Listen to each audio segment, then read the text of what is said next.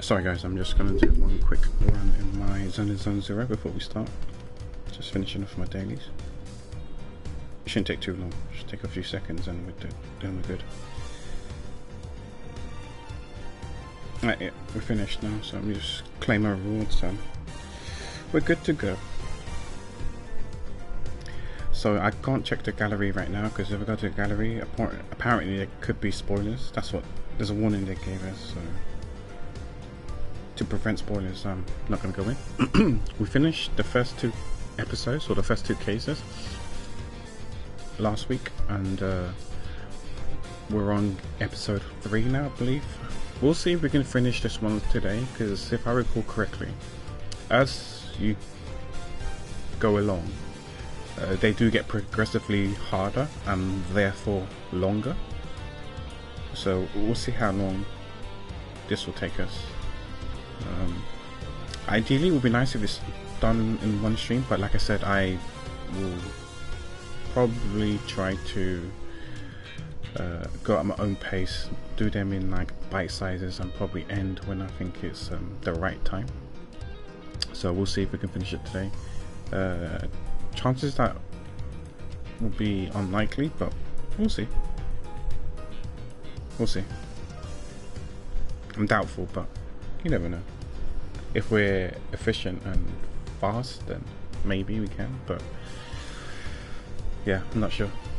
The first 2 cases were alright.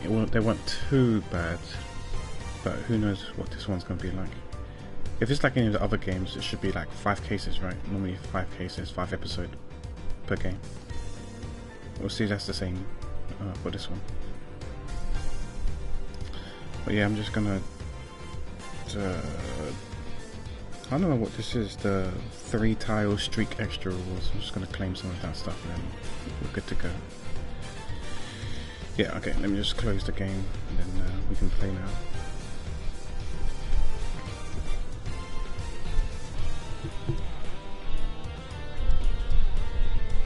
Okay, phone is charging because it's low. Okay, we're good to go.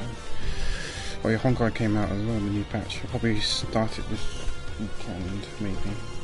Or maybe later this week, we'll see. Anyways, without further ado guys, let's start the game. We can load. It doesn't matter if we can click on continue load. It's the same thing. The autosave should be the same part as episode 3. The episode's called The Kidnapped Turnabout. Anyways, let's get it, let's go. I did say that sometimes I'll probably stream off the PS4, which is what I'm doing today, so there's no PNG tuber model. If there's no PNG model, if you was wondering why there isn't any. Yeah, I'm streaming off the PS4. Obviously it has its pros and cons. Major con about streaming off the PS4 is if I do accidentally hit the table like that, you probably can hear it, as opposed to streaming off the desktop using the capture card and OBS. Also, if you link clips and stuff like that, I won't be able to hear anything. I'll be able to see it, but I won't be able to hear it. I hope the fan isn't too loud and the mic is picking it up. March 13, 10:11 AM. Wait, this is the day after. It's time. Let me increase the volume on my side. Because it was March 12th when we saw the death of Agent Hicks.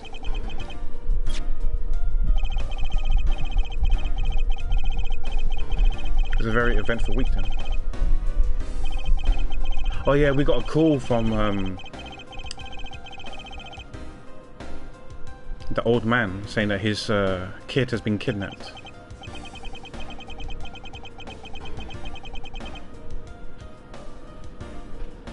Let's see. I checked that the money is all there, safe inside this suitcase.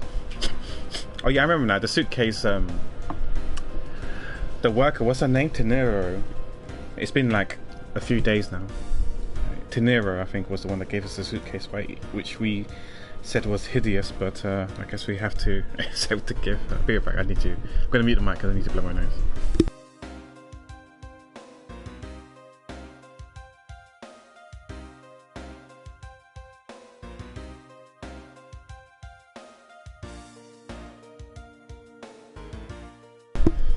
Yeah, that's the downside about streaming straight off the PS4. If I blow my nose, you guys can hear it, right? Whereas if I stream on the PC, blow my nose, the mic won't capture it. So I've got to be very careful. It's very sensitive and pick up any kind of sound. Alright, okay. Now all I have to do is await further instructions from the kidnapper, which I'm expecting to be transferred to my cell phone.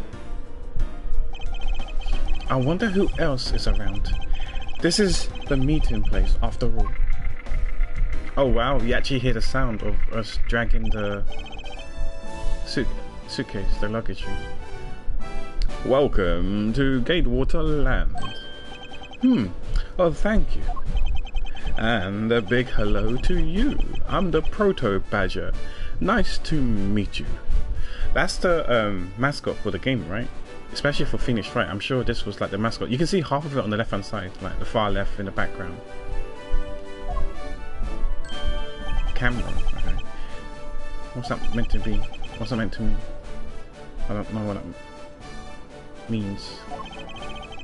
Excuse me, but were you perhaps thinking of taking a picture of me? No, not really, no. I don't know who you are really. Oh, apart from mascot, but yeah. Why would I want to take a picture of you? A picture? Of you? Sorry, but I'm not interested. Ah, that's too bad. Well, have a good day. Oh, our phone. Is that our client? Hello?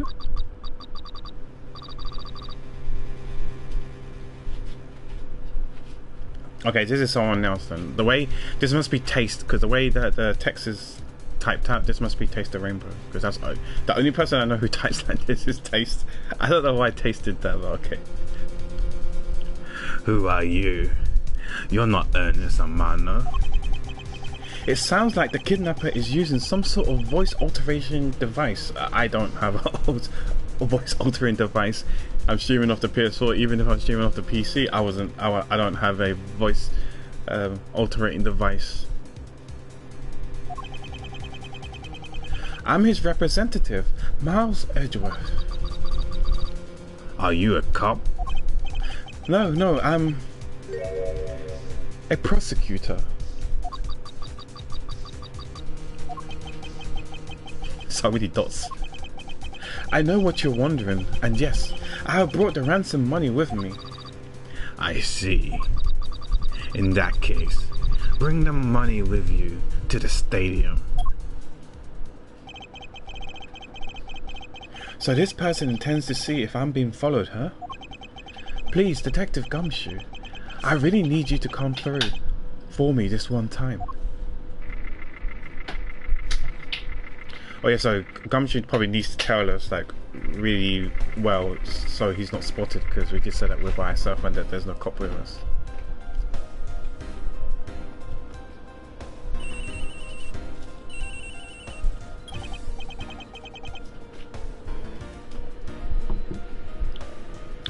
Edgeworth speaking. Next, come to the haunted house. And just how long do you intend to have me wander around for? That's for me to decide. You don't have much of a choice here, my friend. I suppose not. I'm guessing he's making us do the walkarounds just to throw the scent off the popos or anyone who's trying to tail us, or in case there is anyone tailing us, so he can actually see if there's any, like, you know, suspicious person at all destinations, in all places.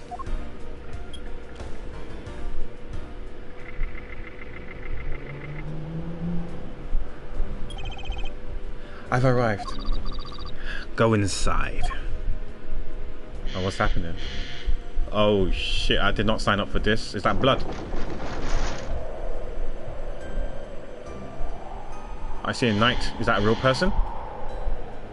No, there wouldn't be, right? It wouldn't be. What the fuck is that? Is that a little mascot again? What a dismal place. Okay, this place got reception at least. That's it. Go through those doors. Am I being watched from somewhere? What the hell? Leave the money and go. Now. How rude, didn't say bye. Ugh. I was hoping for an exchange, but maybe I should do as they say for now and not push it. Okay.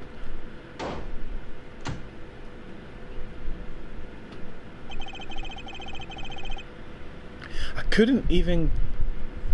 couldn't catch even a glimpse of the kidnapper. Perhaps I should keep an eye on this haunted house until police backup arrives.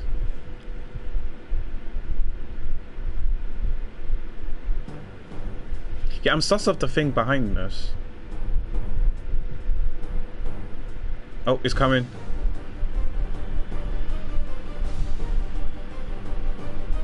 Oh shit. Gumshoe? Oh, we got hit then. Ah! It was a trap. Wait, we didn't die from that blow? Unless the hit us the butt of the sword. March 13, 11:23 AM. And a bunch of question marks. I have no idea if this is a guy or girl, so I'm going to speak in my normal voice and then we decide what voice to give to them. That guy, betrayed. No, can't be. Then the deal. Who is that? And what are they talking about? Split. Police. Alright. In front of meetup. I can't move my body. I fear I may faint again.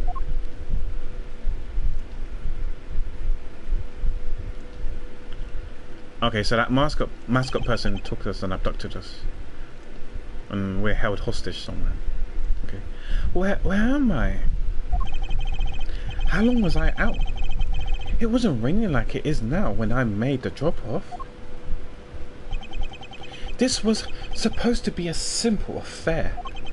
So why have I been taken hostage as well? I can only assume Detective Gumshoe lost sight of me at some point. I think that was the point, like that was the purpose. The only reason I agreed to the drop-off man, to be the drop-off man, was because of that phone call. It was from Mr. Ernest Amano, the director of the powerful Zaibatsu, the Amano group. Holy crap, his earlobes. But aside from that, I also owe him a great debt of gratitude. His only son, Lance, has been kidnapped. I know that Lance is already in his 20s, but I guess some things you never grow out of. I can't sit around waiting for someone to come help me. I must escape somehow. Ooh. Ha ha ha ha, was that you making that funny sound? Who's there? How dare you laugh at the gentleman's plight? Ah, okay, it's a girl.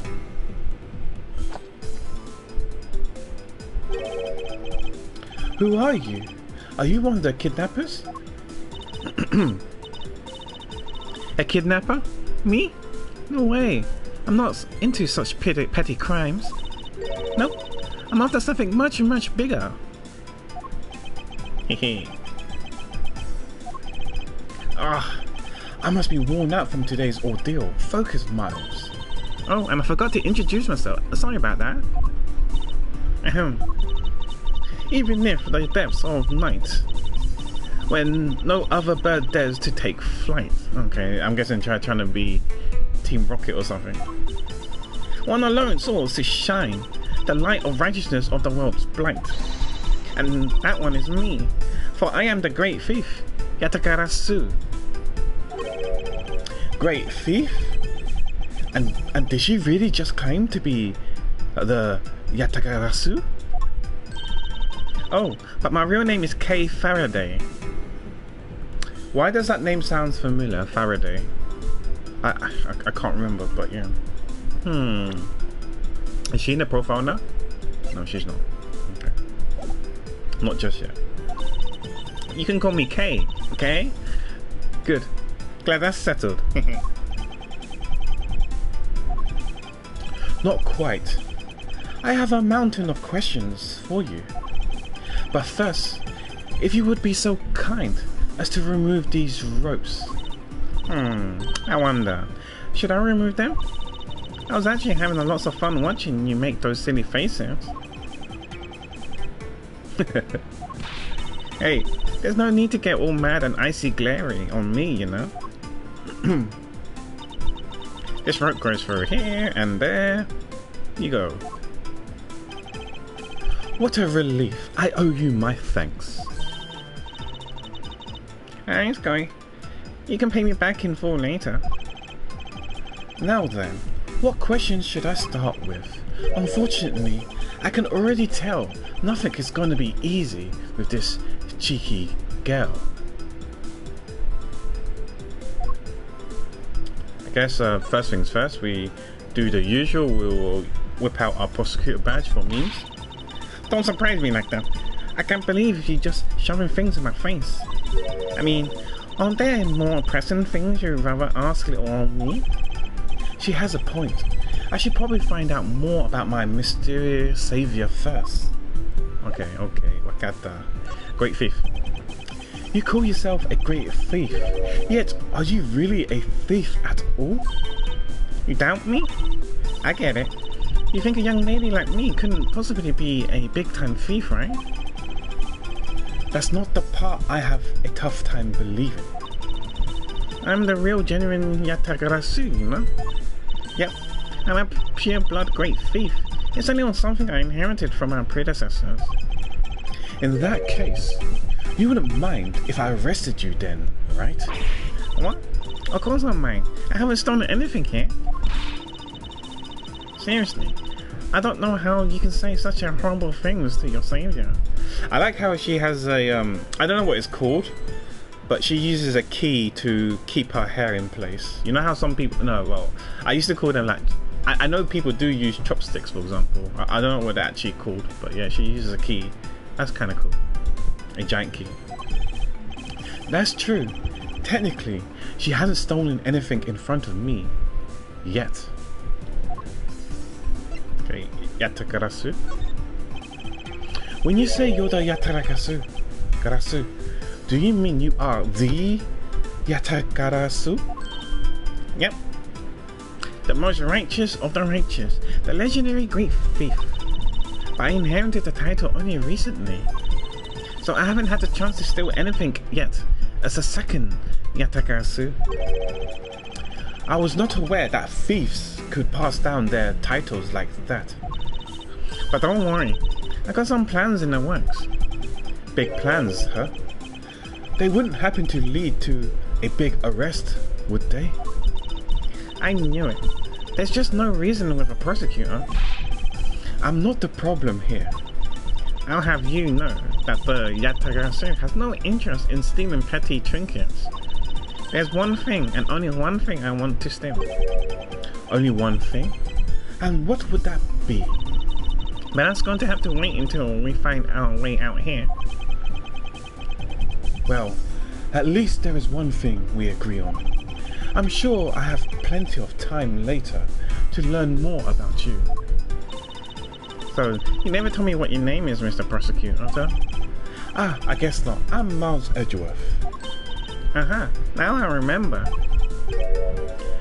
How you remember something I just told you, but she sure is cheery. Alright then, Mr. Edgeworth. Let's get out of here. Gotta pick up our phone. Oh, it's locked. Oh, okay, lady. Okay, young girl. Young lady. You've opened it, tried to open it quite a bit of time now. Now you should establish that it's not openable. So time to just stop it. Stop. It seems that we are locked in from the other side. What? No way. I don't hear you. La la la la. Okay. Do you remember where you came in from, right? Yeah. She was up in, I guess if it was to play like Counter-Strike or Valorant, I guess you could say she came from heaven because she was all the way up there, right? Yeah, she was all the way up there. So if we can like boost her back up there, then I guess she can escape. And then open the door from the outside, maybe. It looks like that might be our only way out of this room. Whoops, slight miscalculation. That's a good height to make an entrance from, but I can't jump that high to make an exit. I suppose we have no choice but to look around and see if we can't find another way out. Yeah, I'm thinking that can't we just stack those boxes on top of each other to help her escape? I'm assuming that the box can take her weight. Whether it can take our weight, who knows? Isolation room. Okay. Our phone. We've got to pick up our phone, right? Just in case the I don't know if it's our phone or the phone that the person demanding a ransom is uses to call us and talk to us, communicate us with. Right, let's click on this. Isn't this my phone? It looks like it made it through the ordeal intact. Okay. If only there was a way for us to contact someone on the outside. Ah, but we do have a way right here. I'm guessing there's no reception then, right? How convenient if there is no way. Ah, there was a cell phone here this whole time. If I'm right, Detective Gumshoe should have contacted the precinct for backup right now. Oh. Mr. Edgeworth, sir, are you okay? I was so worried, sir. I'm fine. I was knocked unconscious for a spell by the kidnapper, that's all. I'm sorry, sir. I'm such a failure. If only I hadn't lost sight of you.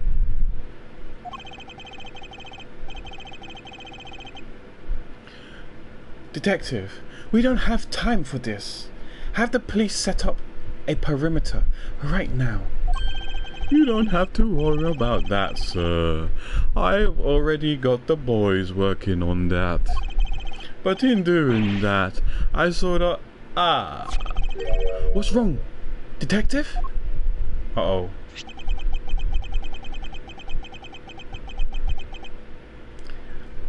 I have no idea who that is, so I'm just gonna talk to them in my normal voice. I don't know if that's the bad guy, the ransomer. Sorry to butt in, but I'm afraid you're going to have to make do with me. Who is this? Shilong Lang of Interpol. A pleasure to speak with you, Mr. Edgeworth. I've heard great deals about you. So why exactly is an Interpol agent like yourself involved in a domestic kidnapping case? Don't sweat the details. A crime's a crime, whether it's on a local or a global scale. Besides, you're the one who's in the world of trouble.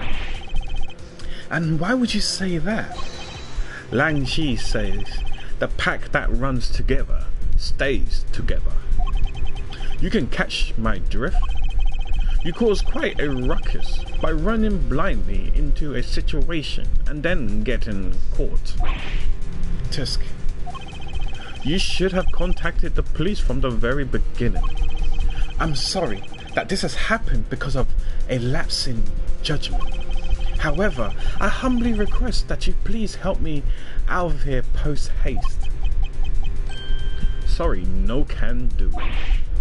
What? We're hunting the kidnapper now, and I haven't got any hands to spare.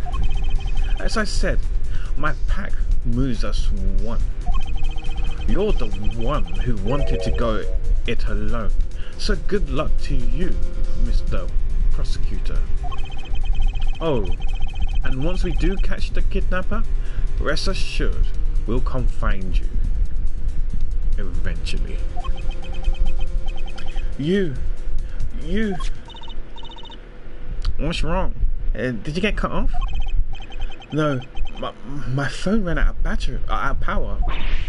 No way. It doesn't matter anyway. We should try to get out of here through our own means. Yeah, I have a name to live up to, after all. If we put our heads together, we should find a way out. She still tried to open the door, bless her soul. Okay, let's check this thing.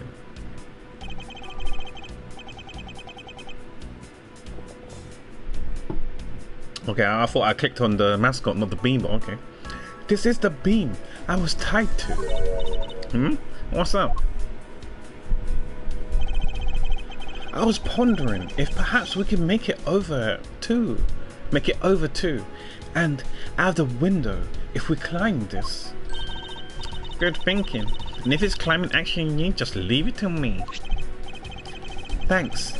This little hooks look like it might make for a good foothold. Up you go, Kay, and good luck. Count on it. The great thief Yatakarasu spreads her mighty wings and takes to the skies. Here I go. Wait, can she actually do it? No, she can't. As I thought, the beam was definitely not made for climbing. The beam I was tied to, there's a hook on this beam, but it's not enough of a foothold to climb out with. Okay. What do you mean, as I thought? I'm not your guinea pig, you know? Okay. This is what I've had to click on, okay. What is this? Looks like the Bad Badger. And it's looking as bad as ever. Looks like a costume to me. I guess the Bad Badger costume is, at the very least, a two-piece, huh? The real question is, why is only the head sitting out here on the floor? Bad Badger's head costume separates into head and body. The head was left in the isolation room. Okay, let's, there's so many boxes. Is it each one, I think? Why is this one pink? Oh wait, I see a key. Hey, there's something inside the bottom right box. Oh, I think it's the pink badger costume. Pink badger? You don't keep up with what's going on in the world, do you? In that case, you better study up on the whole badger clan with this. What is this thing? Think of it like a bible of all the things you ever need to know about the clan. Whatever. I suppose I can keep it as a reference guide or something. So Bad Badger looks like this criminal. Proto Badger is the very first badger. Wasn't that the one that hit us though? Blue Badger is an ally of justice who keeps the pace. Was that the one that wanted to ask us if we wanted to take a picture with them or not? And the Pink Badger is someone who's unique. And you see handcuffs on her. Does that mean that she's bad?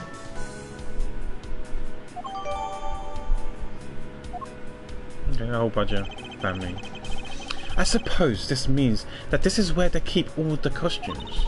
It looks that way. It's like the Badger's family, huh? There are 8 boxes, but 7 of them are empty. Which means that 7 of the costumes are in use right now. Okay. We can only see the Pink Badger's head, right? But aren't those badges the mascot of the police force? Well, I heard that the police had their hand in sponsoring this theme park. Probably because the Gateway Group owes the police from all those cases they solved. They have all the powers of the state and they use it to make a theme park? It's not just any theme park. They have a handcuff-shaped double-looping roller coaster. That's quite enough. I'm feeling woozy from just the thought of such a thing. I won't rest until I've inspected every suspicious looking nook and cranny. Okay, that's the usual stuff. I suppose this is the pink badger, but since it has the same design, doesn't it seem forced to call this one a female? You think so? I mean, just look at how long her eyelashes are. That's the only difference. And the fact that she's pink. Yes, and her lips are red, see? Lipstick. What? She has nothing to say about the giant pink ribbon, or is that too obvious? This is the blue badger I met at the main gate. Excuse me, but his name is Proto Badger, not Blue Badger. He's based off the very first design created by the local police chief. You know, when you compare the two, the Blue Badger looks a bit cuter. I suppose as he continued to redesign him, the chief managed to make him cuter and cuter. Even humanity has come a long way when you think about how much we've evolved. Are we comparing the Blue Badger to humans now?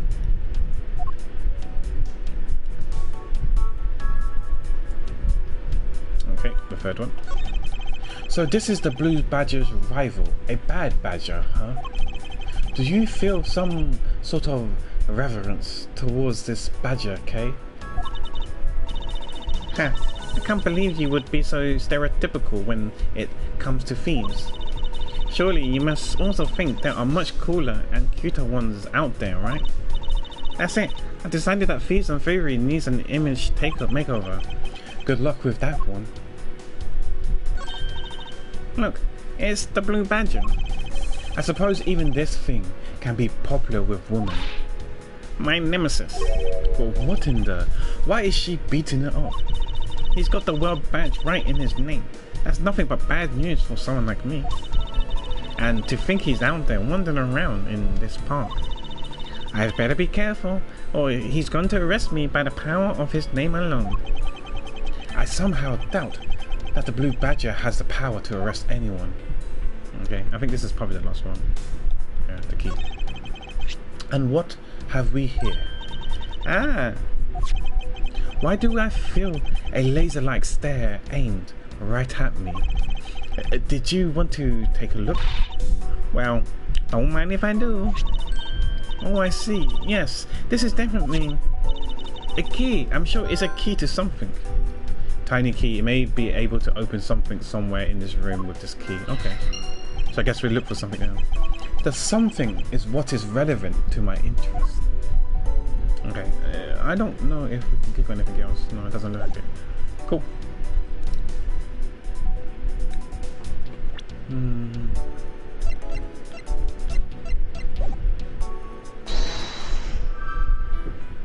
Okay. We've got 3 of those now. Okay. What's this thing on the top? And there's paint as well. They're holding a Blue Badger photo rally? You didn't know?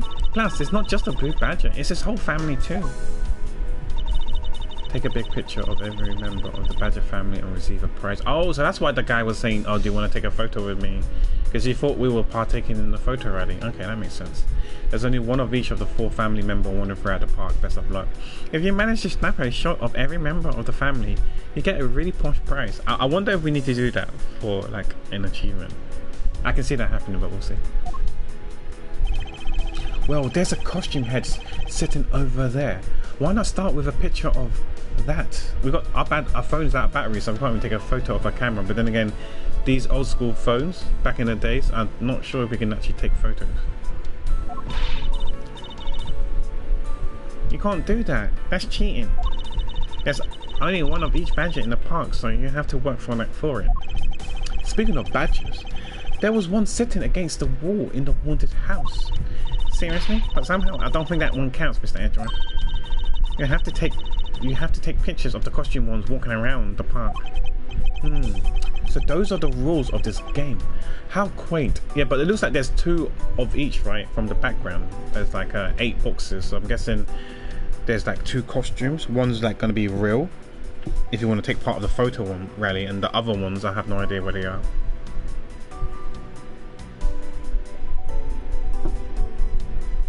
There could be like culprits and accomplices and stuff like that. That's where we're in it. Who knows? Badger photo rally data jotted down in my organizer. There's only one of each badger in the park. Try to get the whole badger family. Okay. Okay. Paint. Maybe we can use this paint to help us escape. And what exactly do you have in mind? Well, we could paint help in the giant, really giant letters. I'm not sure people can see it from here, but okay. And who, pray tell, would see these giant letters we're inside a building?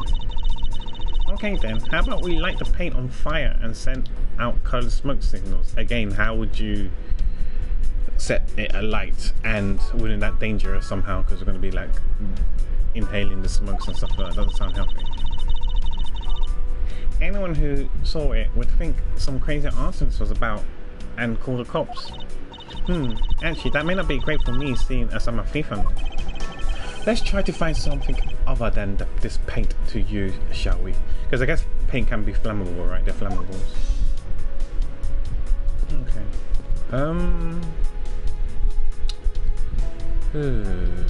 We've...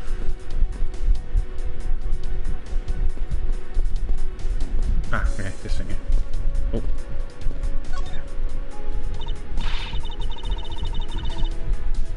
Man, why do you have to put the windows so high up anyway? How is a thief supposed to make her daring escape? I suppose we could make our way out if we were able to climb on top of these lockers. Haha, that's pretty clever. You make a good thief yet, Mr. Edgeworth. Please, don't ever place my name and the word thief in the same sentence again. Let's see. I wonder if I can jump and grab the top of the locker here.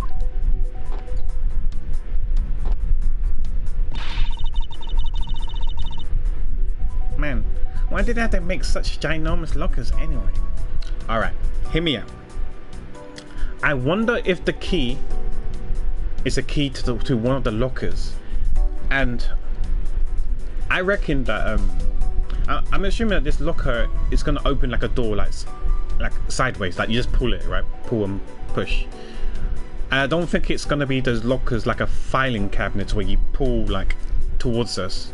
So I don't know how to describe it. It pulls towards us like a file cabinet rather than it swings like a door, right? I think it swings like a door. So assuming that, to be honest, it doesn't matter if it swings like a door or pulls like a filing cabinet, this locker. I reckon that it's probably sturdy enough that if we yank it quite far out, maybe not us, but maybe we can do it as well. But definitely the girl, because Kay's obviously lighter. I think she can step on it, right? So we can boost her or carry her so she can step on the ledge of the door of the locker, and then I'm sure she can jump and climb to the top of the locker where the window is, right? And assuming that she's got the upper body strength to lift herself up, then she can escape, right? Whether that the door of the locker can take our weight, then we could do the same thing as well. We shall see. I do think they're quite sturdy. They should be. I would imagine they're quite sturdy, so they should be able to take our weight. But the question is, will it like fall over because we're too heavy? Because we don't know if there's anything inside the locker to keep the weight. It depends where the center of mass is. But yeah, we'll see. Hi, Carla, my goat. How you doing? Welcome in, welcome in. Hope you're doing well, my friend. Even if we wanted to use these lockers, we need some sort of foothold. Yeah, that's what I'm saying. To get the foothold, we open the door to the locker. That's what I'm hoping the key is for. If we can get to the top, then we can escape it. If only there was some footholds. That's what my guess is, but I might be completely wrong.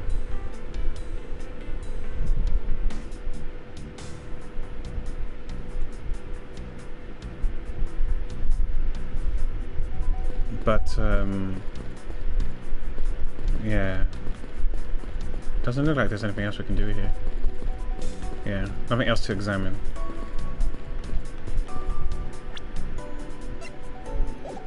Right, let's talk to her, see if she can see anything. Okay, they're kidnapping. Do you know where the person who kidnapped me went? Well, after they locked you up in here, it sounded like they went into the next room and started talking to someone. I feel like I've heard something as well, but it's all a haze in my mind. However, I do recall that the kidnapper was talking with someone. It was just a guess before, but I guess I really am dealing with two kidnappers here. That's what I'm saying. I'm thinking there's like accomplices and stuff like that. So maybe there's like three people. Like I can't say there's four because there seems to be a four. The pink head of the pink badger is still here. So I'm guessing the other three are working in together, and they use these mascots as a disguise. After that, they left. It almost seems as if they were done with you. So you got the one with the sunglasses. Can we show it? Yeah, the book. You got the sunglasses guy, the bad badger. You got the blue. I think it was the proto badger was the one that hit us inside the haunted house. So those two I think are in cahoots and working together. And then I guess the blue badger somewhere is also working with them as well. But we haven't encountered them yet. And the pink badger, we can see in the background the head is there inside the box. So I'm guessing there's only 3 people working together. And the top 4 are empty because they're the real ones working for the rally, the photo rally thing. It almost seems as if they were done with you. I suppose that is the case, as my kidnapping seems like an afterthought to the $1 million. Well, if they went into the next room, let's see what we can find out through the slot. Okay, is there anything else we can... I guess it's logic time, right? There's nothing else we can do now, besides logic.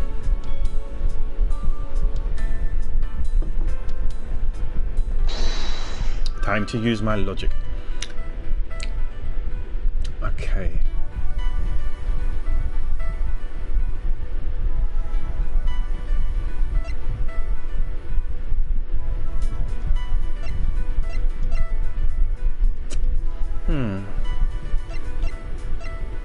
Costumes, lockers, tiny key. Is the tiny key not with the lockers?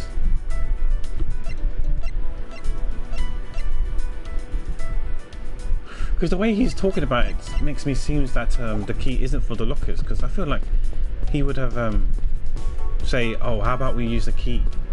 Wait, why is the door? Why she moved out the way now? Okay, let's just click on the door now.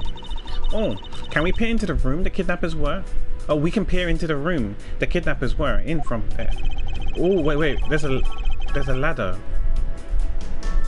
I won't rest until I've inspected everything. Okay, we read this. This is always a common thing. So yeah, what's this? There's not. I mean, there's nothing unusual. I'm clicking on this. Okay, there's a beam. There's a beam in the next room identical to this one in this room. There's even a hook on the hold. There's even a hook on it to hold a propped up floor panel in place. Which means, oh, there must be one on our side then. Did you find something useful, Mr. Edgeworth? Perhaps I may have found a very handy hint to how we can get out of here. So I'm guessing if we go through down that door, we can end over there on the other side. So a ladder.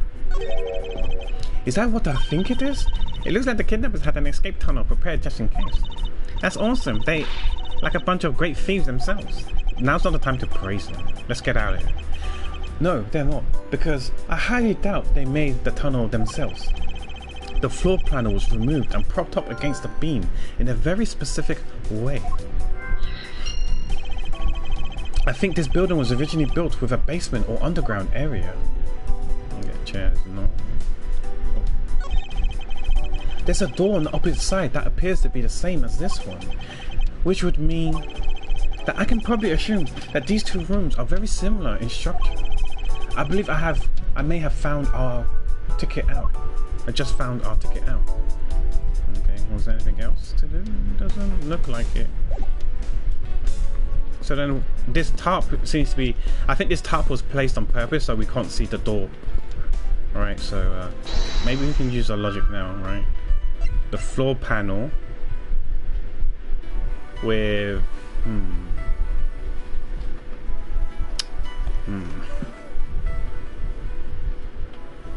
Oh, the beam. It'll be the beam on the floor panel. That makes sense. Connection. Is it right? This hook on this beam. You know, I already tried, and there's no way I can jump from this hook to the window. Come on, even you have to admit when something's just not possible.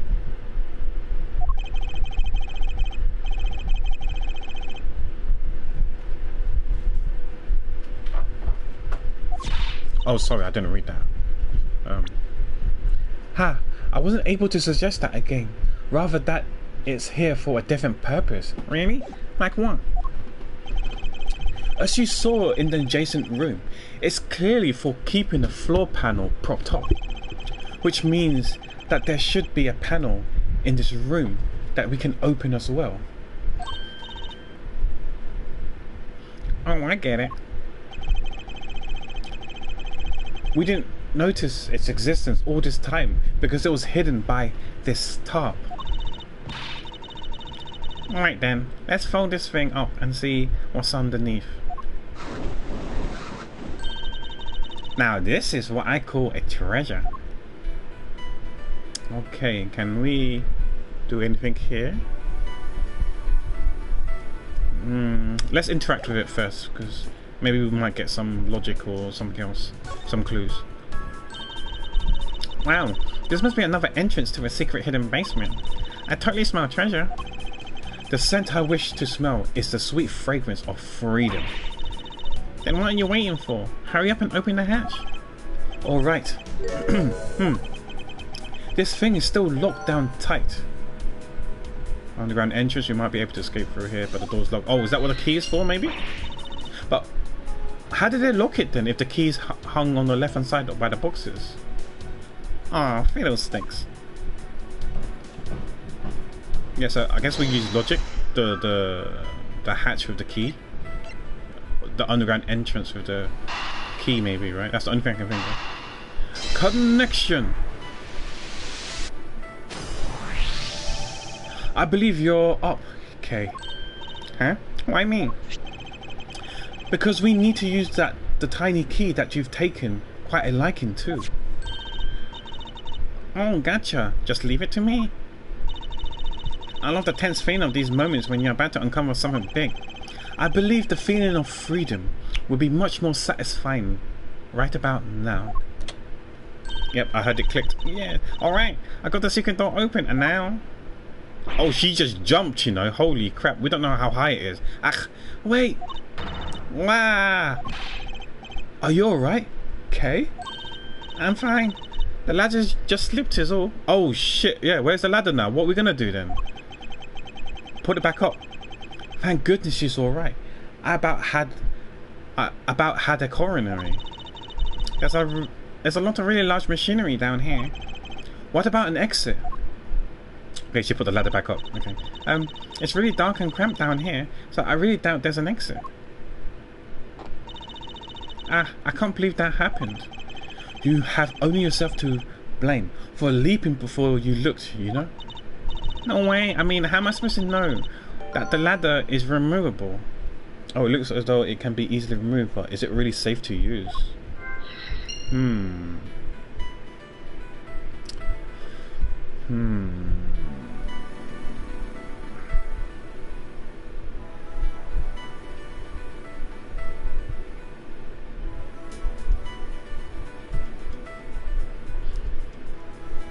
Wait, hold up. I just realised something.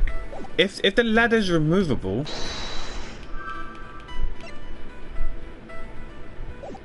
Because she said the ladder's... Can't we just put the ladder up here and just, like, escape? Right?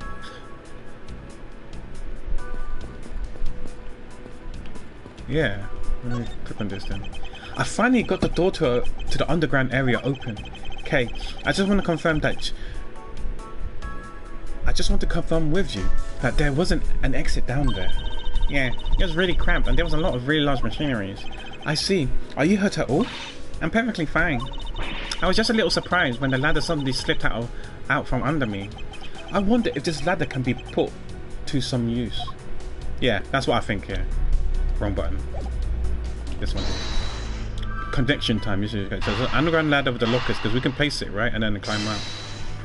Connection. I figured out how we will escape this prison. Okay. Oh, and how are we gonna bust out? It seems that your reckless actions were of use after all. Are you actually praising me? More of a thank you for giving me an idea regarding this ladder. The underground ladder? What about it? This ladder isn't just for those who wish to go down. Oh, I see. If we use this... Yes, I believe it's long enough to reach the top of those lockers. Well, then, what are we waiting for? Easy clap. Okay. Alright, now we can get out of here. Yes, we spent entirely too much time in here. Kidnappers who held me hostage, and a mysterious Interpol agent. This case is only getting started, and I'll be the one to bring it to a resounding end. Freedom! What the hell? This is like some Wild Wild West stuff going on here. March 13, 12:11 p.m. Wild Wild West area. Oh man, I should have given these boys a cowboy accent or cowboy voice. Oh, I see a cat. Hey, kitty. Oh, we're outside one of those. Oh, it's legit. It does look like a prison from the outside. It looks like it stopped raining for now. Yeah, and thank goodness. You have no idea how hard it was raining earlier. Mr. Edgeworth. I don't know who that is. Oh, Gumshoe. I'm so glad to see you managed to escape, sir. I was so stressed that I thought my heart was gonna give out. Detective Gumshoe, may I ask what in the world that is? Well, that's, yeah, who are these people? Oh, crap. So many popos. Are these Interpol? MIB, Men in Black. Count off. 1, 2, 3, 4, 5, 6, blah, blah, blah, blah. Can't count. 98, 99. Shifu, all 99 members are here and accounted for, sir. Oh, was he the guy that was on the phone to? Ah man, I forgot what I gave him. What voice I gave him. Yeah. What the heck do you think you're doing, counting my cubs off like that? Every person is a valuable human being, you get me? And everyone has a name that their parents gave them. No one is a 2 or a 3. Everyone, regardless of age or rank, is a number 1. Got it? Shifu, Shifu.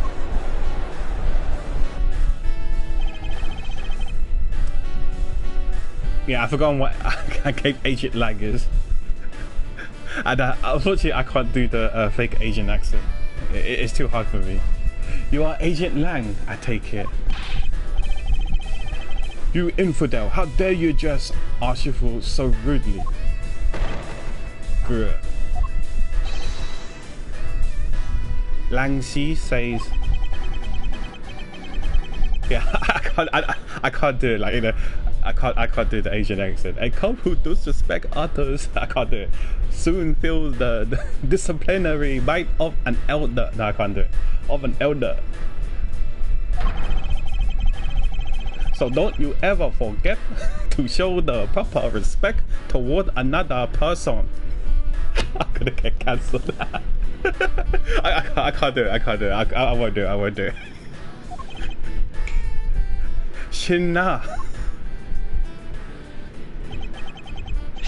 This isn't much, but please accept my card.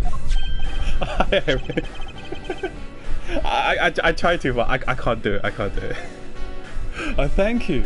Please accept mine in return. Good morning. Hope you're doing well. Oh dear. His name is Lang, so you know. I probably should give him a an Asian accent, but I can't even do it. It's so funny. how I'm like surrounded by it, and I used to consume loads of people, like movies and stuff, but I can't do it myself though. I mean, I could try, but yeah. You all see that just now? Hey Gotham, how you doing? That is the proper way for two people to show their respect. Keep that in mind, and you'll get far in life. Got it?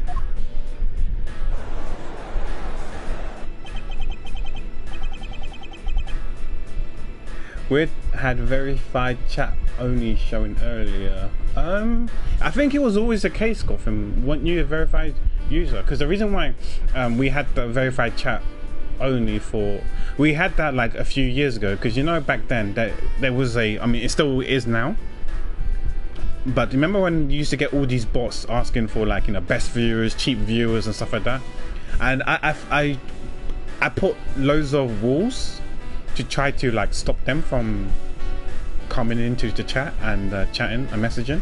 So we had things like, you know, verified chat, having an email address, maybe even phone numbers in place, and that sort of stuff to so basically it had a higher barrier of entry, but the bots still do it because I guess people still are willing to give them phone numbers and email addresses to sign up and then send out the bots, I guess.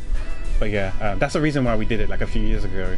So I'm surprised that it showed you just now, because it was always been the case. I'm assuming that you was already a verified chat anyways, but yeah, it was always there.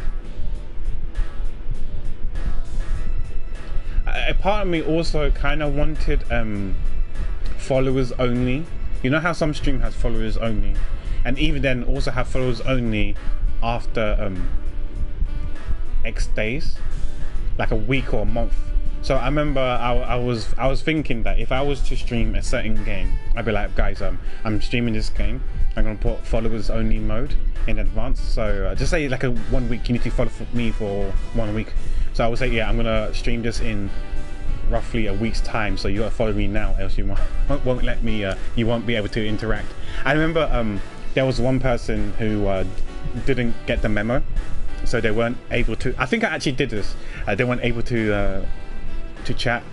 So what I had to give them was temporary either VIP or mod so they could chat. I think it's mod. I gave them temporary mod so they can chat in chat, because I know mods can chat regardless of the rules.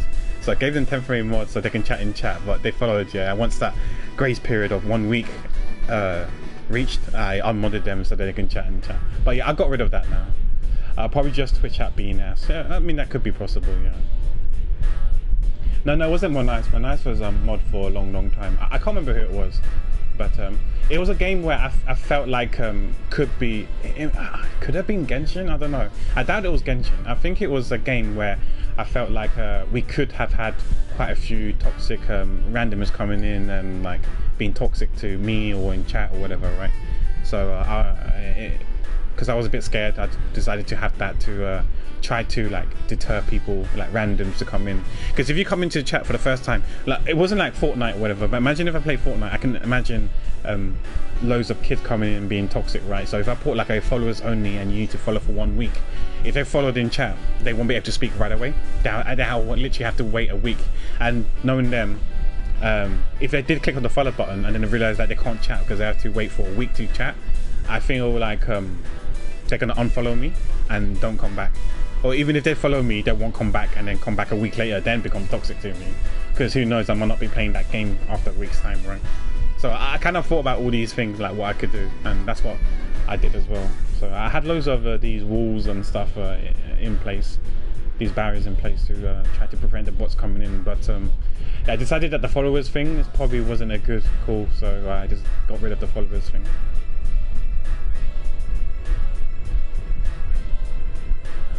Someone did that. Yeah, I think there's some pros and cons of followers only. Followers only is good in the sense that I guess it can increase your followers, the number of followers you have, and it helps maintain a your community being nice, right? Because if someone's gonna be a toxic arsehole, right, there's a good chance they're not gonna wait like a day, or some might not even wait for 10 minutes, you know. Some might not wait for 10 minutes, some might not even wait for like a day before they can come back and chat. So it kind of filters out a lot of the people, and hopefully only the nice people will come in and chat. But the downside is, yeah, some genuine people would leave. Like for me, if I'm honest, if I had to wait a day or a week, whatever, chances are I may not come back, unless it's someone I know. If it's like a mutual friend, right? Or someone I know. If it's someone that you guys raided and I'm familiar with them already and I spoke to them in my friend's chat, then yeah, sure, I'll follow them and then I'll wait another time and then chat to them afterwards, right? But like I didn't know they stream, and I found out they stream because a friend raided them. But if it's someone I don't know at all, then yeah, I probably won't follow and I won't come into the stream. But if it's someone I do know, yeah, I follow and then chat to them next time around. So yeah, it has its pros and cons.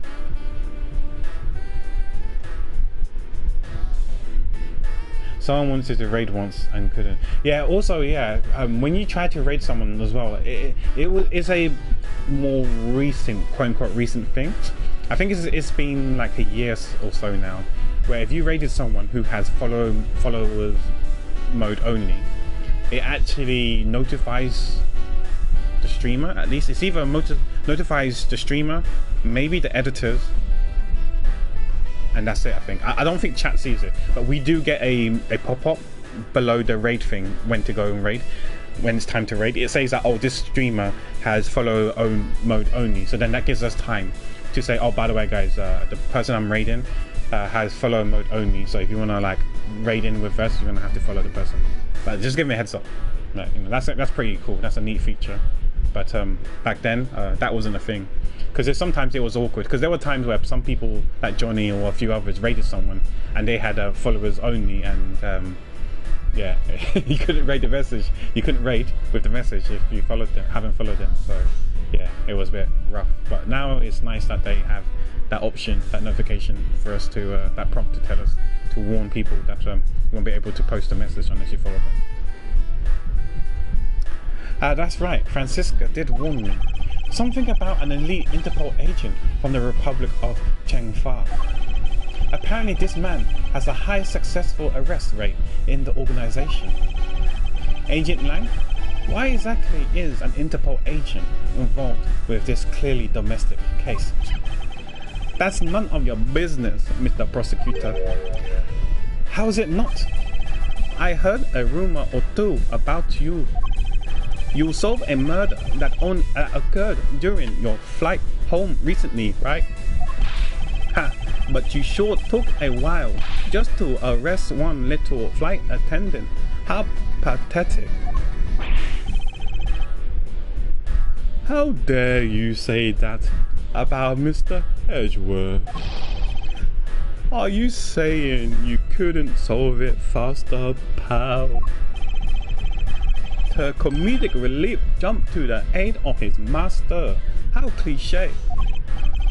Look, what I'm getting at is that if I had been there, no one would have died. I'm not sure. Who knows? Who knows? It's tough to call, right? Because he got pushed, right? So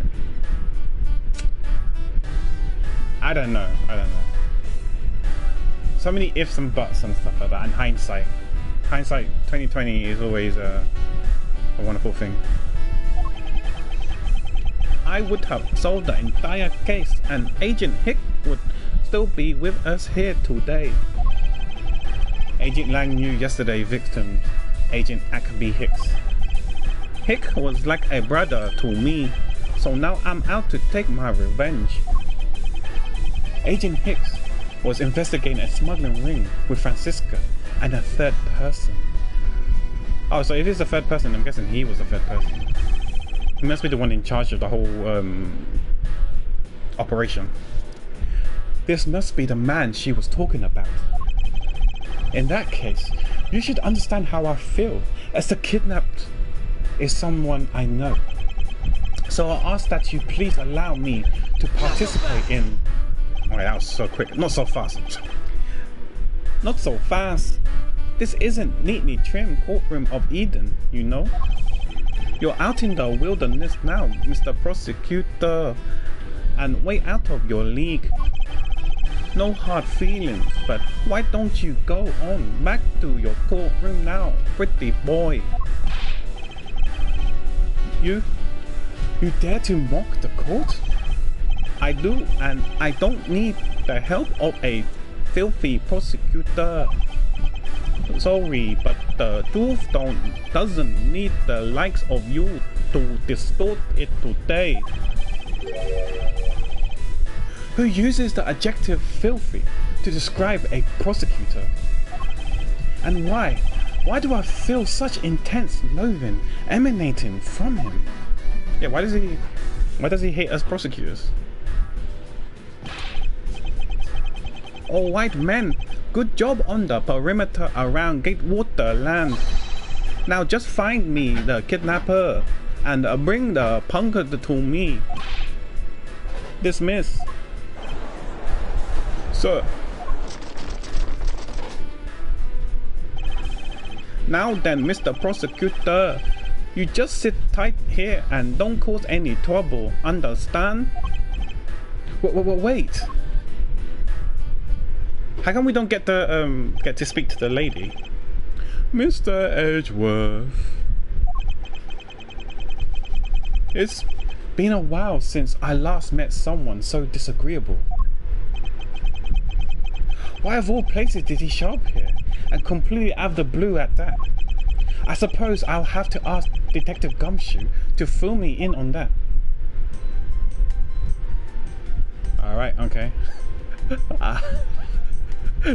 Just in case anyone was watching the YouTube video, I just let you know I'm actually Asian, so when it does sound like I'm taking a piss and mocking the Asian accent, it's okay. I'm actually Asian. But then again, I do speak with a French accent for that one other character, so yeah. Well, it's just part of the game, guys. You know, it's just part of the game. Okay. Let's see. What do we do? Okay, let's speak to Gumshoe. There's no point in him showing my badge because we showed him my badge already. Great job, detective. Sir. For losing sight of me and the kidnapper and allowing my investigations to be hijacked. Oh shit, is he gonna get his wages, salary deducted again? Is he not gonna be able to afford like instant cup noodles? Instant ramen? Hi, sir. I look forward to your next month's salary assessment. No, don't do it. Don't do it. He's living off cup noodles, Miles Edgeworth. Don't do it. I feel bad. I feel bad. Don't. No. But the case isn't lost yet, sir. I'm gonna show you just how much of a man Dick Gumshoe can be. Shall I prepare the 21 gun salute now or later? I have no idea what the 21 gun salute is. I'm guessing I thought it could be something when you retire, leave, quit, die or whatever.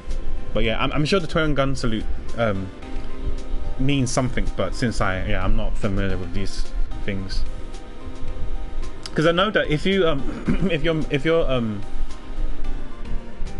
military, right, and you died in action, you get like a proper like ceremony, and they shoot guns in the air, right, and like everyone does like the salute signs and stuff like that. This is from movies that I've watched. Yeah, I think it says 21 guns as a send-off. Yeah, maybe, yeah. So maybe that thing I was telling you about was like shooting 21 times, yeah. Because I remember they do fire with their rifles or whatever up in the air, and they do the salute when they die. So is he saying that he's gonna die, and then they're gonna do the 21 gun salute to him? Boom, races him. I'm gonna get cancelled, Colour of Lair. You're gonna be one the lead in the charge. It's okay. It's fine to get cancelled. Agent Lang. Detective, are you sure it was the precinct you called for backup? Of course, sir. I think I would know the number to my own precinct like the back of my hand. Then why did an Interpol agent show up instead, with an army of his own agents? I wonder if he was shady.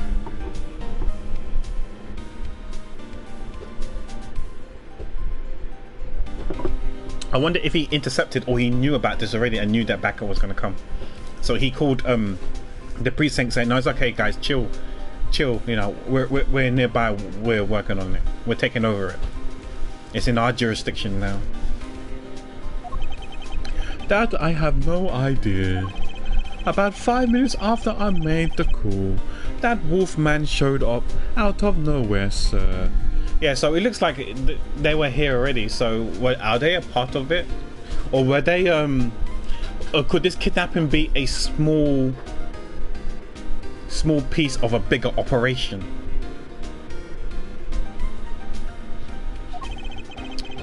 Agent Lang definitely has an agenda. So the question is, what is he after? Yeah, maybe this is there's an actually bigger picture, a larger grand scheme of things, and this what we've caught ourselves into is a small picture of it. You know how sometimes some in like B99 or some other police shows or whatever, or movies, or like cop movies, someone is a cop is like trying to chase or arrest or tell a suspect for a quote-unquote small petty crime, whether it could be like shoplifting, stealing or whatever, right? But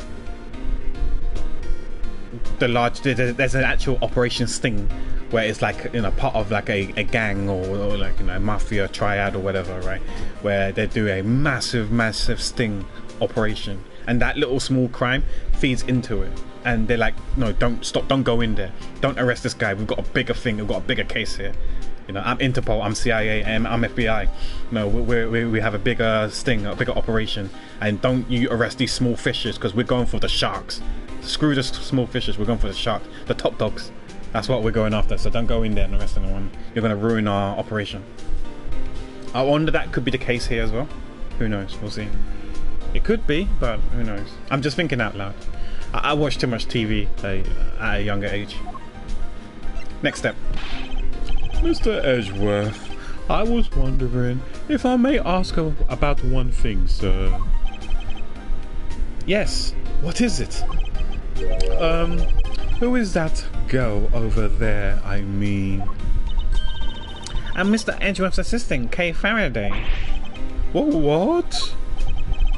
Funny. I don't recall. I could not read that in time. Why was that so fast?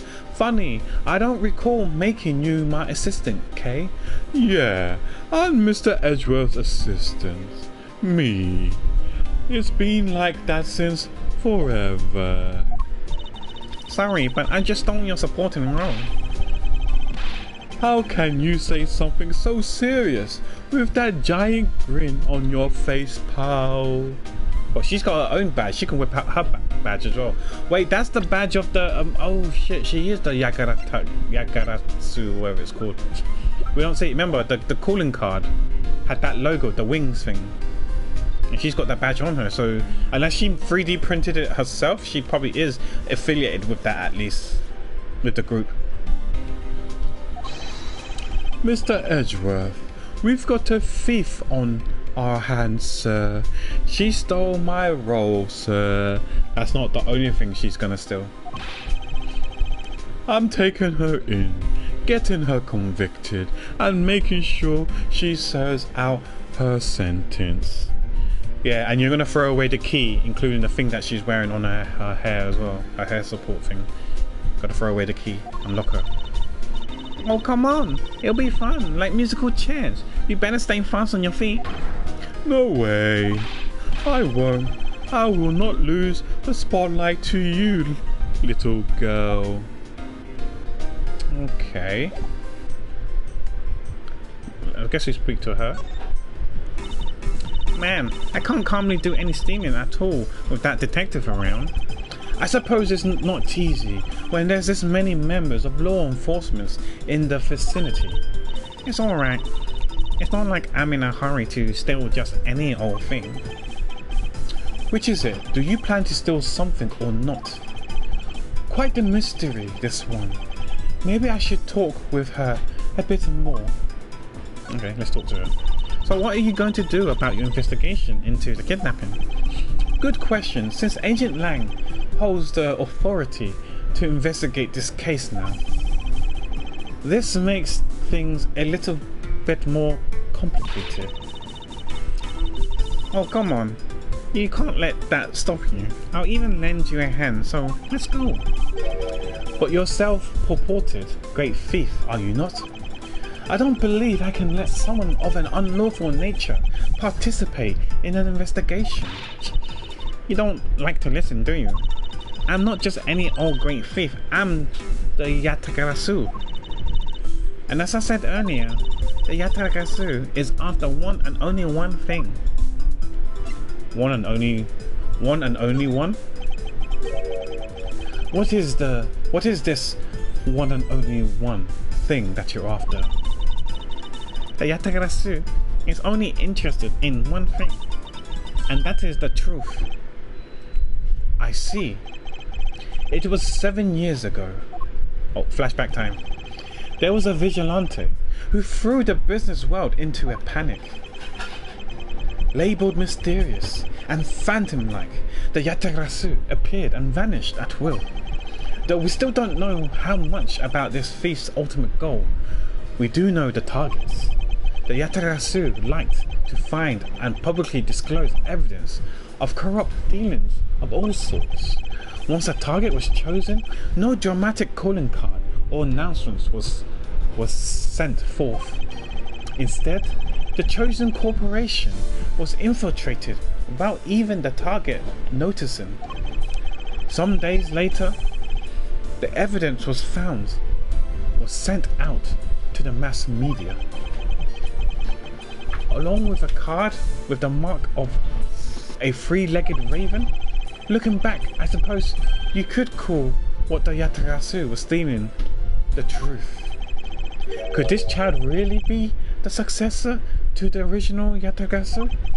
But that can't be, can it? I don't know who this is. Lance.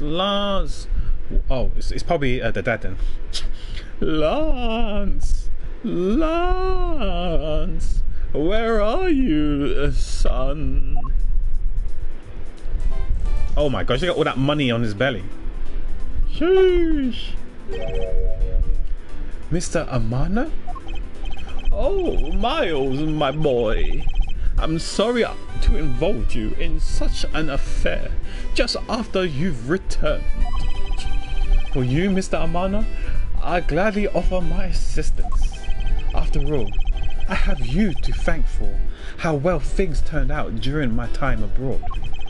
If it wasn't for you, I might not have been introduced to that law office and had the chance to study the inner workings of another country's judicial system. No. Think nothing of it. As you know, Manfred and I go way back. I consider a beloved disciple of his to be like one of my own blood. If you ever want to go overseas again, you need only to ask. I can use my company's vast network to send you anywhere at any time. So who's the old man? He is the father of the currently kidnapped Lance Amano, Ernest Amano. Now then, have you found Lance yet, Miles? Please, I miss my poor boy dearly. I'm terribly sorry, but your son's whereabouts remains unknown, Mr. Amano. Whoa, hold on there. Then what happened to all that money? I believe the 1 million has been stolen, and that the culprits are now on the run. What? He doesn't seem too pleased. He's not going to send us anymore to a different country now. Poor old man. Don't you have anything you can give him to cheer him up, Mr. Edgeworth? Forgive me, Mr. Amano. I guess we just talked to him then. Oof. I'm sorry about the $1 million, sir. I was wondering if you could please tell me the details of the kidnapping one more time. Oh, it was yesterday. A call came to the house. I'll be pissed off if the person who was calling was actually Lance Amano himself. He just ripped off 1 million off his dad's so he could do whatever he wants. I'll be so mad if it was him. From the receiver came to the sound of my son. Help me, daddy. Sniff.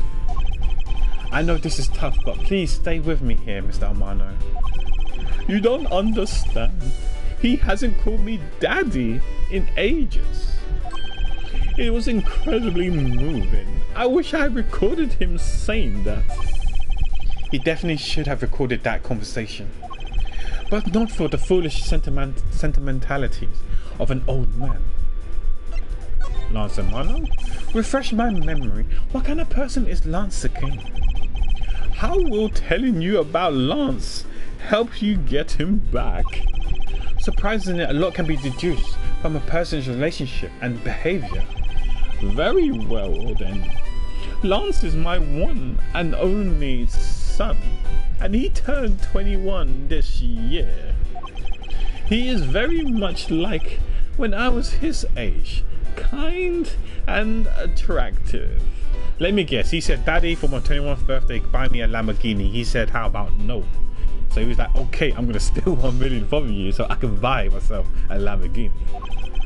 I'm sure women simply can't keep their hands off him. Off him. Is there anything else about him you notice of late? Now that you've mentioned it, I haven't been able to get in contact with our butler, Oliver.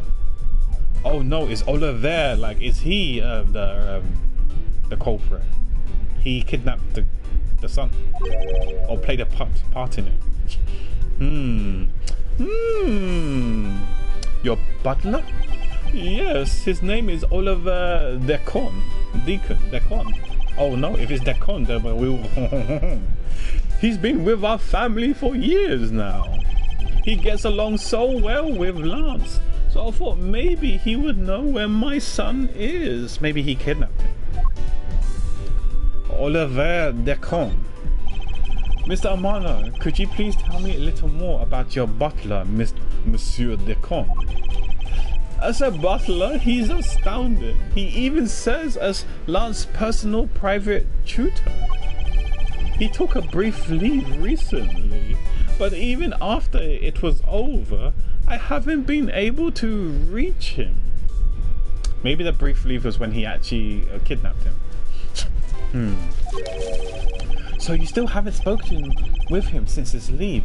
What about his family and friends? Sounds kind of sus, seems kind of sus, but who knows, we'll see. They said they hadn't seen him. I've tried everything I could think of, Miles.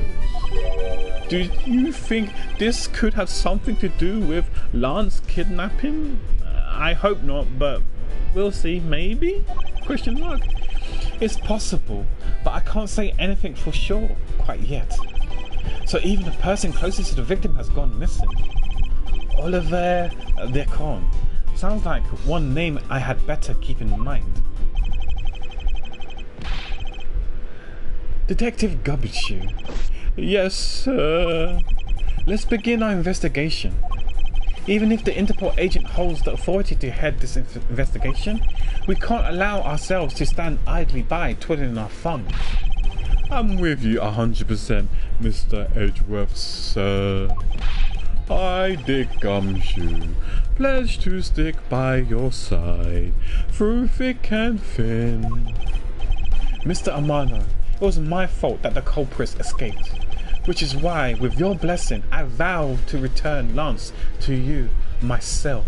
Yeah, and I just need another $1 million just in case the culprit wants it. Oh, I never seen you so passionate before, Miles. Good luck to you, my boy. Alright, well, what are we waiting for? Let's do some investigating. If you think I'm losing to you, pal, forget it. Alright, okay, I'm gonna save because it's been a while. We haven't saved. I know there's autosave, but it's good to save. We're in the wild, wild west. So what should we examine first? We shall save first. So that's episode 1, episode 2, episode 3. Okay.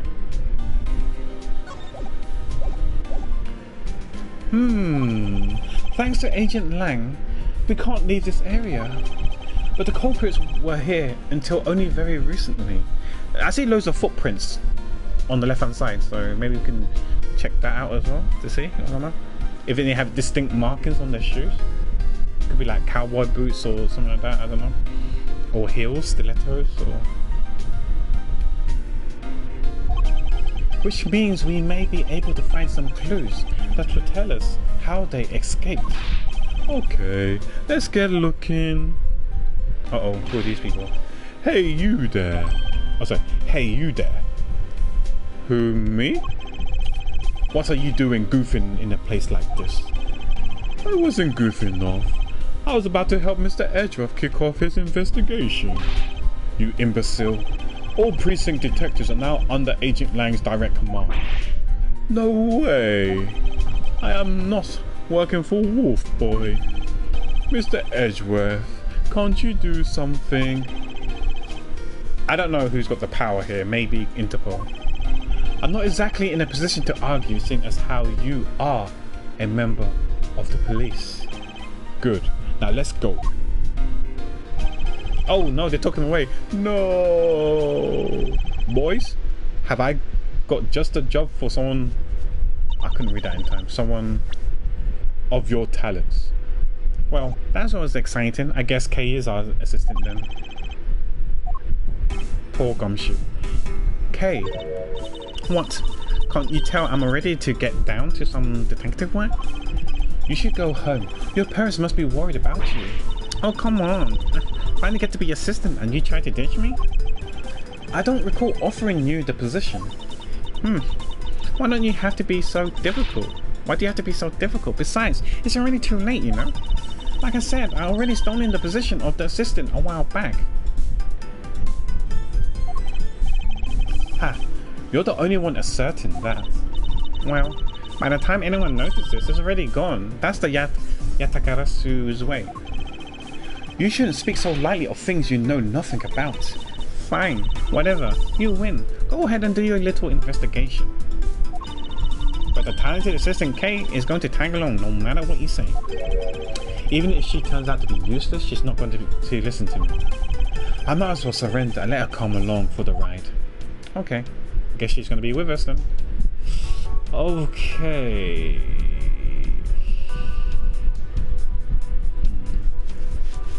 Okay, so I kind of want to check out the footprints first. This seems kind of sus.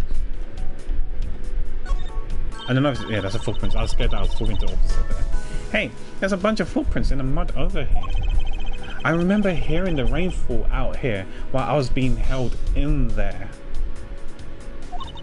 Yep, and it was just a passing rain. That's why the ground has already pretty much dried up.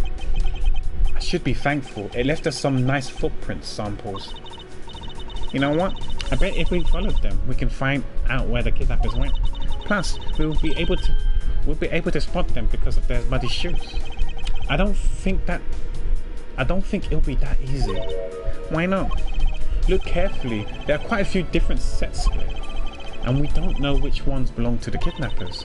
Oh, that's true. We don't know what kind of shoes they were wearing. Yeah, because they're different shapes, right? Because if you... Oh, okay. Can we see it here? Yeah.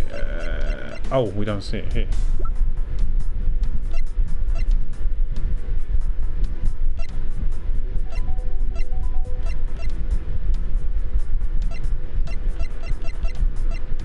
Okay. I guess is it here then? No, I'm sorry, here. Yeah. Because they look different shapes for sure. Some looks like how do you just...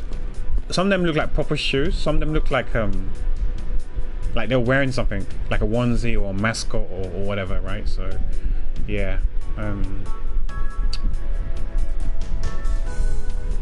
gonna be hard. It's, I don't know what we need to do. Oh, okay. I'm gonna talk to every one of these guys. Maybe we can take pictures or whatever. I don't know. Maybe it's a trophy, I don't know. The blue badger is here.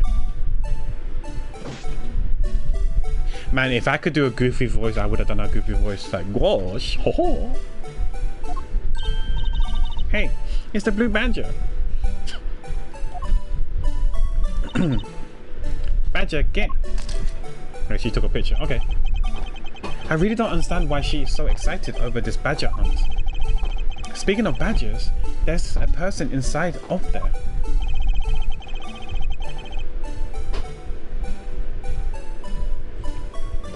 Mr. Badger, I wonder if you might share with me what you saw. He's not talking. He's doing that contorted wriggling dance again. Aha! Ah! You've uncovered my undercover identity, sir. I was able to remain. Wait. You uncovered my undercover identity, sir. I was to remain under that head, sir. Aren't you Officer Meekins? Sir, Mike Meekins reporting for duty, sir. This man was a witness in one of the cases I headed 2 years ago. Are we supposed to remember this? I don't remember him. I'll be honest, I don't remember him. About the only thing I remember about this officer is that he often spoke and acted before he fought, which gave me a great deal of headaches. Is he a friend of yours, Mr. Edgeworth? I've met him in the courtroom once before. Why was he so upset when we unmasked him? Does he have something to hide? Let's just talk to him and see. Officer Meekins, why are you standing here wasting time? Sir, because I'm not a police officer right now, sir. I'm the Blue Badger. And I'm creating memories and dreams for the kids. That's never a waste of time, sir. I have a dream to become a big as a detective gumshoe, sir. I was patrolling the scorchingly boring beat until a little while ago, when the dispatch radio on my shoulder crackled that the kidnappers had escaped, sir. I thought maybe this was my shot at making detectives, sir. I rushed on over to join in, but when I got there, there was a sea of people already, and I couldn't spread my trademark friendliness and joy onto anyone. It would seem that some people never change. Blue Badger. So why exactly are you in that ridiculous outfit? Sir, that's because, sir, I'm here to keep the visitors in good spirits, sir. But it's also to hide the fact that I'm an officer on the trail of a kidnapper, sir. So he's kind of undercover then, I guess. I see. Agent Lang is very wise to employ this sort of diversionary tactics. To be handled the role of the Blue Badger out of all the different disguises, sir. It's such an honor. Any clues? How long have you been standing here, officer? Sir, for about 1 little hour, sir. That's around the time I woke up from being knocked unconscious. And I've been here ever since, sir. So we can ask him if he saw anything suspicious then. If that's true, then it's possible Officer Meekins saw the kidnappers escape. But however, sir, I must tell you, I didn't see a thing, sir. Oh, that's useless. You're useless to me. You're dead to me. D-E-D, dead. I haven't asked you anything yet, officer. No, but I know you will, sir. He's hiding something from me. Officer Meekins, I insist that you tell me more about your recent movements. Sir, I've been playing the Blue Badger this whole time, sir, and getting into it. I patrolled the park, all while wearing this costume. And about 1 hour ago, I came over here, sir. I haven't seen any suspicious looking people this whole time, sir. But I did see a badger, sir, a lone blue badger. What did you say just now is contradictory to the facts. Blue badger, blue badger. Which one's the blue badger? That one there. Okay. How so, Mr. Edgeworth?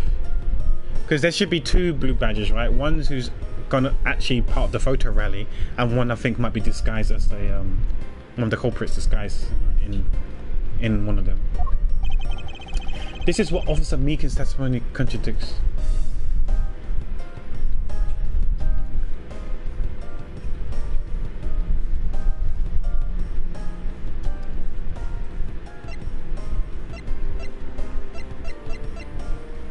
Could it be this one?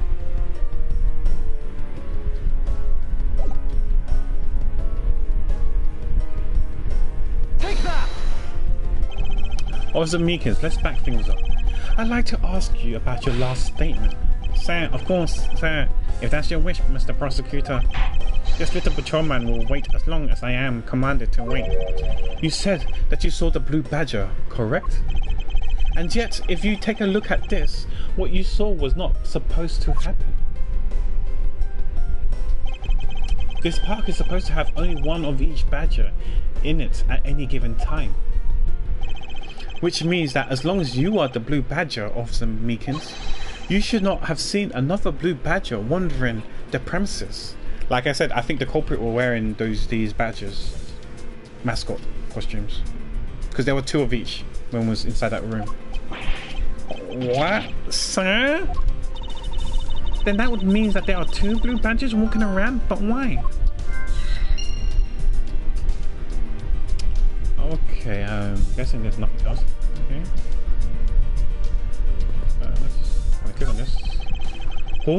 Horses are painted on this garage door to complete the Wild West theme. They look so lifelike, don't you think? Are you thinking of wrangling or rather stealing them? If you can coax them out of there, sure. Come on. I know you can sweet talk them out. I could be holding a cube of sugar in my hand and they wouldn't budge, Kay. Okay.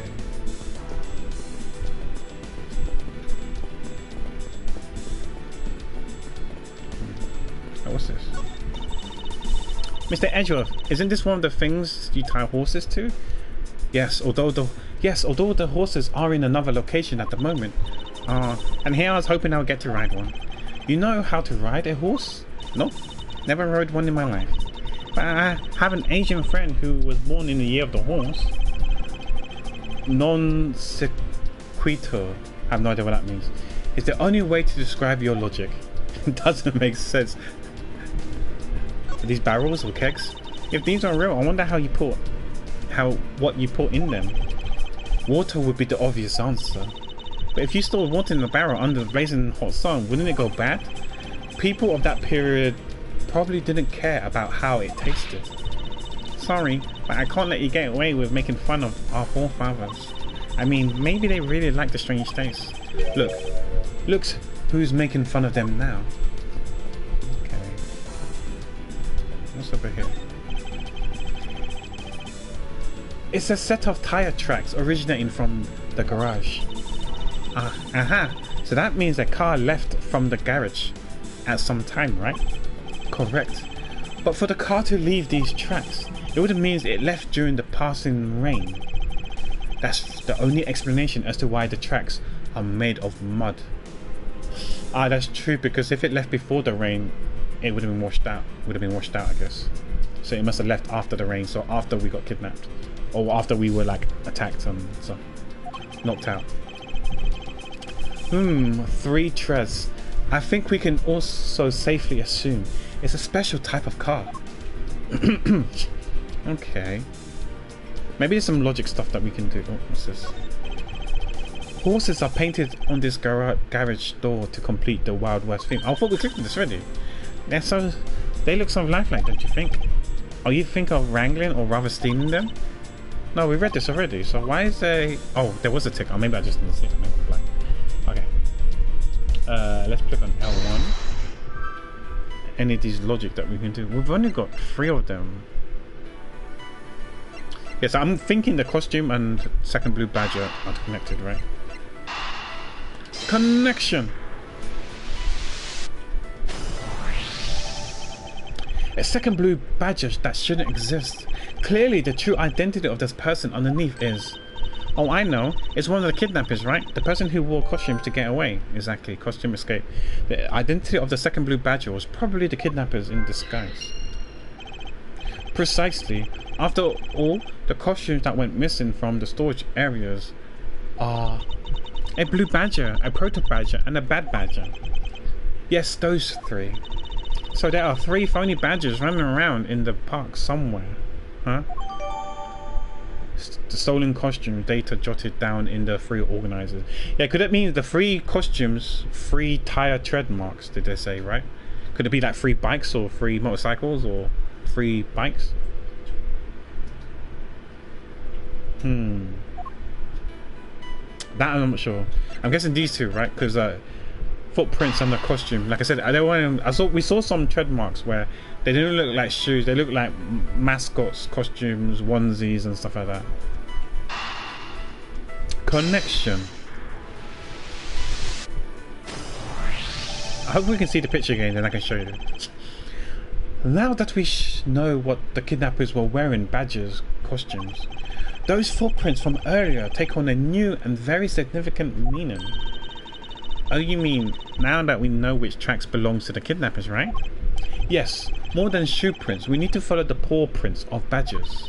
Okay, Mr. Edgeworth, it's time to use those footprints and go badger hunting. Do we go back to the thing here? Or... yeah, looks like it. I didn't see the check mark here. So we're looking for the footprints made by a costume. Yeah, those are the rounder ones, not the actual shoe prints.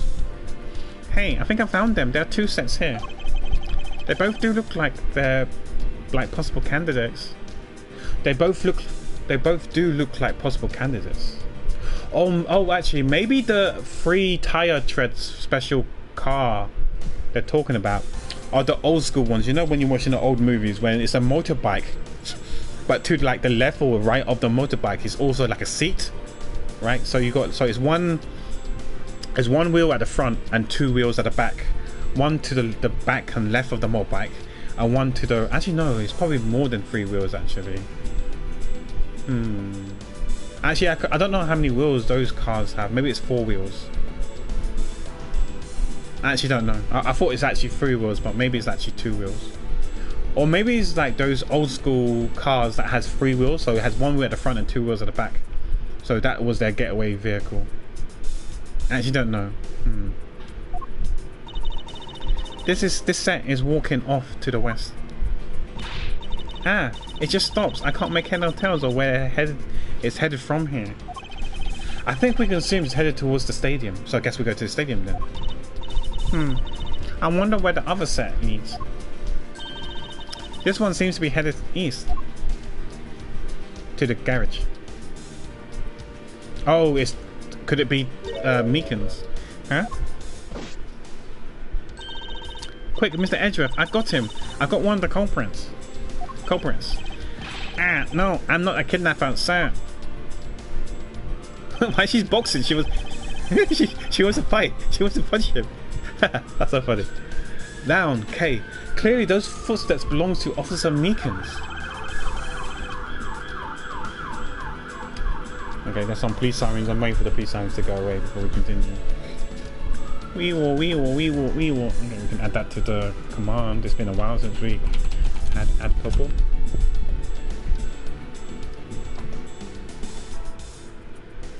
Okay.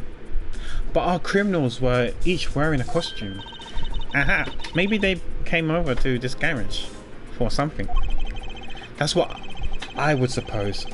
Officer Meekins, if you could step aside for a moment.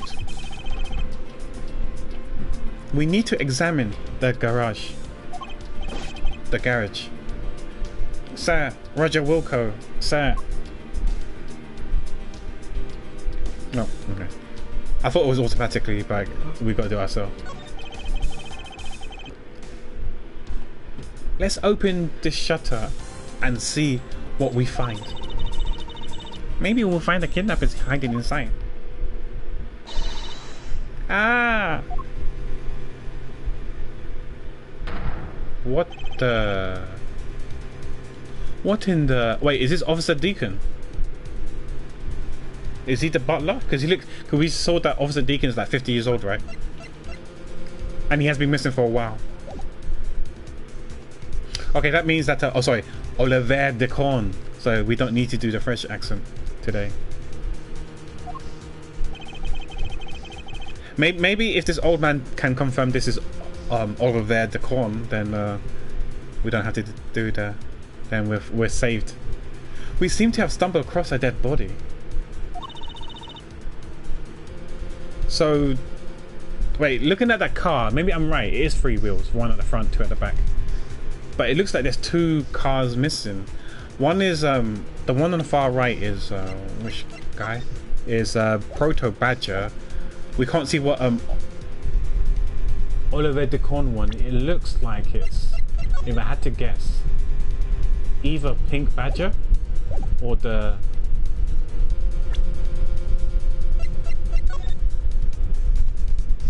it's either Bad Badger or Pink Badger. I can't tell. It looks pink than blue, right? And then on the far left, to me, makes me think it's the Proto Badger.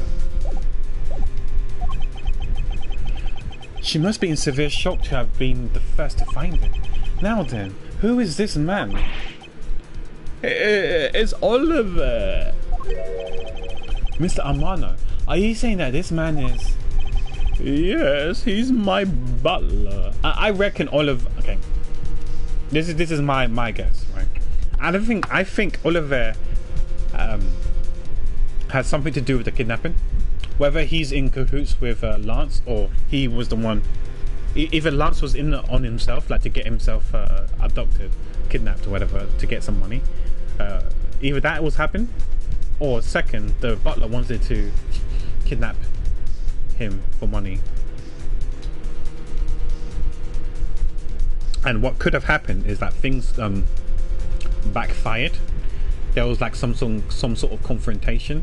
Maybe he was like, no, I did not sign up for this. The part where they attacked Miles Edgeworth, right? And he probably was like, oh, or either one, he didn't sign up for us being attacked and kidnapped, or 2, and there was confrontation and he ended up dying, or secondly, he was like, I did not sign up for this, in the sense that, hey, you got the money, now release the kid. Yeah, release the kid, you know, because I'm sure there's some attachment. I'm sure he was a butler for a long time, right? So he probably was fond of Lance. He just wanted money, but he wanted Lance's safety to be assured. And he said, okay, now to release the boy, you know, release the kid. I know he's 21, but he's still a kid. Release the kid, you know. You got the money, release him now, and we can go off on our own. And they were like, no, we can probably extort even more money. And he was like, no, I didn't sign up for this. And then again, there was a confrontation and he died. That's the first 2 reasons I think happened. 2 scenarios that could have happened in my head. I might be completely wrong, but that's my guess.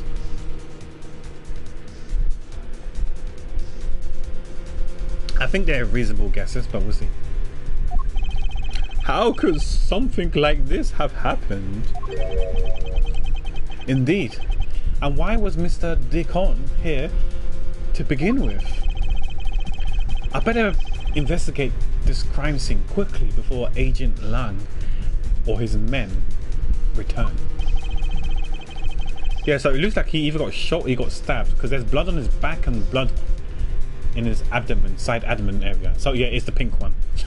It is the Pink Badger. Or maybe he was meant to be the 4th mascot and he didn't get a chance to become the 4th mascot, so he didn't wear the pink one.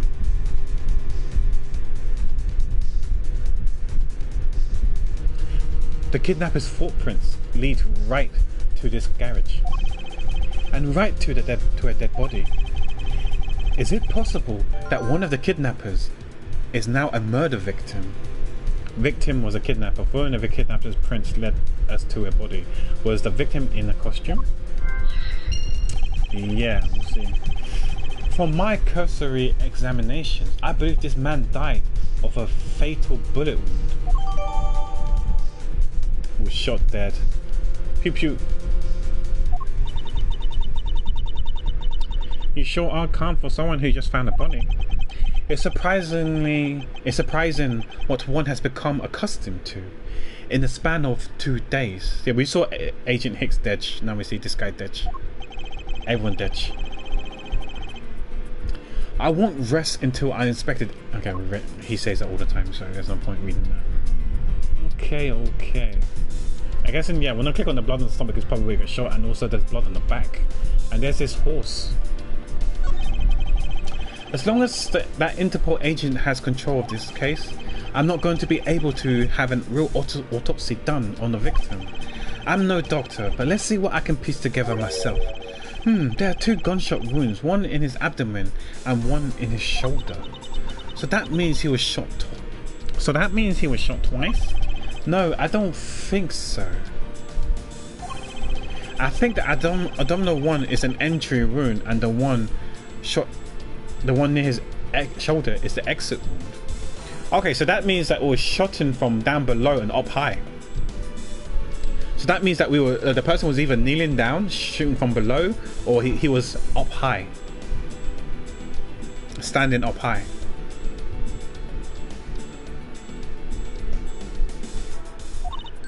Nice.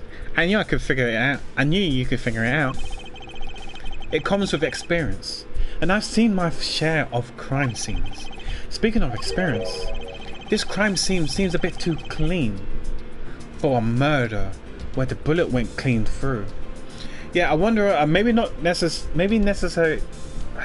So, I'm starting to think maybe that a tarp was used to transfer the body.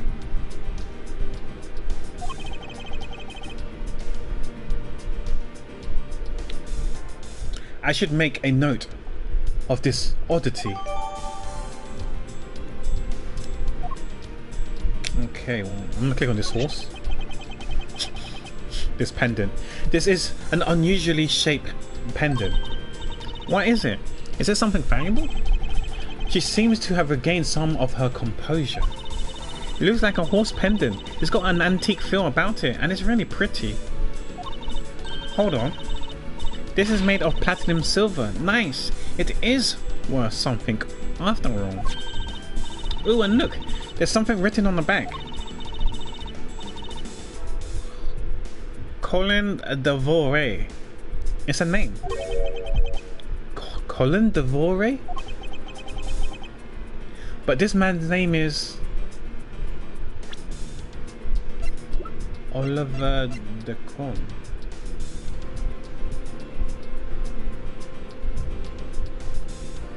C-O-L-I-N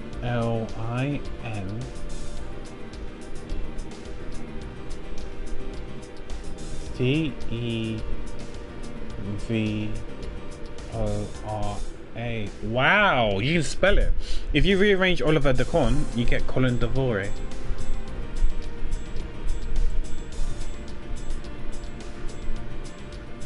Interesting. Things are spicy now. Yeah, because like Oliverdeacon.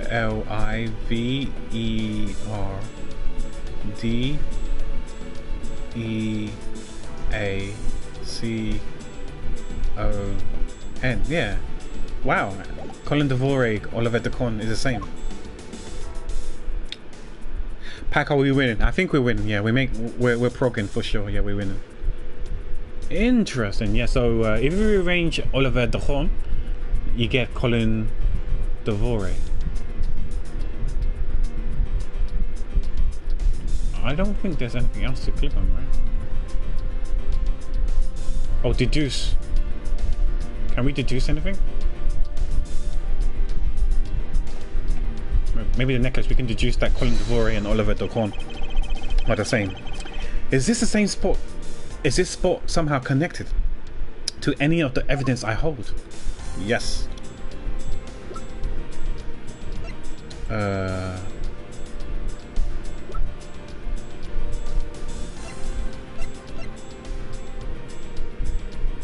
This? There's something not right about the name on the pendant. The victim is the Armano's family's butler, and his name is Oliver Decon. But the name on the pendant is Colin Devore. I wonder what's up with that. I don't know, but I think we hit upon an important piece of information.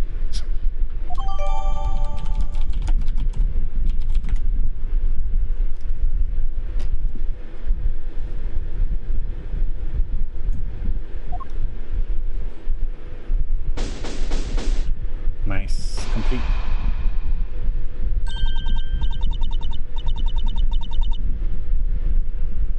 Who the hell is this now?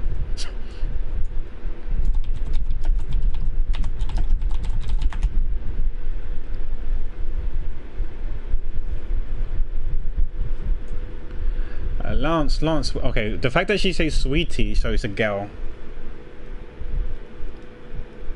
Lance, where are you, sweetie?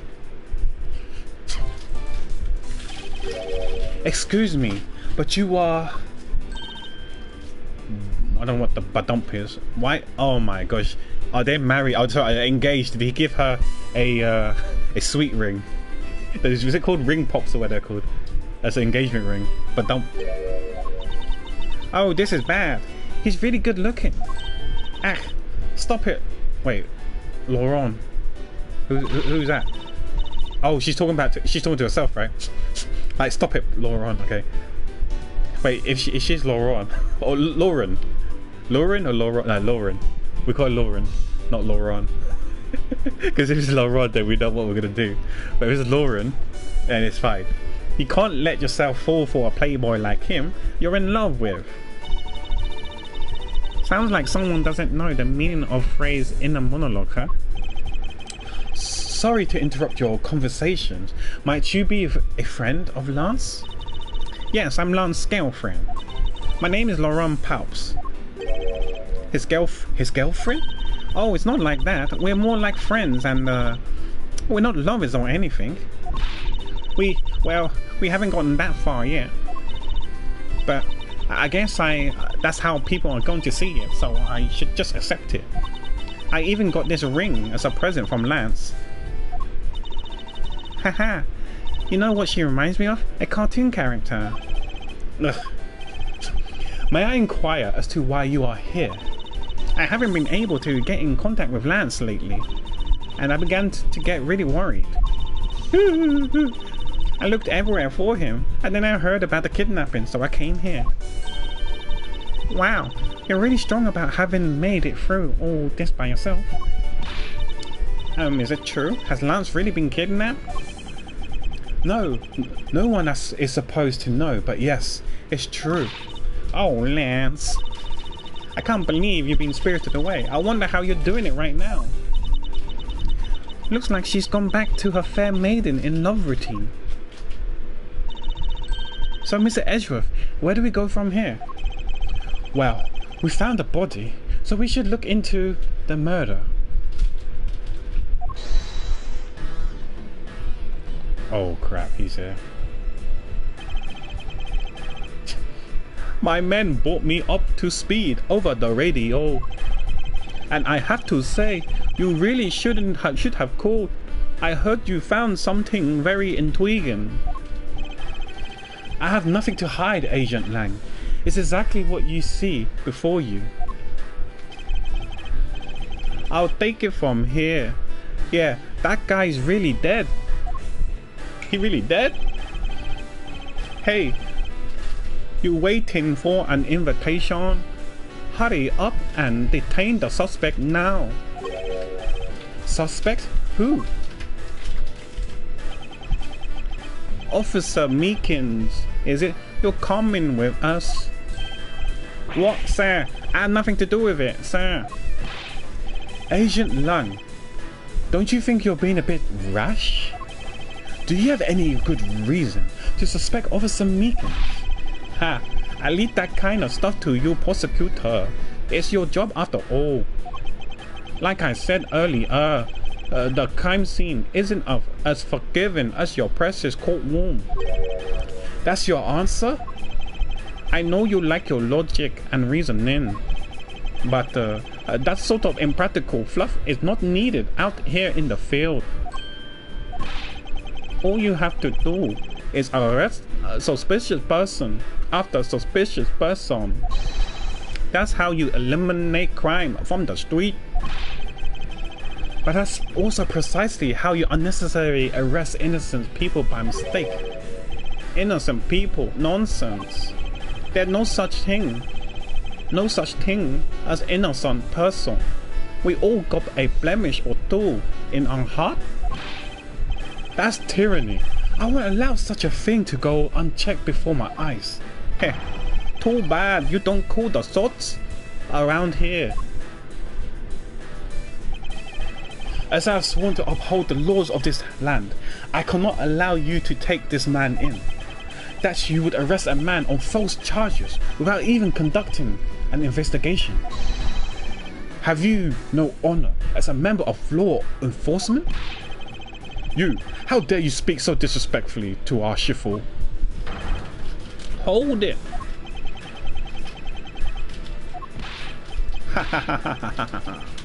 You amuse me, Mr. Prosecutor. Lang Ji says every pack has its own rules. If you can play by the rules, their rules, and come out on top, that is a true victory. Alright, I give your beloved laws a fair shake. I'll show you just how much investigating I've done. To my line of logic. Okay. Shilong Lang's logic. I've seen a lot of bodies like the one being carted off in my time. I can say he was shot in a single glance, but even you figured that much out, right? With your current gun laws, it's not exactly easy to get your hands on a gun. Not unless you're a member of law enforcement like Officer Meekins, isn't that right?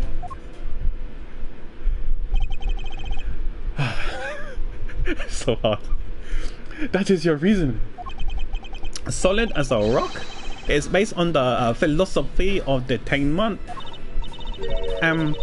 What's this philosophy of detainment? Ha, you don't know? In that case, I'll pay attention, girlie. In my country, the criminal have a saying, beware of the wolf. Why the wolf? Because in my language, lang means wolf, and you don't mess with me or my pack. And as for the detainment philosophy, its father is my honorable ancestor Lang Ji. You think I've heard of him and his teachings if he is that famous? What's his scroll?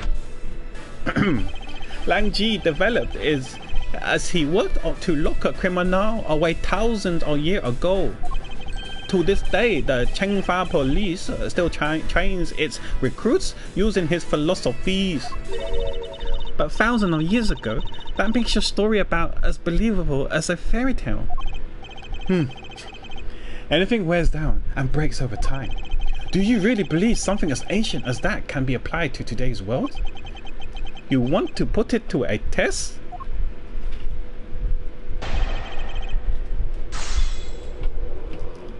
Okay. Okay, I might press some stuff because I wasn't really comprehending what I was reading because it took so much brain cells just to read it. My head was hurting reading it out loud the way I did. So let me read it out in my head first. I think I'm already. Showing a single glance. With your current gun laws, it's not exactly easy to get out. We're in America, so I think gun laws is easy. We're not in Japan.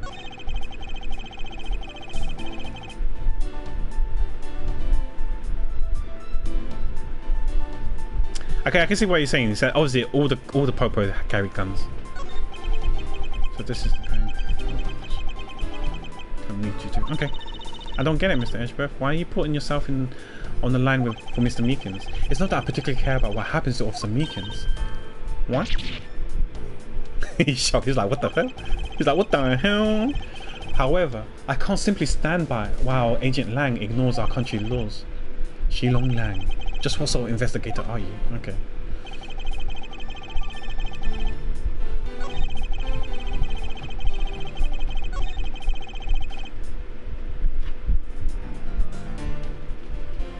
Okay. Let me press on with this. Hold it! I was either going to press this one or the one before it. If that's the case, there are plenty of other officers who might be potential suspects. True. Why him? There's loads of popos around here. You're not seriously going to arrest each and every one of them, are you? As if I would need to. I already looked into everyone else here. Oh? Other than Officer Meekins, I know no one else's weapon has been fired. How do you check every single person's weapon in such a short span of time? That's because each and every one of my subordinates is extremely capable. It didn't take more than a few minutes to conduct the entire investigation. The power of sheer numbers. But you have yet to check Officer Meekin's weapons, correct? Thanks for reminding me. Hey you, show me your gun. Ow. What's wrong? Why does he look so sickly pale all of a sudden? Gun. What did you say? I can't hear you. Stop mumbling and spit it out already. Sir, I lost my gun, sir. How could you be so irresponsible? In the end, it looks like you're still the only suspect we've got. You're the one who waited here outside this garage to ambush and kill the victim. So you think that the Officer Meekins waited here to kill the victim, do you, Lang? I think this little accusation deserves a lot more scrutiny. Okay, wait. Officer Meekins ambushed the victim in this garage and killed him here with his gun. Oh man, I can't even check my stuff to see what we have.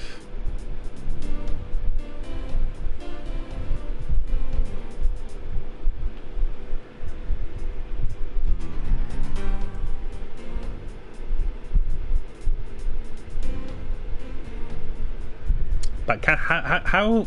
But he claims to have lost his gun. How can he shoot if he doesn't have his gun on him?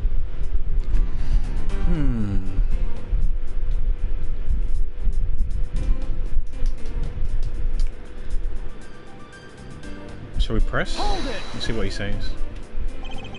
You mean to tell me that murder occurred here in this garage?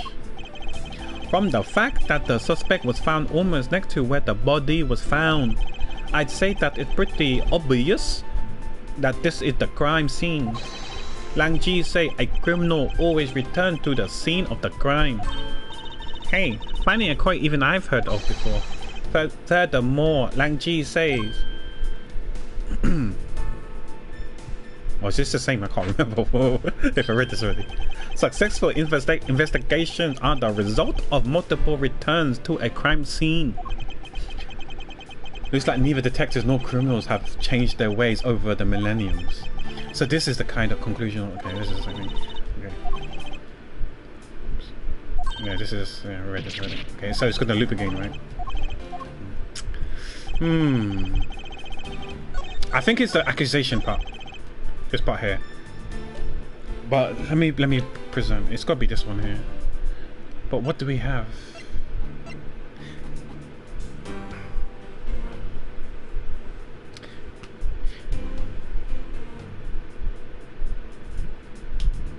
I think it's this, but I'm just trying to see. It can't be none of this. The only one I can think of is this one.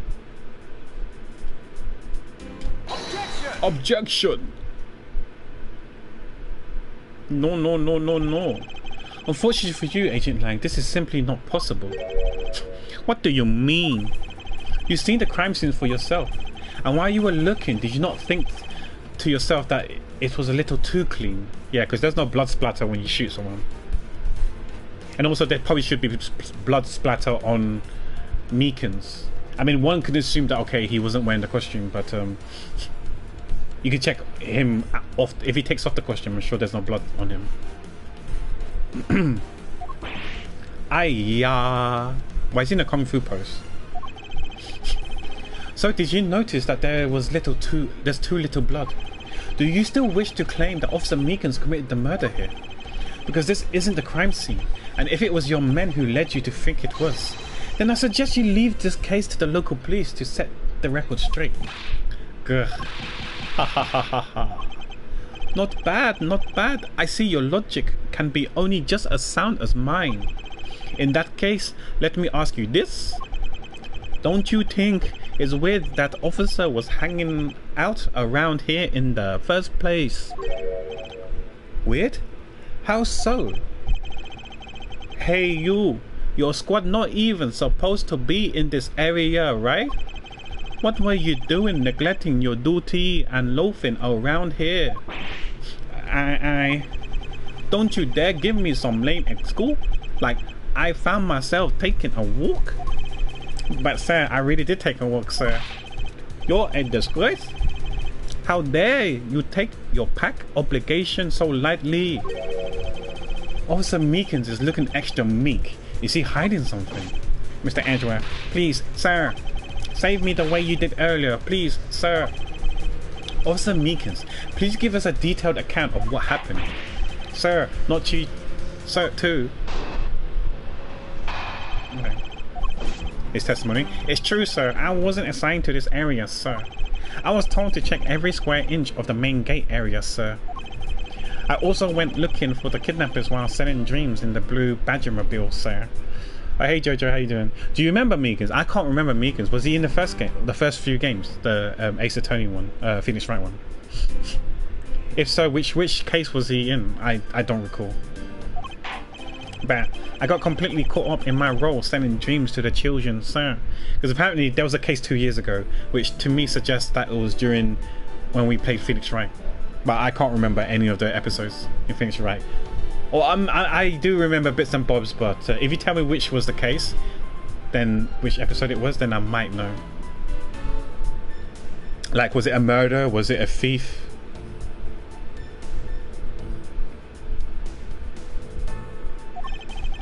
Before I knew it, I found myself here in this area, sir. Because I remember one of the episodes did involve a blue badger, but I don't remember much about it. What is this blue Badgermobile? It's a moving store on wheels that sells sweet dreams and merchandise, sir. So that's what I said. Like, I had a feeling that it was a car. It could be a car that has one wheel at the front and two wheels at the back, because they just said there was a free tire tread marks, so it was a specialized car. So the blue Badgermobile is just a Roman souvenir shop. Blue Badgermobile mobile shop on 3 wheels was parked inside the Wild Wild West area garage. Sir, I swear I was chasing the kidnapper down while I was being a good dream merchant. He seems rather worked up, even more than his usual hyperactive self. He sure seems sure of what he's saying. Can't you try to calm down and lower your voice to a reasonable level, officer? Sir! Roger, sir!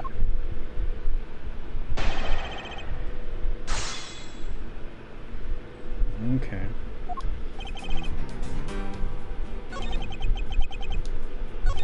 I want to know about him looking... Yeah, when he was looking for the kidnappers. While I was selling dreams in the Badgermobile. How can you look for kidnappers and sell stuff?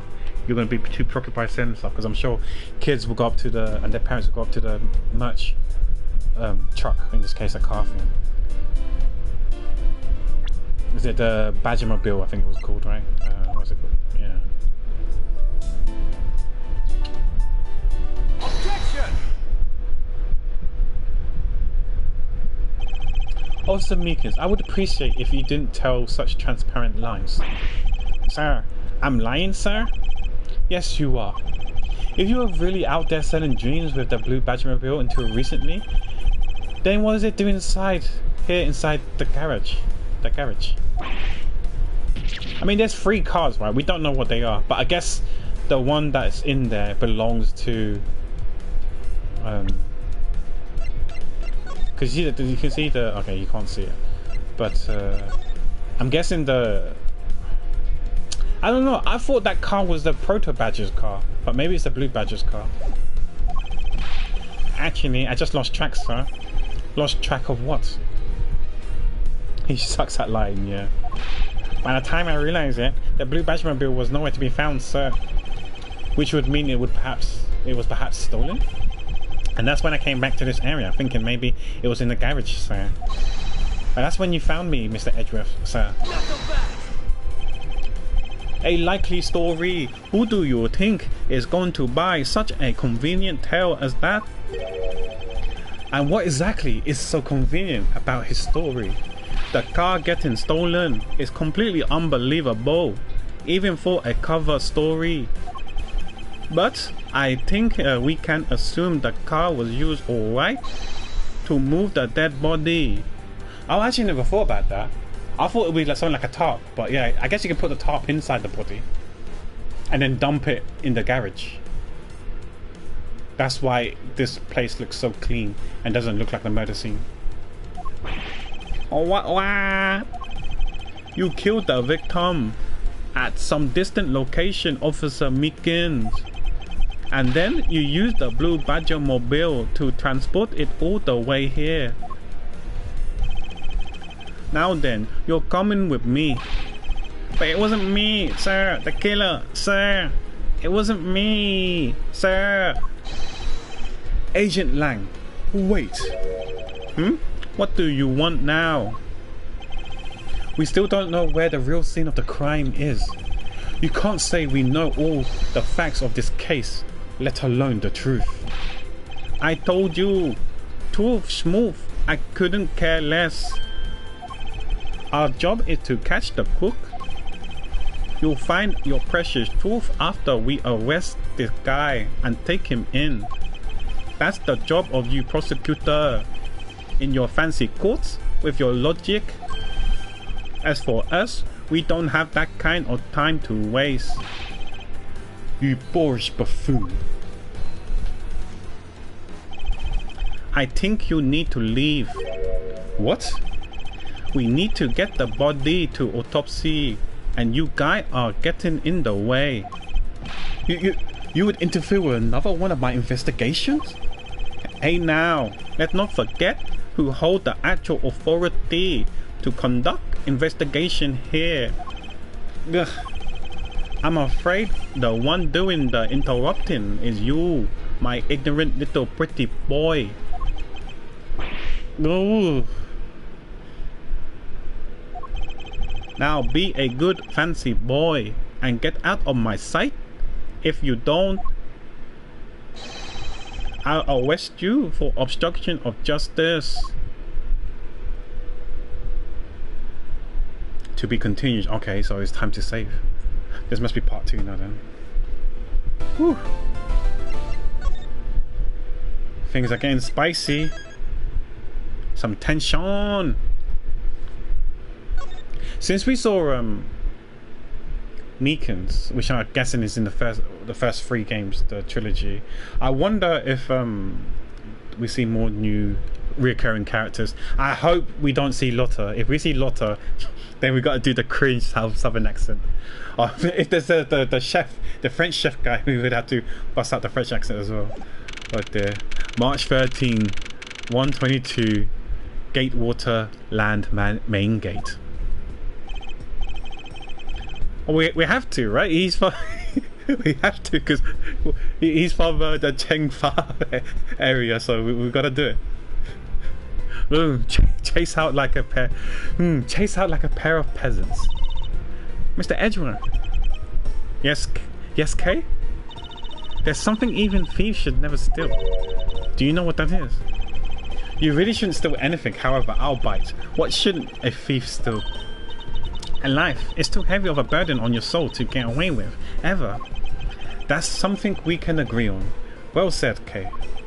No matter what we may try, murder is one crime that can never truly be hidden. And I intend to prove that by my own hands. No, that's what's his name? Ernest. We gave an old accent to. Well, I apprehend the murderers myself. All right, I'm going to work extra hard to be good assistant. To be a good assistant. Let's go. Because yeah, he's 51, right? So I gave it to him instead. I was thinking about giving it to him as well because he's 50. But yeah, this guy's only 27, so there's no point giving him an old accent. Yeah. Everyone else is quite young.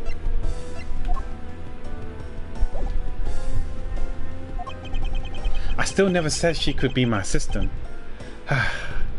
I'm just going to drop the issue. The first thing we should do is locate the real scene of the murder. Mr. Edgeworth. Detective Gumshoe. Mr. Edgeworth, the stadium. Hurry, sir. This is supposed to be hush-hush, but they found a witness at the stadium. A witness? You. What did we tell you about leaving your assigned post? Oh, sorry, that was the detective. Okay. Ah, the jig is up. Oh, they're gonna take him back. Mr. Edgeworth, remember that I'm always rooting for you. So go get him, sir. He's gonna get jacked, right? Oh, okay. He just walked away.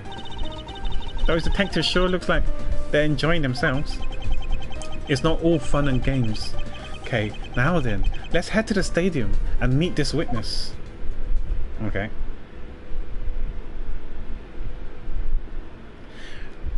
Oh, Phoenix also had the other girl. Shit, what was her name? The one that wanted to be like some sort of forensics person, right? Towards the end of the game. I think she came for like a few cases. She wasn't too great either, but I've forgotten her name. No, was her name Pearl? No, not the little kid, not the little kid. Wasn't her name Pearl Faye? It wasn't Pearl Faye, it was the other girl. Ah, oh, fuck. She wasn't related to Mia or Maya. It was she was wearing white. She had like sunglasses. Oh, was it DLC? Okay, yeah. I can't remember her name, but yeah, the forensic girl. She had sunglasses and she was wearing like a white lab coat or something like that. I can't remember her name. I can't remember if she was useless as well. I can't remember, but yeah. March 13, 1:42 p.m. Stadium. I thought there was a witness here. Oh, this is the Pink Badger's automobile thing. Yeah, I don't see anyone. I have no idea who this is. Mr. Edgeworth. Who's this? Fuck. Wait, is that her? All grown up? The way she says long time no see, she probably knows us. This is her then, right? The forensic girl. That's all grown up. Emma Sky, okay. So, is this Emma? Long time no see. You are Ms. Emma Sky, correct? She's all grown up now. This girl is a younger sister of my former superior, Lana Sky. I don't remember Lana Sky. My memory's so bad. How old is she now? Do we see her yet? No, we don't see her yet. 2 years ago, we stood in the same courtroom together as witness and prosecutor. But I thought she had gone to Europe to study forensics. Yeah, that's what I thought. Because wasn't she on the train? We was at the train platform, right, saying goodbye to her in the third and final game. I guess 2 years has gone past. I can't believe you remember me, Mr. Edgeworth. Of course I do. How have you been? You look to be in good spirits. Are you still studying abroad? You bet. More than anything, I want to investigate crime scenes scientifically. I've been studying non-stop every day to become a top-notch forensic scientist. But it's spring break now, so I thought I'd come back for a bit. I see. Yeah, are there going to be any more reoccurring characters from the first game? Or first trilogy set? Who else was there? There's Pearl Faye, Mia Faye. Maya Fey, Phoenix Wright, of course, Harry Butts, or Larry Butts, should you say? Was it the blue, red, white? No, red, white guy. I think his name was Red White. Who else was there? Marvin Grossman.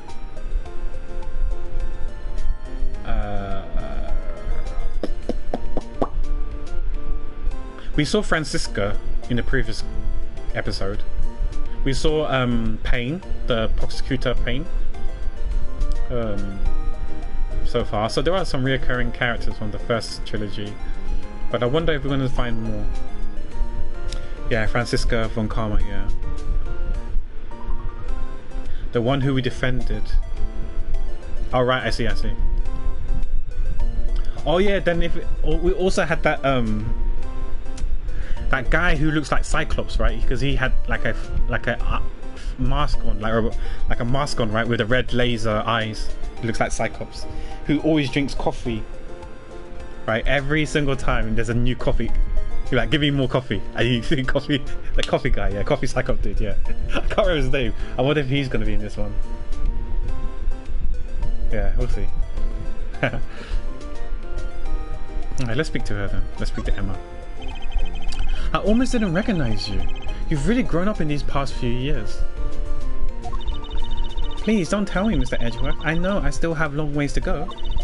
But I'm going to be a super forensic scientist someday, you'll see. You seem to know Mr. Edgeworth really well. Are you two acquaintances? Oh, I forgot to introduce myself. I'm Emma Skye. Nice to meet you. I'm studying abroad now to be a forensic scientist. How about you? Wow, that's a great dream. My name is Kay Faraday. Great thief. A great thief? Don't think too hard on it, Emma. It's not worth the trouble. In any case, we have much to catch up on. You bet we do. As always, we whip out the badge. This is a symbol of a prosecutor, right? But I don't think I've ever seen you wear it, though. Well, I'm not as enthusiastic about wearing it as you are with your pin badges. I know, right? I mean, I really wanted to put even more on today, actually. Oh, hey, I like yours, Kay. Do you have any extras? Sorry, but there's only one of these in the world, and it's a proof that I am a great thief. Okay. Is she here? Oh, okay, she's 18. So she's 1 year older than Kay. Oh crap, I meant to speak to her. Oops. So why are you here, Emma?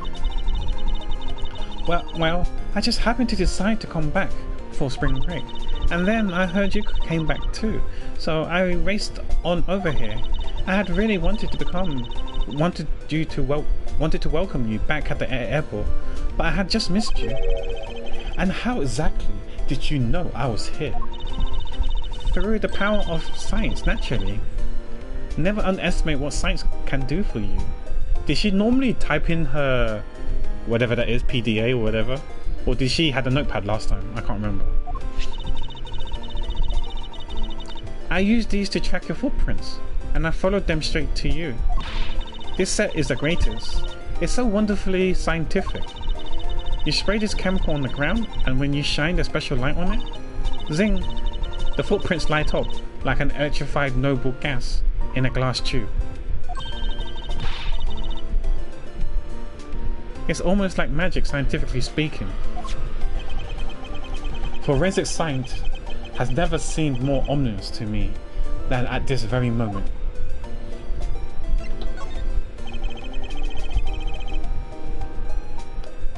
Emma, I'd like to ask you about what you witnessed. Huh? What are you talking about? Are you not the witness Detective Gumshoe told us about? Well, I did get a call from Detective Gumshoe earlier. He practically was yelling at me. Mr. Edgeworth needs your scientific doohickeys right now, pal, he said. What was that man thinking? Or rather, not thinking? So let me guess. There's been a murder, right? Yes, unfortunately. There's a sudden glint in her eyes. But I need to keep my mind focused on the witness now. Where did that person go? Okay. So let's check it. Could this be where the witness is? I assume this is another Badger-mobile. Yeah, but it's a different colour than the blue Badger's car. Yes, this is the Retina Syrian pink model. I don't think it's that bad. It doesn't hurt the eyes. I mean, look at his outfit, his blazer. It's just a bit darker. What's that off in the distance? Oh, it's the pink Badger. Oh, hey, it's the pink Badger. Badger, get. Oh, we took another one. That's two now. Badger, Badger, Badger, Badger. Just what does she sees in these silly things? This sounds like Pokemon. I think this Badger has something to say to you, Mr. Edgeworth. Are you by chance the witness I've been searching for? Sorry, but I don't speak Badger dance. Do we just talk to it?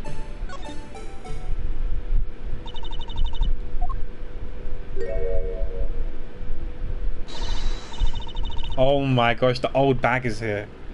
The old hag. Oh my gosh, she was in the second or third game, right? Or maybe the first game. I've forgotten what accent I gave her, or what voice I gave her. Oh my gosh, she's back.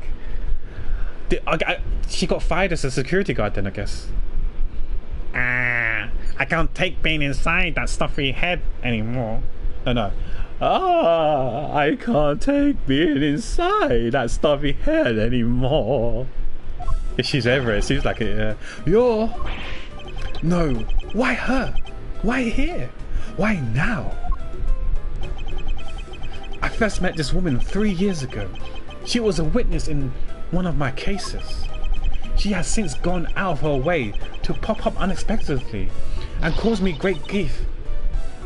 Edgy Poo, why couldn't you understand what I was trying to tell you?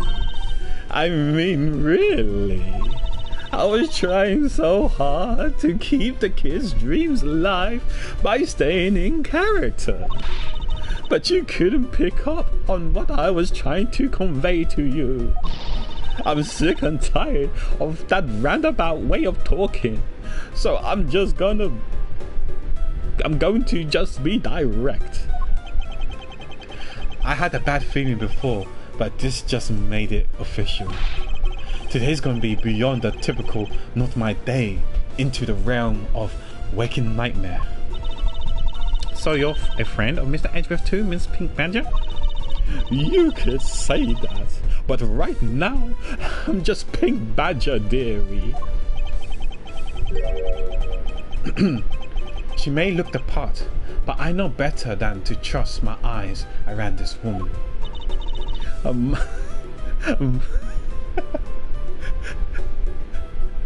My name is Wendy Old Bag, but you can call me Old Hag. But you can call me Wendy, or Granny, or whatever suits your fancy. Old Hag it is this. Nice to meet you, Miss Old Bag. I'm Kay Faraday. Oh, what do I care about a young whippersnapper like you? Yeesh, I was just trying to be polite. Weren't you a security guard at one of the Gatewater hotels the last time we met? I go where I'm needed. I'm very good at what I do, unlike the youth of today. I get called in all the time to fill in when there aren't enough hands. But enough about me, Edgy Poo. I'm thoroughly dejected right now. I finally get the chance to see you again, and here you are, talking with two young girls. Men are all the same. It doesn't matter. She's speaking so fast, I'm gonna have to read back afterwards when we get the chance to. Okay. With young girls, why just the other day it happened with my young, who had finally gotten to notice me. He went in and got into an arranged marriage with an 18-year-old. I don't see what he sees in her at all. As they say, the persimmons takes 3 years to ripen. That girl. You seem to attract all sorts of interesting people, Mr. Edgeworth. Kay, please, I'm begging you. By all means, do not provoke her any further. Aren't you forgetting about something, Mr. Edgeworth? This person could be the witness. Honestly, I hope she isn't, but I don't think fate is going to be so kind today. I saw what happened. Oh, fuck me. I even saw the exact moment it happened. How's that? So it's true, she is the witness. I don't suppose I can afford to ignore the old bag. Yes, it was just a little while ago. I saw it happen right in front of me. The moment of the murder. You mean you say you saw... You mean to say that you witnessed someone being killed right before your eyes? Sounds like a pretty important piece of testimony to me. Okay, let's hear a testimony. What old bag witnessed?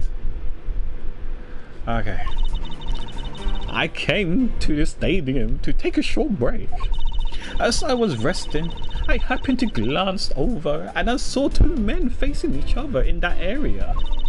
Suddenly, there was a loud gunshot, and the person who was shot fell to the ground. It was a very terrifying experience, let me tell you. So, I don't think she's part of the murder. So it looks like no, never mind. Yeah, it still could be 3 people in on it. She's just one of the 4 official ones. But before we continue on, I need to get some more water. I'm out of water. Doing all these voices and stuff does take its toll on the throat, so I need to always rehydrate and stuff. So I'll be right back.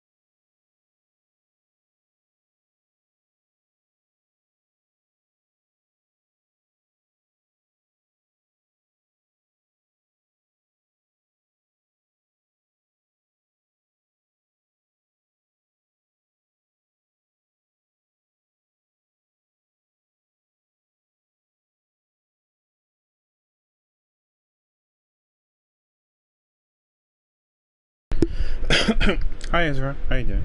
I'm back now. Salamat. Apologies, Jojo. I've been doing okay. Welcome in, welcome in. Yes, I can't afford to ignore what she has to say.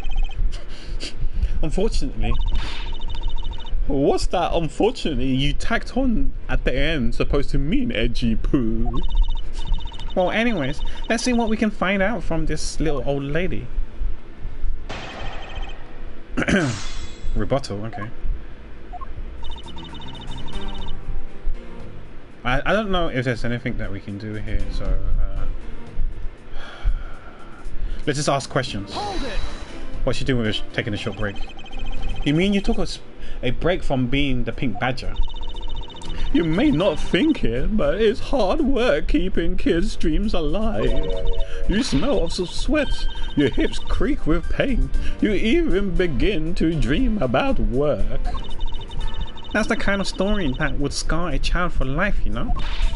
Well, that's why I chose to come take my break here, whippersnapper. I don't plan on playing the part of the dead badger in front of a bunch of kids. So what did you see while you, the pink badger, were resting? Oh yes, that's well. Thanks, Jojo.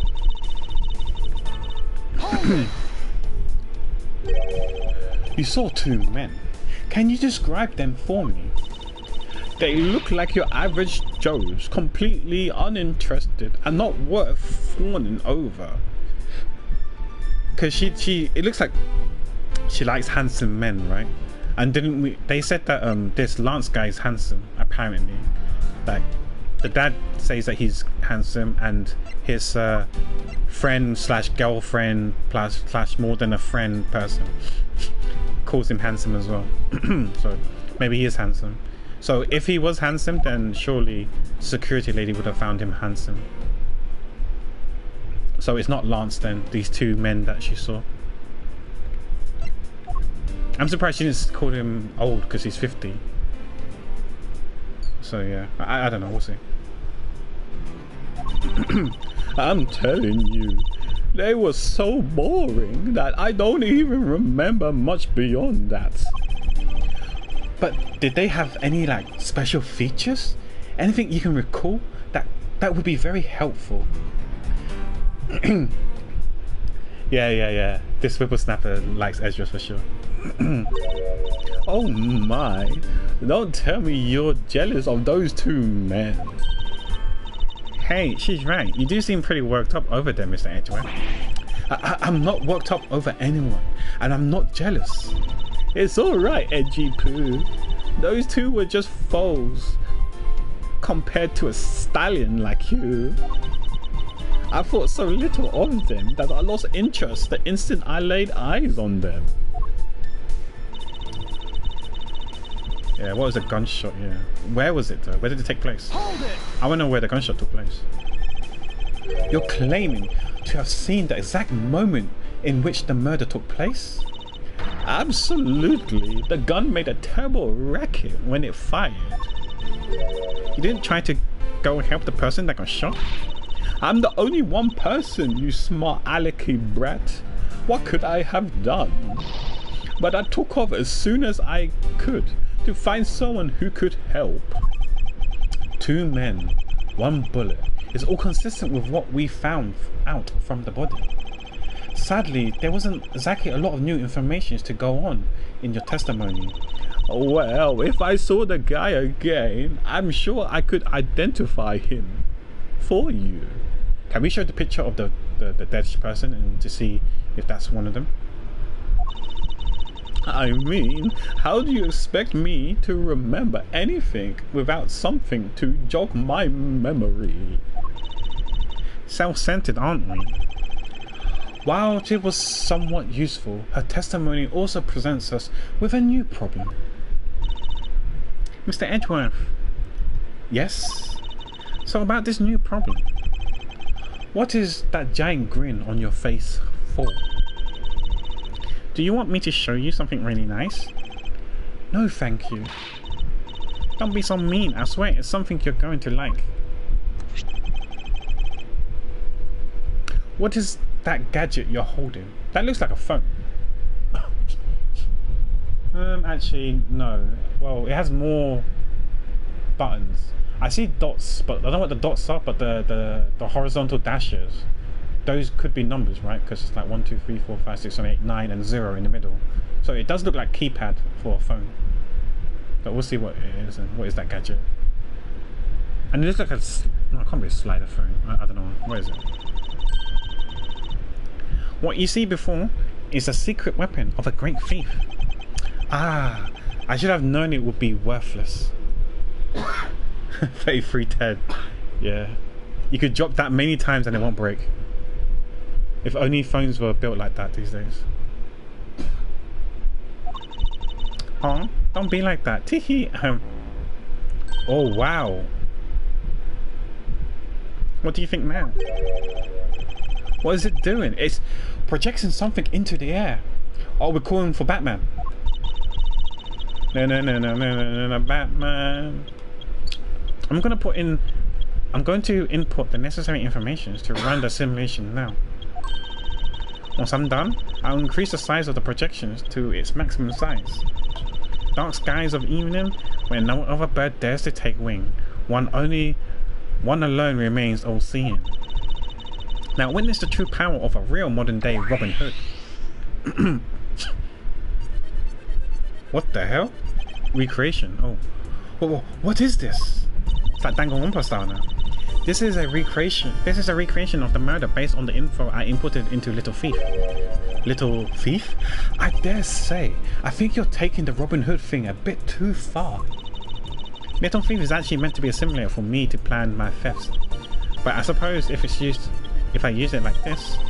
Let's see, Miss Old Hardbag said the two men were facing each other, and then a gunshot rang out, and the victim fell to the ground. There is no way you can shoot the lower side abdomens and up to the shoulder blade. Ah, so with this, we can inspect the crime scene as it was in the past. See? So what do you think? I have to say, I'm impressed by the technology thieves have access to these days.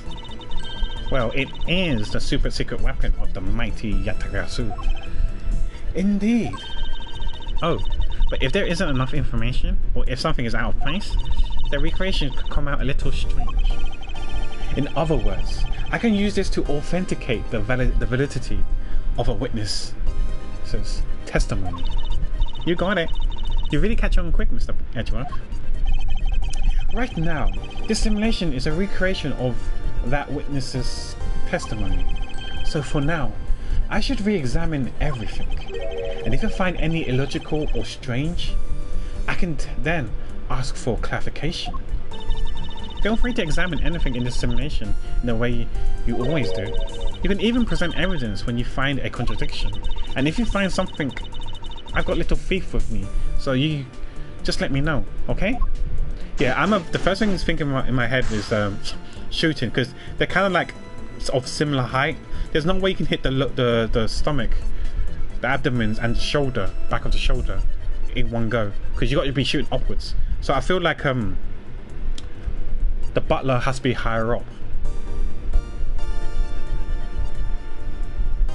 or this guy was like on his knees or whatever when he shot. But yeah, what I also want to know is that there is no blood. I don't know if this is a limitation of the simulation, that there's no blood, but also like where we are as well. Yeah, I don't see no blood. Should there be blood in the simulation? I have no idea. My first suspicion is the way the victim fell. I can't remember how they fell. Oh yeah, because he's on his back, right? Yeah, he's lying on his back, not on his front. Yeah, you're right, Jojo. He's on his back, not the front. So that's also quite sus. According to the testimony, the victim fell on the ground here. That's right, but if that's the case, then we already found our first contradiction. Huh? What? Where? If this is the real scene of the crime, there's something missing that should be here. 1, blood. 2, he should be on his back. Which piece of evidence shows the missing item? This. Take that! This is the contradiction. Eh? Is something wrong with my recreation? If this is the real scene of the crime, something specific should be here. If you think back, how did we deduce that the other crime scene was not the real one? Because there was no blood. Oh, I get it. What's missing now? There's no blood on the ground here either, right? Right. The fact that there is no blood here casts doubts on the witness's testimony. Edgy Poo, how could you doubt me like that? Are you calling me a liar? I know what I saw, and I saw the victim get shot down. You know, I don't think she's lying, Mr. Edgeworth. To be honest, I can't think of a reason why she would lie to me. Like I said, I think that maybe there was a tarp. And again, they got moved. I don't know. I don't know. Why is there no blood? This is what I want to know. Why is there no blood? Why is there no blood around the victim's prone body? Okay. Let's speak to this guy. Not speak, but inspect this guy, sorry. It's a silhouette of the killer with his gun at the ready. Okay, is it not possible to recreate the face of the killer? Well, I can't exactly input what we don't know into the little thief. She has a point. Yeah, we don't know who the killer looks like, so how are we supposed to do it? Left-handed. I mean, we don't know if the killer was left-handed or right-handed, right?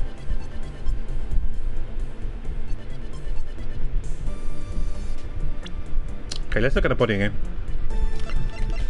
The body got shot on his right side and his right shoulder.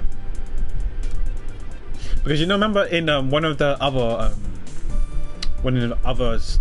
game, the Phoenix Wright trilogy game.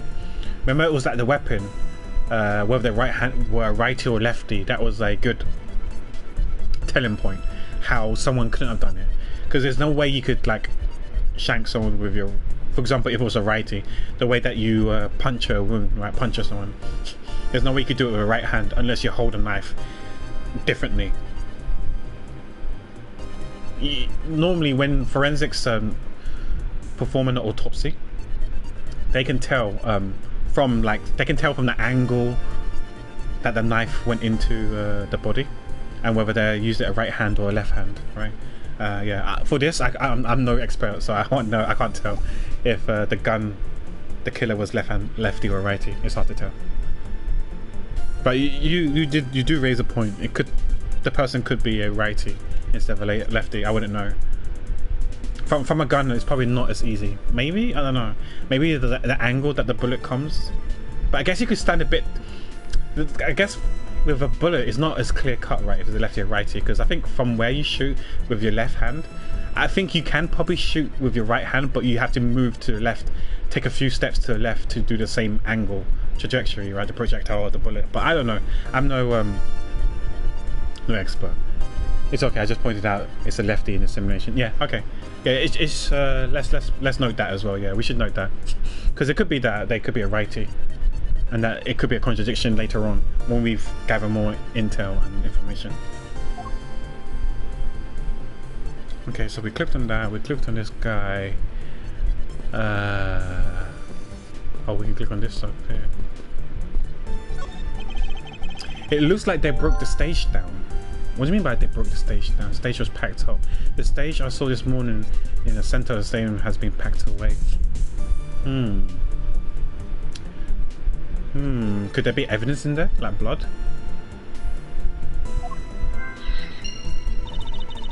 I guess this means they're done for the day.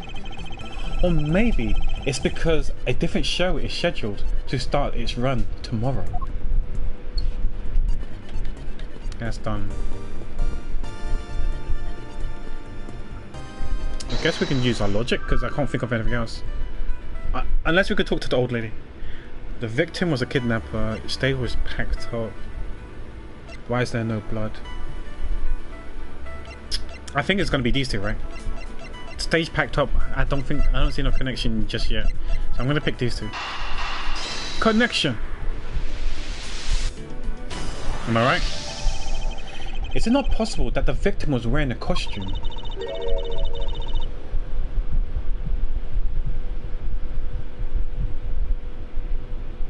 Okay, I'm just thinking this now. So if Oliver was holding was wearing a costume, and he got shot.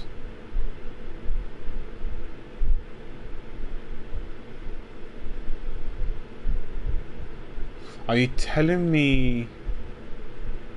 Sure, there will be blood on his. There will be blood on his actual outfit if he's wearing his outfit, because that's just the process of thing. So yes, I mean, yeah, I don't know if the blood will seep through will splatter through the costume and outside, on the.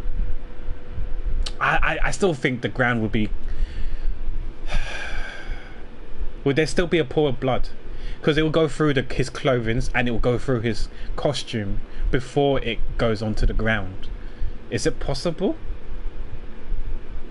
I guess it depends on how much blood there was, right? I don't know. Any Americans in chat who's used guns before and know about these sort of things?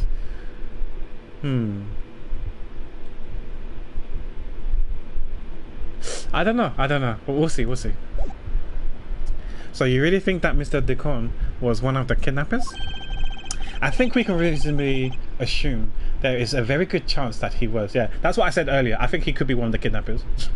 He wanted his payout. He wanted that bag. Yeah, I think the blood will spray into the costume. But the thing is that would it soak enough blood that it will soak through the costume and start pouring out, right? Because, like, for example, I know I shouldn't compare like a kitchen roll with a costume, right? Because I don't know how thick it is. But if you put like a kitchen roll on top of like blood or whatever, or anything, right? Anything liquid, it'll go through it, right? That's what I'm trying to say. That it'll go through it, but would it actually mark the ground and stain the ground? Quick YouTube an episode of Dexter and see. True, yeah. I haven't actually seen Dexter, but yeah. If it is a revolver, it might not be sprayed. Yeah, I have no idea. With guns and bullets and stuff like that, like entry points and stuff like that. With a knife, with a knife it will spray, right? Because once you pull out the knife, it will then spray because of the pressure and stuff like that. But with a bullet, I have no idea. With a gun bullet, it will spray.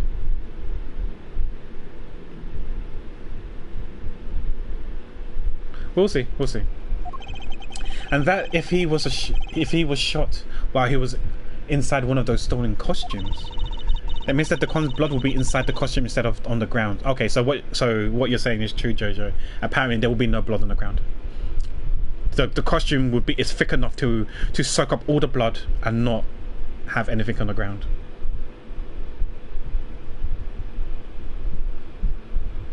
Okay.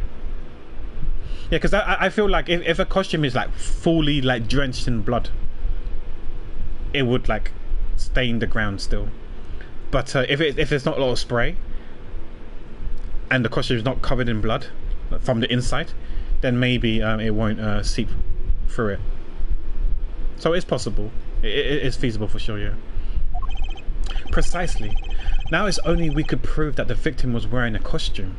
We could ask the old hag if the person was wearing a costume. Maybe that's why she wasn't fawning over them and didn't pay too much attention to them, because she couldn't really see their faces.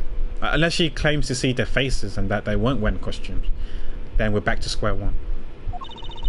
You think it'll be pretty easy if we could find some footprints, but the problem is finding them, since there doesn't seem to be any around.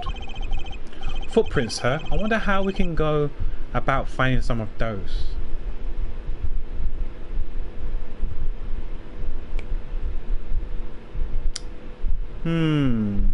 It seems like we need to speak to someone who's an expert at forensics. I wonder who could that be? Exactly, Emma, yeah. Emma Sky. Who you gonna call? Emma Sky. Very convenient that she's here, yeah.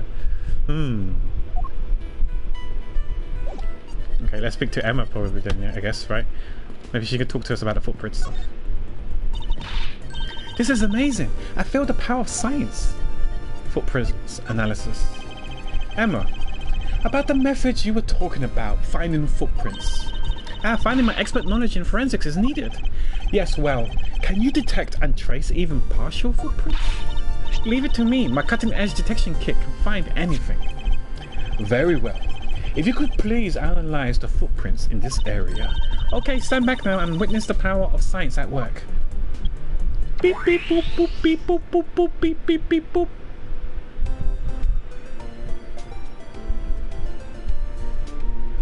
What's she spraying? Hey, I found something. Look, right there.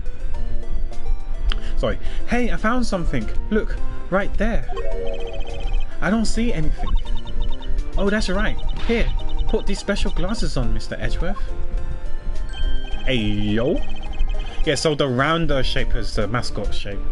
So it does look like someone's footstep is like proper shoes, and there's one footstep that looks like a mascot of a mascot, and some other ones. But that could very well be us because we was walking over here as well, and she was walking there as well. So it's gonna be quite hard. There could be like contamination and stuff like that,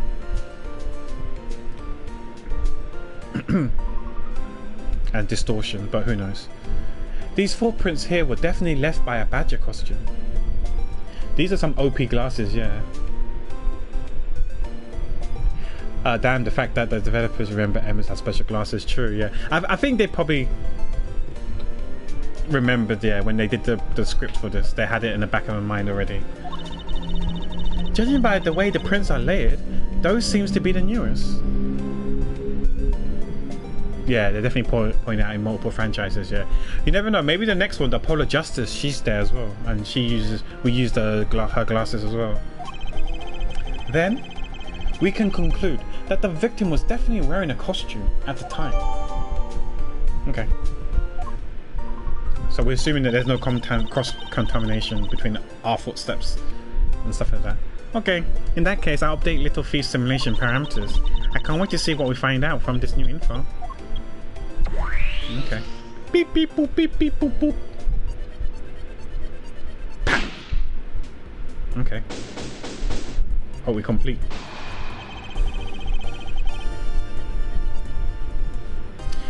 So the victim was wearing a costume when he died.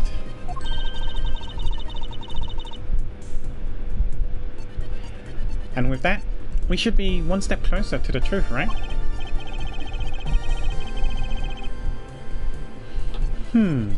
I see the recreation has changed in accordance with the new information. We may be closer, but now something else has caught my attention. Okay. What do you want? Your testimony, naturally. I have to hear it one more time, if you please. Okay, let's hear her testimony again. What old bag witnessed? I came to this stadium to take a short break. As I was resting, I happened to glance over and I saw two men facing each other in that area. Yeah, if one is in a costume, how can you assume that it's a guy? It could be a girl wearing a costume, right? Pretending to be one of the Blue Badgers mascot. How do you know it was two men? That's what I'm sus, but okay. But we'll carry on. How can you tell it's a man in the costume? But okay.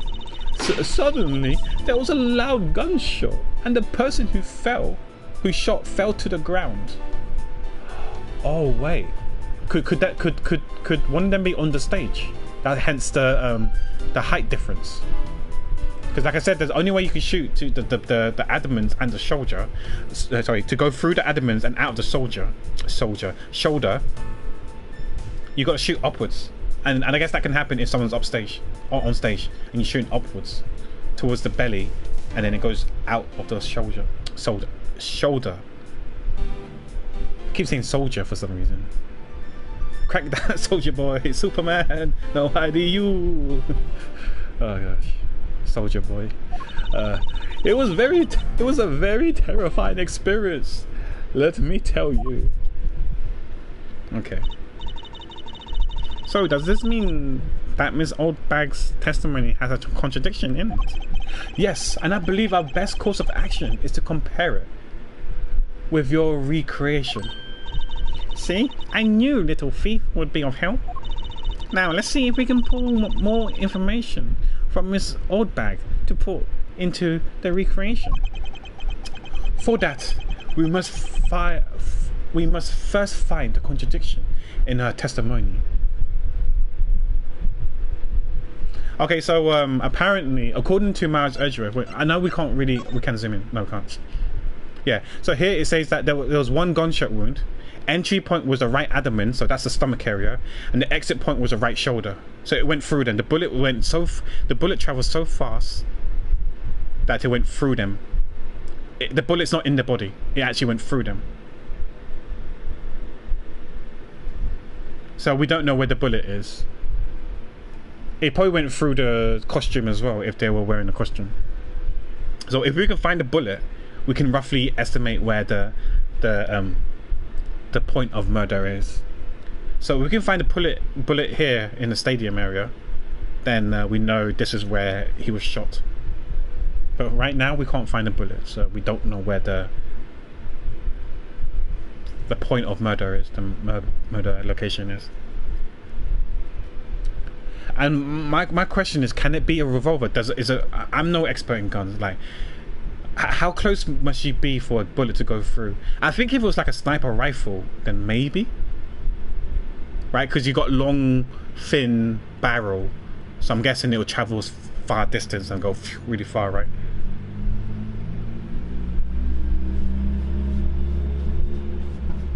Exit point doesn't make sense, like it ricocheted inside the body. Well, if you're going at such velocity, it will shatter the body and the bones and goes through it, right? But yeah, the question is, what kind of weapon does that? Can a pistol, a revolver, a handgun do that, or is it like more like an assault rifle or a sniper rifle? Ammos will be able to do that, or unless you're in point blank. So yeah, I don't think it ricocheted through the body. It penetrated through the body. It went straight through. It's like shooting. I'm sure if you shoot through a watermelon, it'll probably go through the other end, right? It'll literally go through a watermelon. So he must have missed maybe bones or maybe just go through organs or whatever, and to go through the outside. But who knows?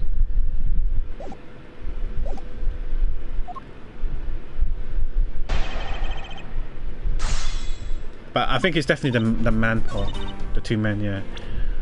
And then we put this thing here, the victim costume.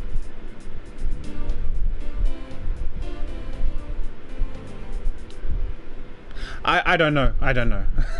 I don't know. I'm not a gun expert, so I wouldn't know.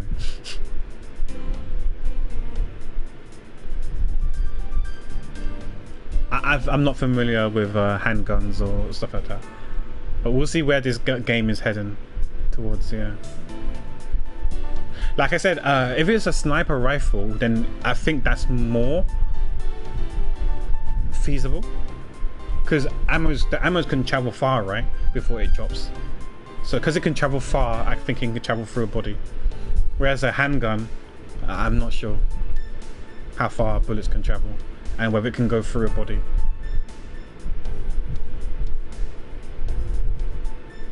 Yeah, I know, Jojo, I know.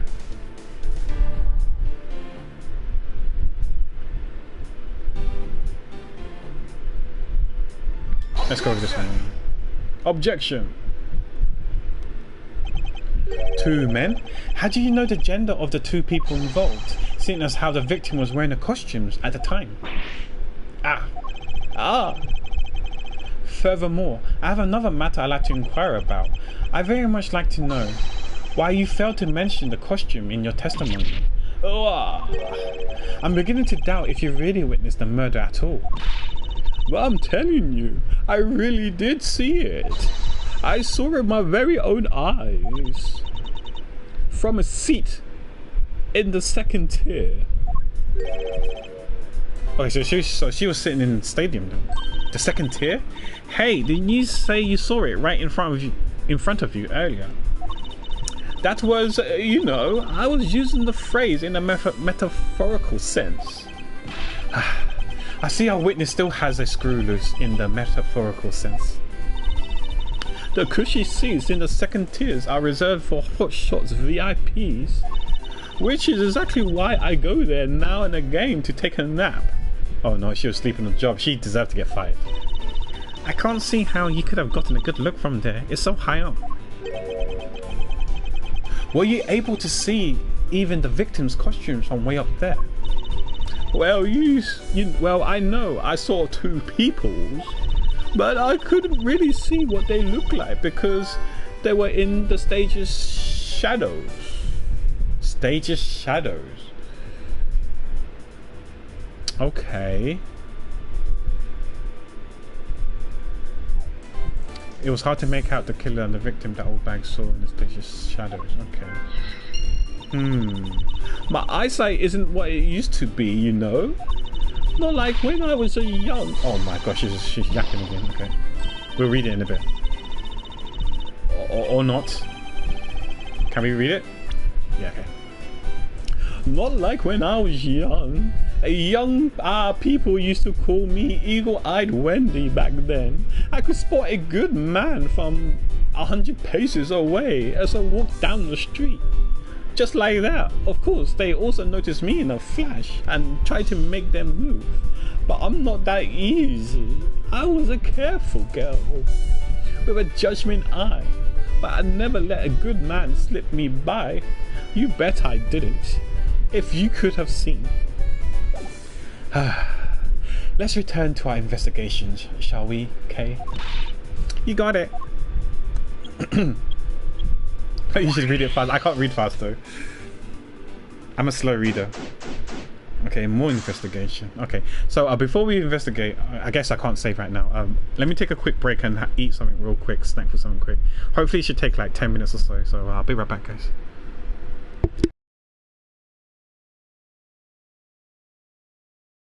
Wait, let me play this a bit. Maybe there's some music, because right now there's no music. Stadium. Okay, there's some music now, so at least there's some form of music in the background for you guys. Enjoy.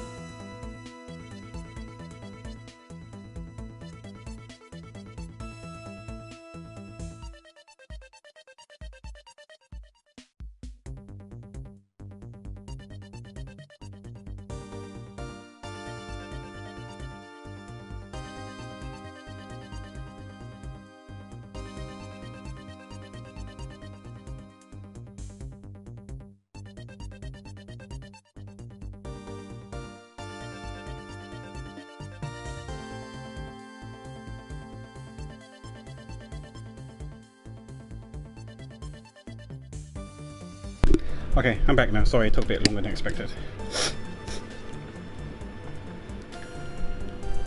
Yeah, I only got 2 cups. Yeah, I don't. I go back and forth. I go back and forth anyway. So I'll probably drink around 2 liters. Yeah. Yeah, I drink at least 8 cups a day.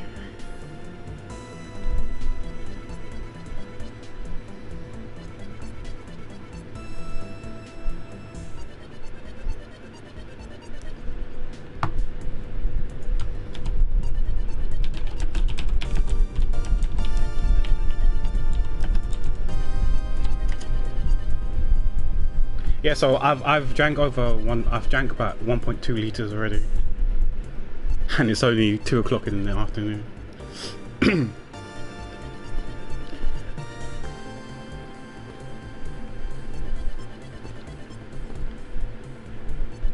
That's why I don't have a hydration channel point redemption or stuff like that, because I always drink. I always rehydrate. I don't need anyone to remind me to hydrate myself, because I always hydrate anyway.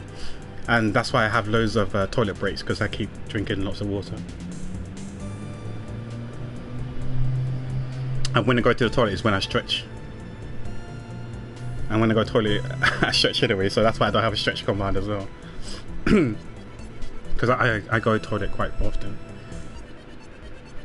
Got a small bladder. Oh yeah, so we got this investigation. Okay, let's I guess we checked we got the footprints now. We got the footprints now. So let's check this on here and see what we can do. This new silhouette of the victim is in a costume. The silhouettes can change depending on the information I input, but Little Thief can recreate more than just people. So investigate away. We may even find more info with which to make a more accurate sim.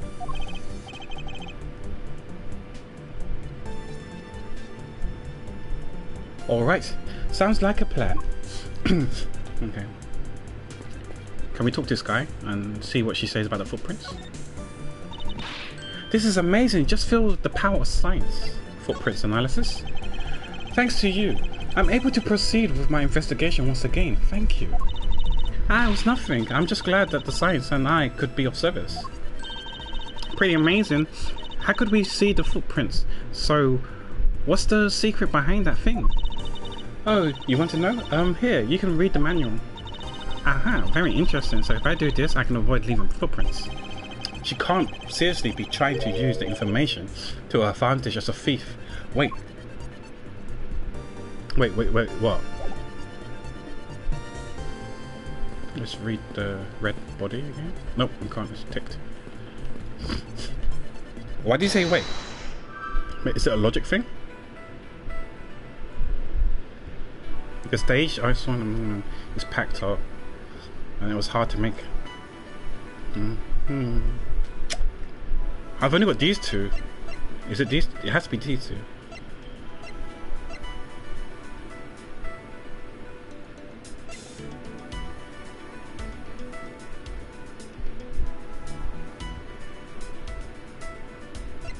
We can try.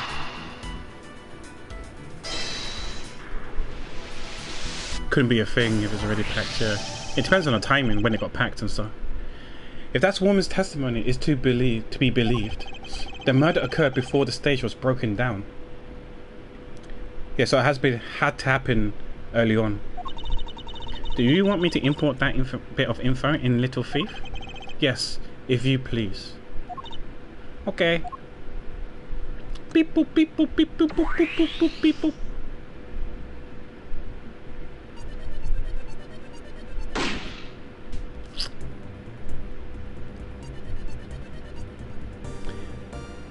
Yeah, so I think it's the other way around then, right?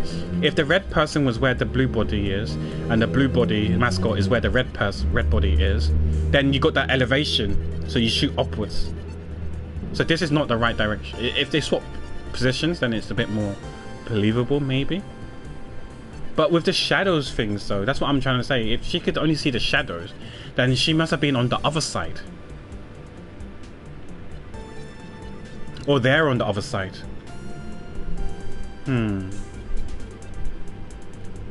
Okay. Let's check the body again. This is a new silhouette of the victim. Okay, we don't have to do that. Okay. Right, that's the same. Okay. There is clearly a contradiction here. Please stop. Oh, sorry, that's what she said. There is clearly a contradiction here. Please stop stealing my lines. Yeah, to become a stage, you know, you must be. He's part of the stage. He is the stage. Well, come on.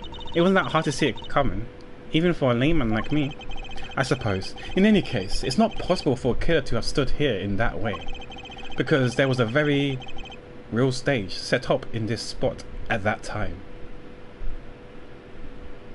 Hi Wi-Fi, how you doing? The person who died is definitely on the other side. Yeah, probably, yeah. He's definitely on the other side, whether it's heaven or hell, right? Hope you're doing well, Wi-Fi. Yes, I told you, I've got it. Do you feel the need to explain everything? Yes, very well. So yes, well, in any case, we still need to resolve this unusual situation.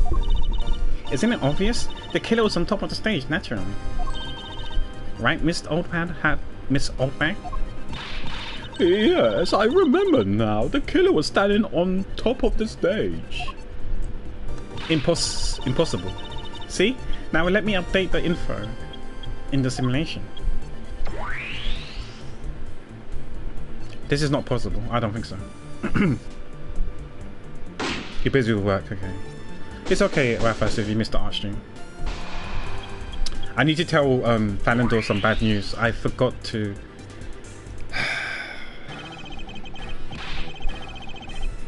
Yeah, his YouTube video is going to be slightly different to your one that I did for you and others.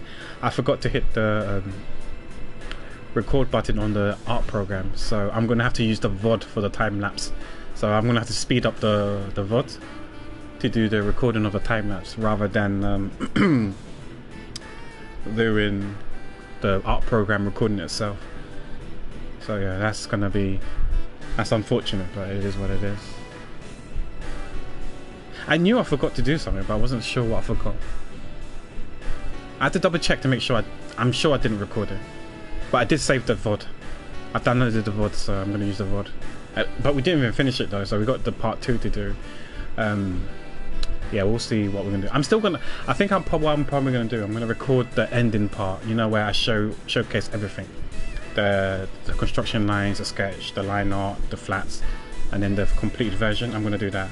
Show that part, but everything beforehand I'll use the VODs and just speed it all up, like, I don't know, 100 times it or whatever to make it fast. So yeah. So the exit point is supposed to be the entry point, huh? Oh, so what you I'm not sure what you mean, Jojo. Oh shit, I forgot to read that.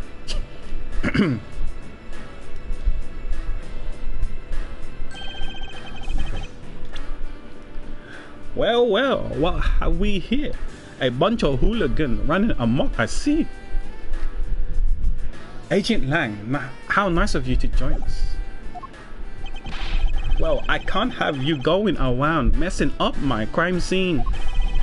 Agent Lang, we discovered that the real scene of the murder is here, the stadium. I see, thanks. Thanks. For what? I'm just trying to show you my appreciation for all the time you saved me. Who knew that such a strange little toy could recreate a crime scene like that? Little thief is not a toy. You too, sir.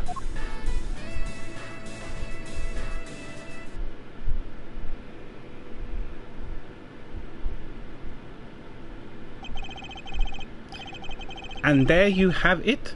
You see, big boys like me don't need silly toys, little girl. Now this is a recreation. So what? Do you still intend to assert that Officer Meekin is the killer? Of course. Even knowing that the crime took place here doesn't let him off the hook.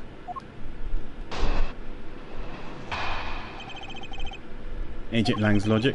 This is the real scene of the crime. Officer Meekin lay in wait for the victim on top of the stage. And when the victim finally showed, he shot him down from on high. That's the truth, you little recreation, your little recreation show. How far will you go to accuse Officer Meekins of the crime? He's the most likely suspect we got, especially given the situation with his gun. Well, even if he is the killer, at least my recreation was on the mark.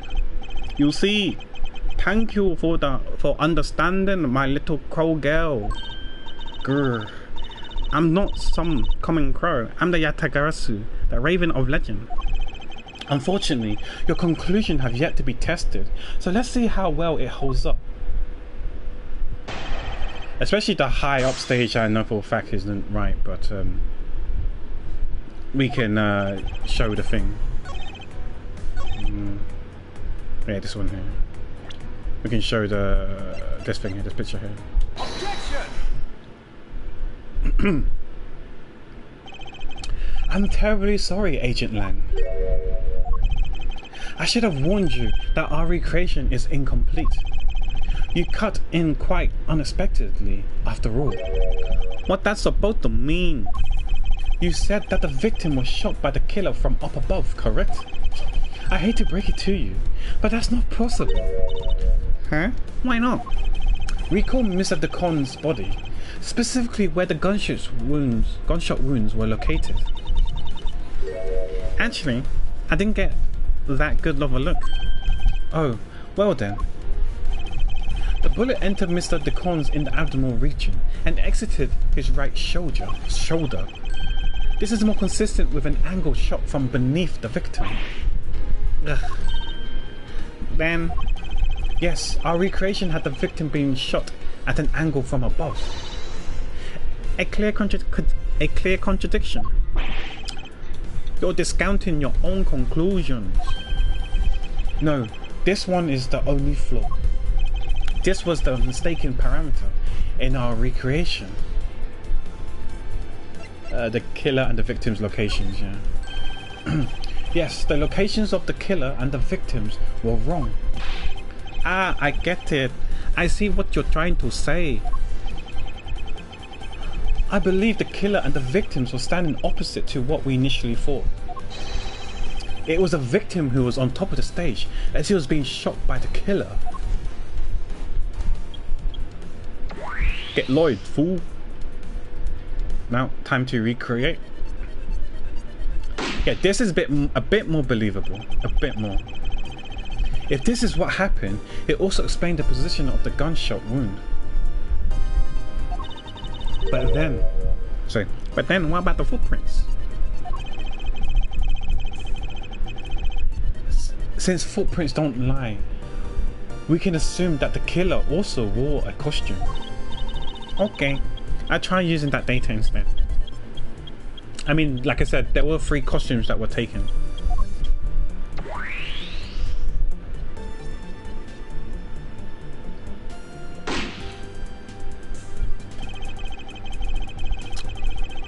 Judging by the fact that both the killer and the victims were wearing costumes, I'd say it was a killing between the 2 kidnappers. That would be the most natural conclusion. Wouldn't you agree, Agent Lang?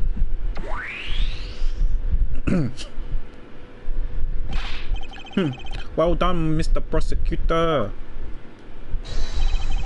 But that alone doesn't clear Officer Meekin of the crime. Another bit of proof, okay. I ask that you take another good look at the tire mark over there. The tree mark are indicative of the Blue Badger mobile. That story Officer Meekin told about that shop on wheels getting stolen was just a lie. He drove the Blue Badger mobile here and committed the murder. Then he used the car to move the body to the garage in the Wild West area. You believe he moved the body with the car? That's right. It was Officer Meekin himself who pointed us to the way he did it. The 3 tire tread marks are very telling. However, it is the blue Badgermobile. Is the blue Badgermobile the only thing capable of creating such a pattern? No, we saw the pink one, and the pink one also had 3 tires, 3 wheels, right? So I'm not too sure, and we saw the 2 cars were missing. So it's possible it could be someone else. What I want to know is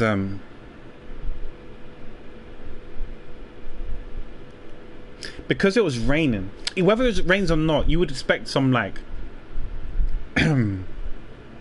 like evidence that a car has gone out, especially in the mud, since it was raining, right?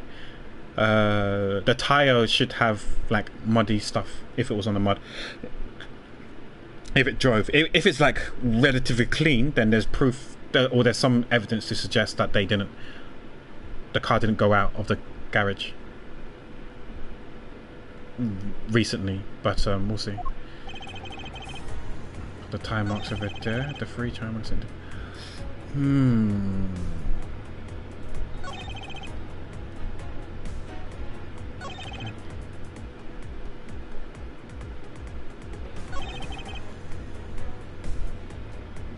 Use a cartoon. Yeah, I'm not convinced. I think it's this one here. But the thing is that it could be any of the 2 cars. It could be the pink car or the other car. I don't know what color the other car is. Maybe it's blue as well. I don't know. But it could be any of the car. We don't know. I'm not saying it's not the blue Badgermobile, but I'm saying there's suggestions, evidence that could be the other 2 cars as well. Could be possible. So let's go with this one.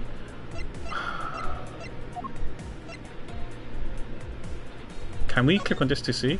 Okay, we can zoom in. Okay, can you see that yeah, so I was right. The tire doesn't look dirty. There's no mud on it. Because there's no mud on it, I feel like he didn't do it. Because you would expect it to be lots of dirt on the front tire, but I might be chatting rubbish here. I don't know. Yeah, I'm gonna go with this. If I'm wrong, I'm wrong. Objection! Oh no. Sorry, Agent Lang, but that's an impossible tale. And why is that? Those tire marks could not have been left by Officer Meakin's blue Badgermobile. One look at the car would have told you so. What proves the blue Badgermobile? Okay, I was too quick. I don't need to read it though. Oh, I can read it. Okay. Badgermobile had never been into the stadium. It's because of the thing. The tire is so clean. Present. Take that. Take a good look at the tires. There's not a single dollop of mud to be found on it. Ugh. If this car had come to the backstage area and left those tire tracks, then the lack of mud on these tires stands out as very peculiar indeed. Yeah, they did the tire pit stop, right? And they changed the tires, of course.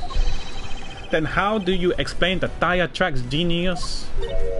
Hey, I got it. What about Miss Old Bag's pink Badgermobile? Don't be ridiculous. I was sleeping the entire time in the second tier seats.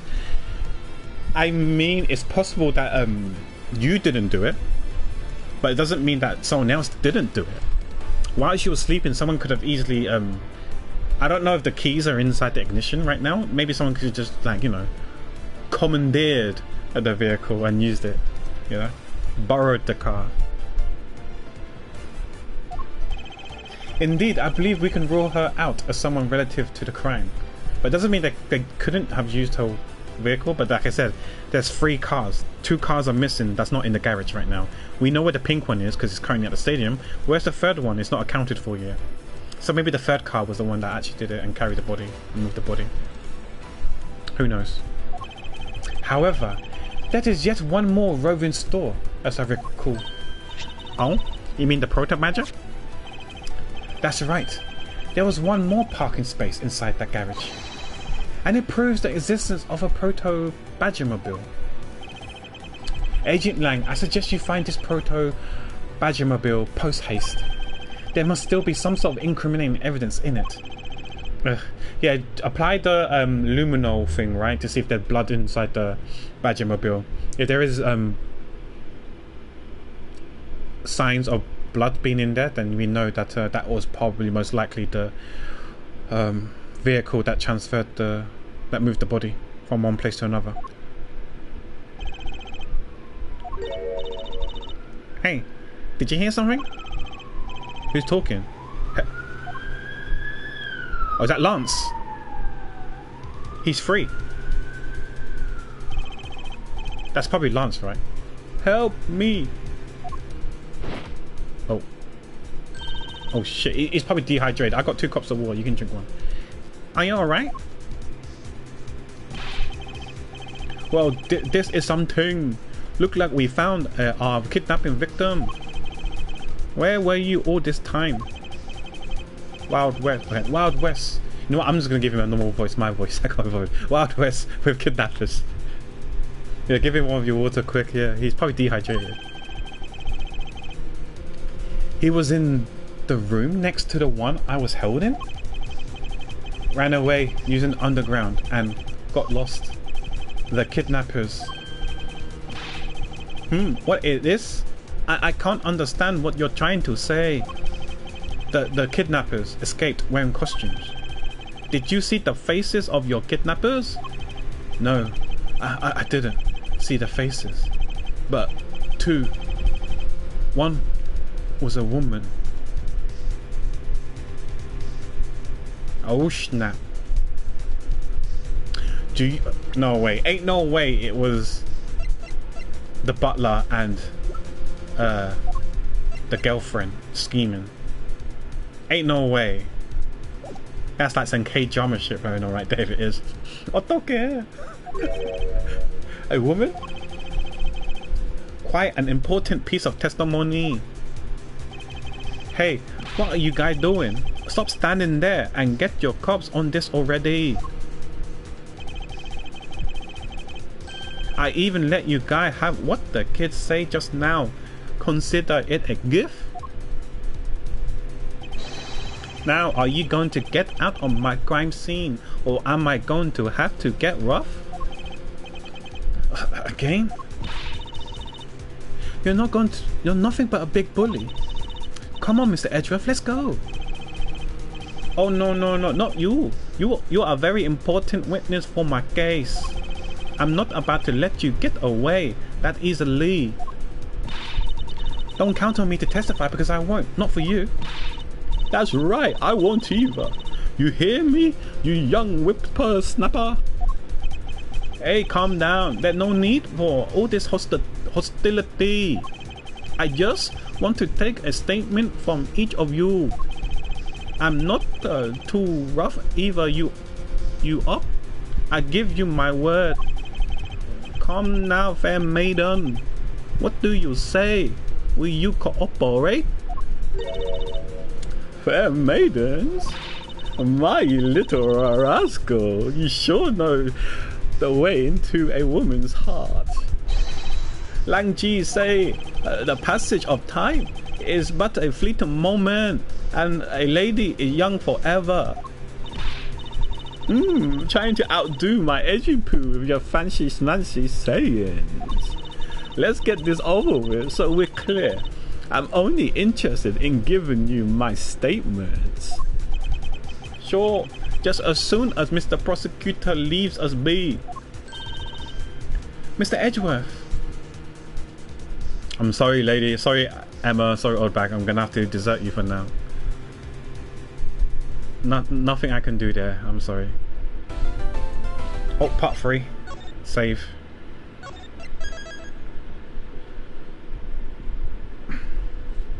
Does that mean we can talk to Lance? It says regrouping with Ernest. So maybe Lance and Ernest are going to be reunited. March 13, 2:34 p.m. Wild West area.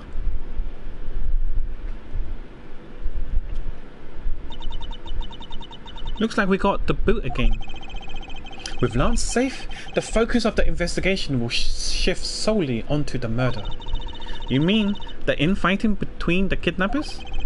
Yes, and also the identity of the remaining kidnapper. Miles, my boy. I don't trust her now. Tell me it's true. Tell me you found my boy. Yes, Mr. Amano. We found him earlier in the stadium. Then my Lance is unhurt? He's not exactly the picture of perfect health, but his life is not in danger. He's being questioned right now by Agent Lang. Poor Lance. It must have been so horrible for him, locked up like that. I don't know why. Why does it feel like...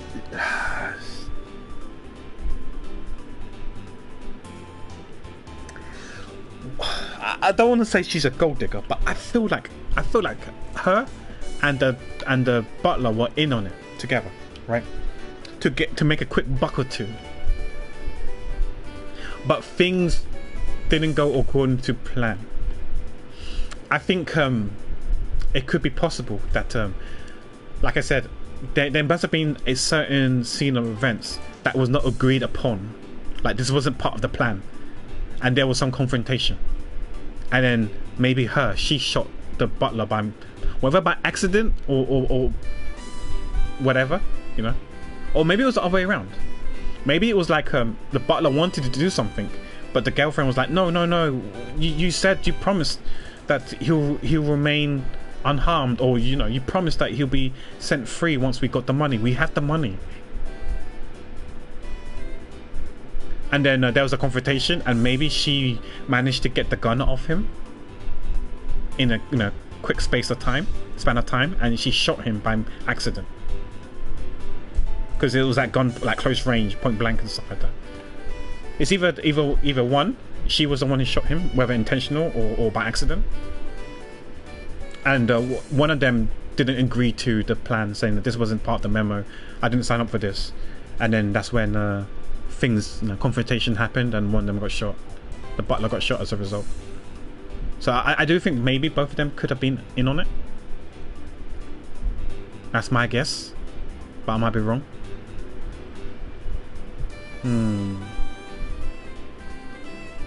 And why did she have a bandage? A plaster or band-aid? Not a bandage, sorry. A plaster or band-aid on her left elbow. What does that mean? Did she fall down? Did she graze herself? How so? What did she do? Yeah, I'm just thinking out loud. It could be none of these people, but if I'm sus of everyone I see. And yeah, right now I'm thinking maybe the butler and her were in on it. So theory one, the butler was like saying no, let Lance go. We've got the $1 million now. Let's pack up and leave. Maybe because he has an attachment with him because he's been his butler for several years, or maybe the rest of his whole lifetime, right? So he's got some attachment to Master Lance. So he wants him unscathed, right? Because that wasn't part of the plan. The plan was to get him $1 million and probably run away, flee, right? And then there's some confrontation, and as a result, he got shot, probably by her. or the second one is the other way around. The girlfriend was like, no, leave Lance out of this. We got the money now. Let's leave. And then the butler was like, no, we got the $1 million. We still have Lance. They don't know, you know. We can probably get more money. And then there's a confrontation.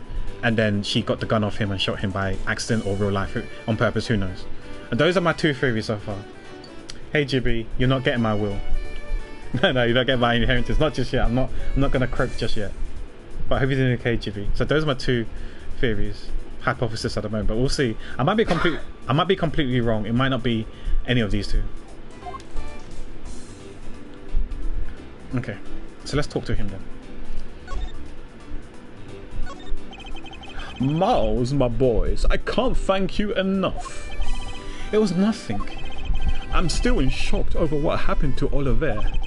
But I have to say, I'm relieved that Lance is all right. Oh, that's right. I must forget to pass this on Lance as soon as the police are finished with him. A letter?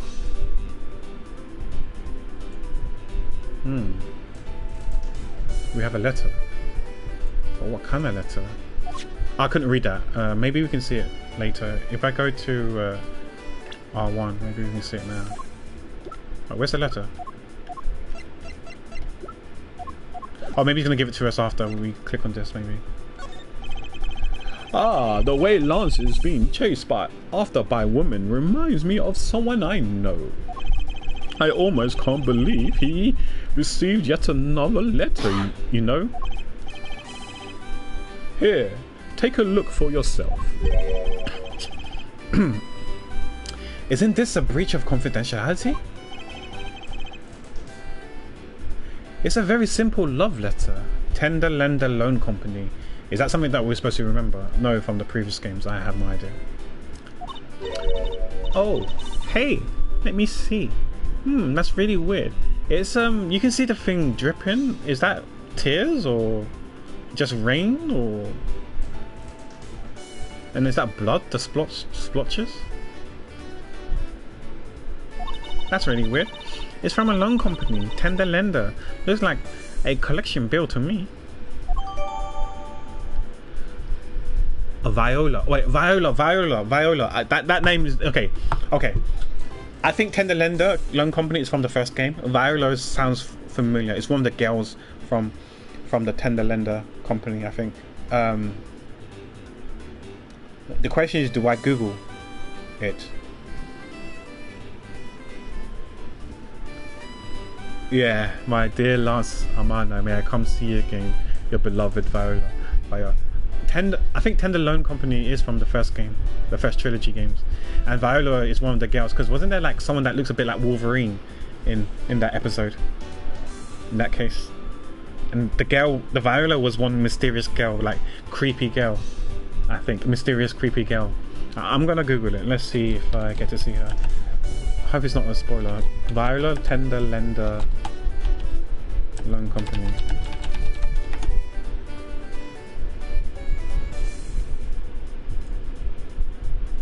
Yeah. Viola, yeah, I remember now, yeah. I'm looking at the Google. Yeah, Viola was the girl that had the bandage over her head. I remember her now, okay. Yeah. I'm not going to read up on it, but where's Viola?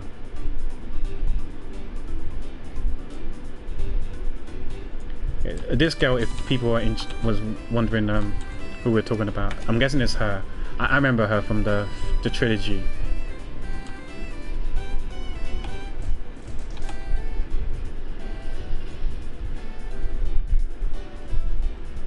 Viola Cadaverini.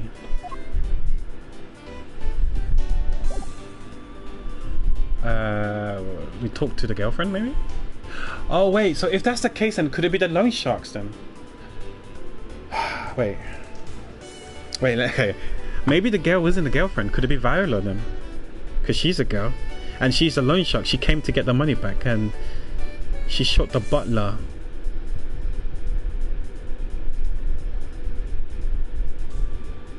But why the butler? Maybe the butler tried to intervene. Be like, stop, you have your money now, please let Master Lance go. And she was like, pat pat. I don't know. Maybe she is innocent, this girl here. And the girl was actually Viola. Let's talk to her. Let's see how well she acts. It's like LA Noire style. We read her reaction and then we press X to doubt if her expression is a bit fake. But before, while she's crying, we gotta whip out our prosecutor badge. Do you know what this is? It's a prosecutor's badge. I'm not a bad person. I'm not out to seduce you. Come on, come now. Won't you talk? Nope. You're showing that to me to lord me over with how much authority you have. Well, I will not be bullied. You should be ashamed of yourself, you evil man. How should I repent in order for this woman to talk to me? But maybe she's actually innocent. I don't know. I'm still sus of her though. She could be acting. Oscar award. He loves me. He loves me not. He loves me. He loves me not. Aw, that's the 12th one. No, you can't give up, Lauren. Just one more try. Excuse me, but I can't help but feel a bit sorry for all the flowers you've gone through. I suppose if they were me, then... I believe you said you were Lance's girlfriend when we first met, correct? Yes, I am, but oh, it's not like we both think of each other as lovers. Is it one-sided? But he did give me this ring, so I guess we're just not friends either. I mean, because this isn't just any ordinary ring. It's a ring pop. It tastes so sweet when you lick it. Ah, it's so wonderful. You mean to tell me that he gave you a lollipop ring? So which is it? Have you guys not decided if you're going out, or is it just one-sided? Decided? Shouldn't the parties involved naturally just know? My father used to work for Mr. Amano. Oh, who's her dad? I just realized she does look a bit...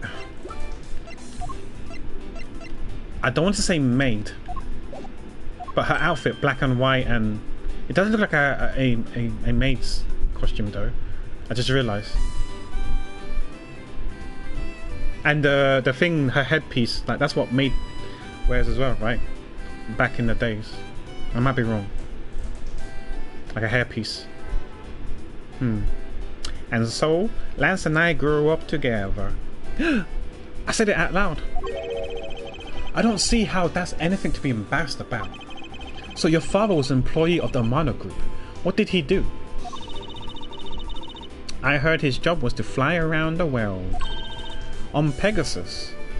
What the frick? Unless Pegasus is the name of their private jet. Pegasus? Oh, Pegasus was the name of the airplane. Yeah, called it. I don't work for Capcom, guys, honest. The airplane belongs to the company. You had me there. You had me there for a second. But now, it's all changed. My father, he isn't around anymore. I'm guessing he's the butler? Do we know surnames? Wait, no, her surname is Polpins. His name is either Oliver Deakin or Colin Decor. Deveray, so Deveray or whatever, right? Unless her name is, she's taken her mum's surname. Oh, I see. No, okay, never mind. This is ages ago, okay. So the butler's not her dad then. About 10 years ago, he rode in Pegasus off to somewhere and never returned. Riding Pegasus to whereabouts unknown. Sounds the stuff legends are made of. It's been so long. I don't think I recognize him if we were to ever meet again. I'm so sorry, Lauren. But I won't give up into the sadness. I have to live. Yes, Lauren, live. About this incident. Incident? But isn't the kidnapping already over and dealt with? I've been here the whole time, so I'm afraid I don't know much about any other incident. How did you come to know that Lance had been kidnapped? Oh, that's because of my woman's intuition. Okay, this is kind of sus already. This is a bit sus. Papa rode on the wild Pegasus and left without saying goodbye. She's just like me. Oh no, Jiffy, I'm so sorry. I'm so sorry. What is that? Tongue, oh my gosh. You base everything on that? I know everything when it comes to my Lance. It's really strange. It really must be destiny. Ah, she started fantasizing again.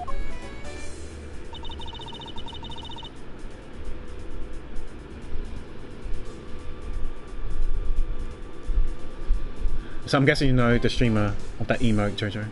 So what are you going to do now, Mr. Edgeworth? We've already established that there's a good chance that the killer is the other kidnapper. I'm guessing they're a C streamer. It's my duty to figure out who this other person is. I believe there is one location that might hold a clue or two.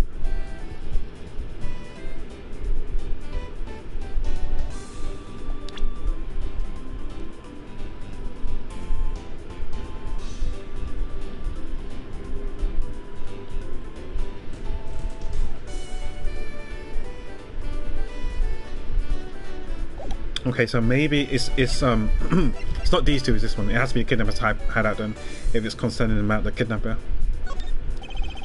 The obvious location is the kidnapper's hideout. But we're still not allowed in, remember? Agent Lang and his men should have been done with this area. In that case, there's no harm in asking that officer there to let us in. Yeah, excusez-moi, officer. Let me in, please.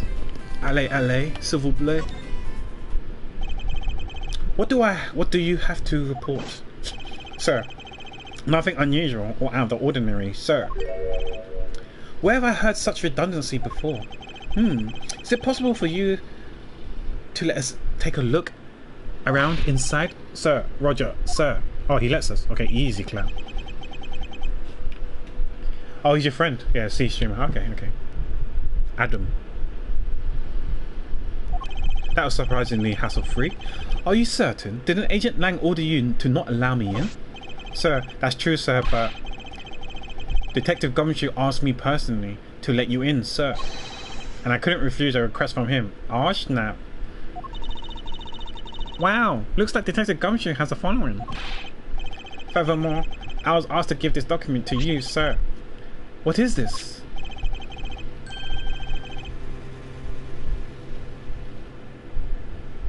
He's a criminal. The man in this picture. Isn't this Mr. Oliver Deacon? But the name here says Colin Deveroy. But we've established that if you rearrange the name Colin Deveroy, you'll get Oliver Deacon. That's quite smart. I like that. I like that. But yeah, if you rearrange the words, you get Oliver Deacon, which is the name of the butler. That's the same name as the one on the back of the pendant. It appears that Colin Deveroy was his real name. What's this? He was convicted in a case 10 years ago and sent to prison. Doesn't that line up with the girlfriends, the quote-unquote girlfriends, saying that her dad used to work for the company, then he disappeared 10 years ago? Suspicious. Coinkadink? I think not. What? Then what was he doing here? Apparently he broke out of jail and then just vanished. He must have become Oliver Deacon to cover up the fact that he was an escaped felon. Okay, Colin Deveroy's dossier data jotted down in my organizer. Okay. I like how you always say LA for some reason. I don't know. I just like the word LA. Yeah, that's what I'm saying there, Jojo. If you rearrange the name, it's the same. Oliver Deacon with Colin Deveroy. We established that like an hour or 2 hours ago. When I saw it, I was like, okay. When we first saw the pendant. Now I'm not sure what's going on anymore. So yeah, when we first went to this crime scene here, where we saw the body, they said that his name was Colin Deveroy. At the back of the it's shaped like a horse. Colin Deveroy is engraved on the back. When I saw the name here, I was like, wait, that's Oliver Deacon, but rearranged. But yeah, that's what I figured out right away. So that was quite quickly. So I realized that they were connected because they looked the same as well. So they had to be the same person. I don't know why the dad's like really angry because his kid's okay now. Now I'm not sure what's going on anymore.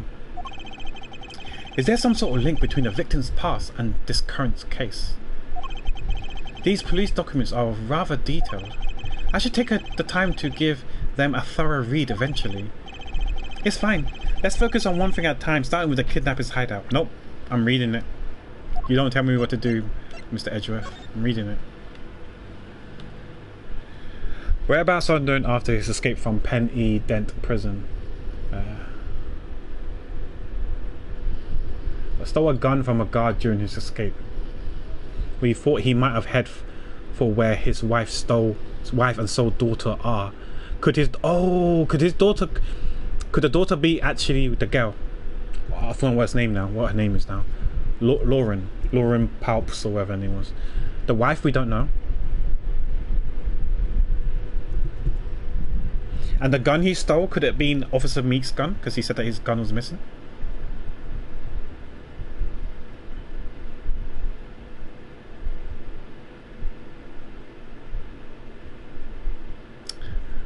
But the question is, why did he get shot? Could he also be in debt?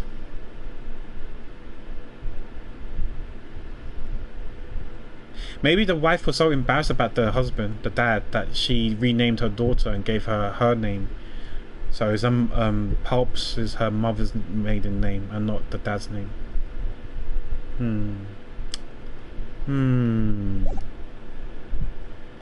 Because you see that the daughter, her name is Lauren Palps.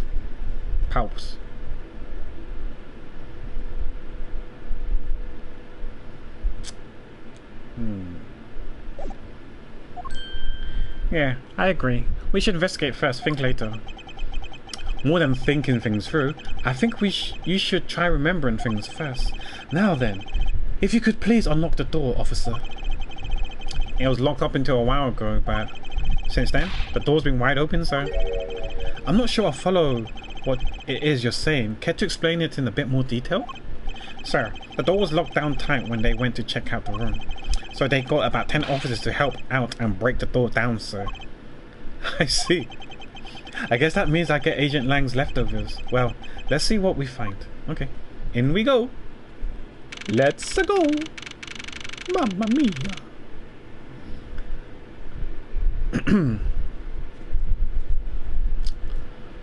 Okay, we're in the kidnapper's hideout. No. March 13, 2:55 p.m. Kidnapper's hideout. Oh, I see a costume at the bottom. Maybe that has blood and stuff in it. Then we could take freaking DNA on the costume and see whose DNA it is. So this is where the kidnappers planned their foul deed. Why is the mirror cracked though? What does that mean? And there's some shards missing. Is that a sign? Wow, you were tied up for a while in the room next door. Hee hee. Okay, please. Must you bring that up again? Now then, down to business. There might still be some clues left in this room. Let's try to find out what we can of the kidnapper's identity. Okay, let's go. So I'm thinking... What am I thinking?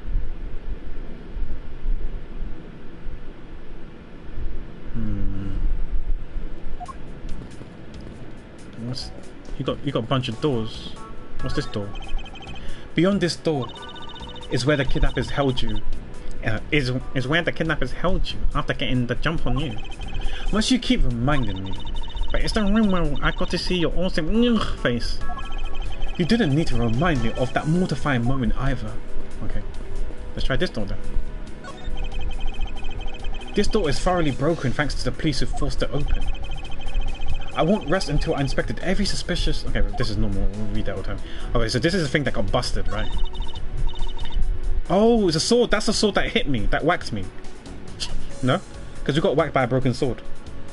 Looks like a broken... Look like a sword, a broken sword. Strange. Why would it be broken like that? Broken prop sword found lying next to the door. Broken clearly in half. Swords don't usually break on their own. That's true. Alright, then let's think about it this way. In this way. Maybe it broke when someone was trying to use it for or on something. Hypotheticals aren't going to get us anywhere. Perhaps we should think more on this later. He probably did hit our head. He did knock us out, so it's a good chance that he hit us on our noggin. So I know you might be joking around, but you're actually right. I think we did get hit on the head. Or a pressure point that knocked us out. Okay.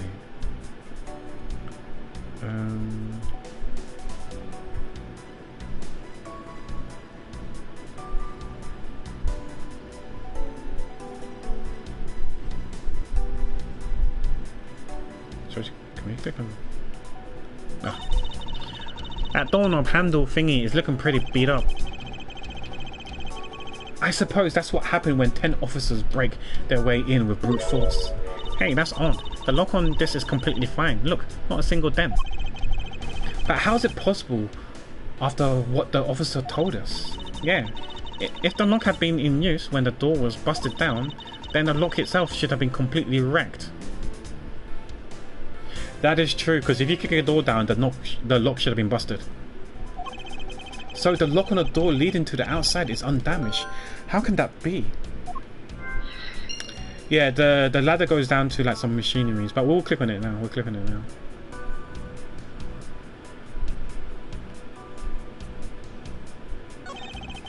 The panel that hid the entrance to the underground is propped up and wide open. Be careful of where you step, okay? I only fell into the other opening once, you know? Yeah, it's probably like machineries and stuff we found that last time. Okay, what about this? Can we go down here? Hey, there's a trap door in this room too. It's not a trap door, it's an entrance to an underground passage, Kay. I know that. The door leading to the outside world was locked. So Lance must have escaped his prison through here. Okay. We found the culprit is the barrel, yeah. It was definitely a barrel of joy. A barrel of fun. Coffee, he wants coffee. I want... Okay, we have to read that here. Okay. Click on the coffee. Cheap styrofoam cups.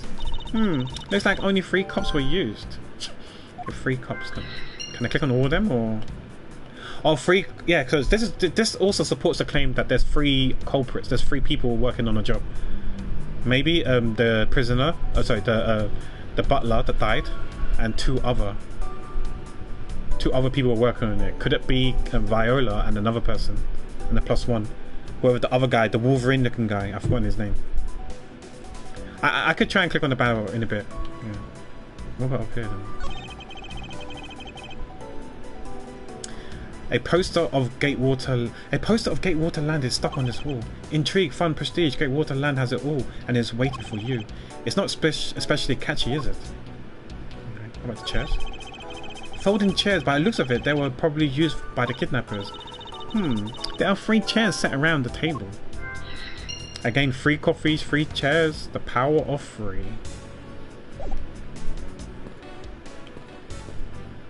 What the... Can't take it. That's not...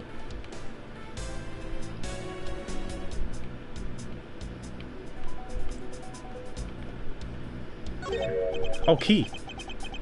Oh, they took 2. These must be the car keys for the Badgermobile.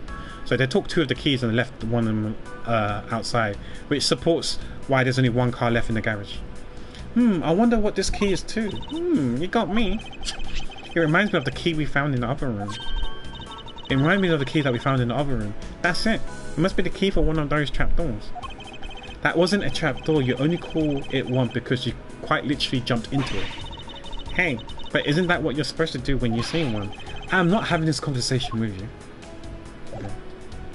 Yeah, I was thinking, why wasn't there a check mark? I guess that was it. Okay, now we're done with this one.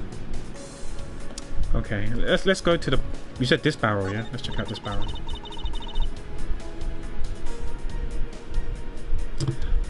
Oh, ooh, they have a barrel like these out just outside. Yes, and... Well, I know I already asked you when we were out there, but...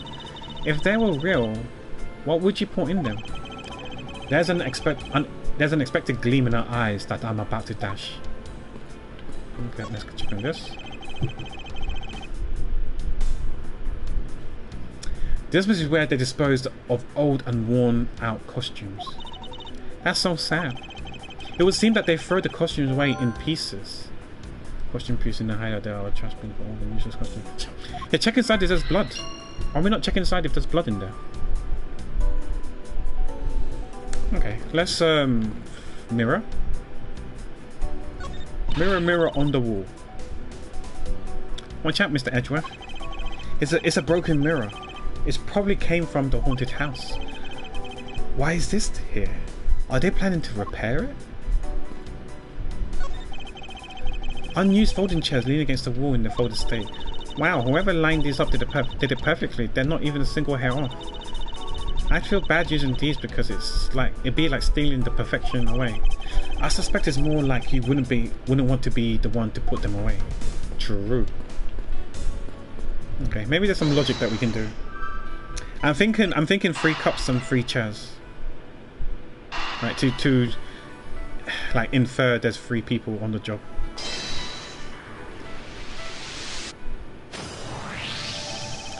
The common denominator between the cups and the folding chairs is the number 3. Speaking of which, the number of missing costumes is also 3. Wait, but I thought there were only 2 kidnappers. Indeed, Something isn't adding up, literally. It is possible there's a third kidnapper that Lance didn't see. Yeah, I guess. The door leading outside is intact, but not locked in a broken sword. Maybe they use a broken sword to prise it open. Or bust the handle at least.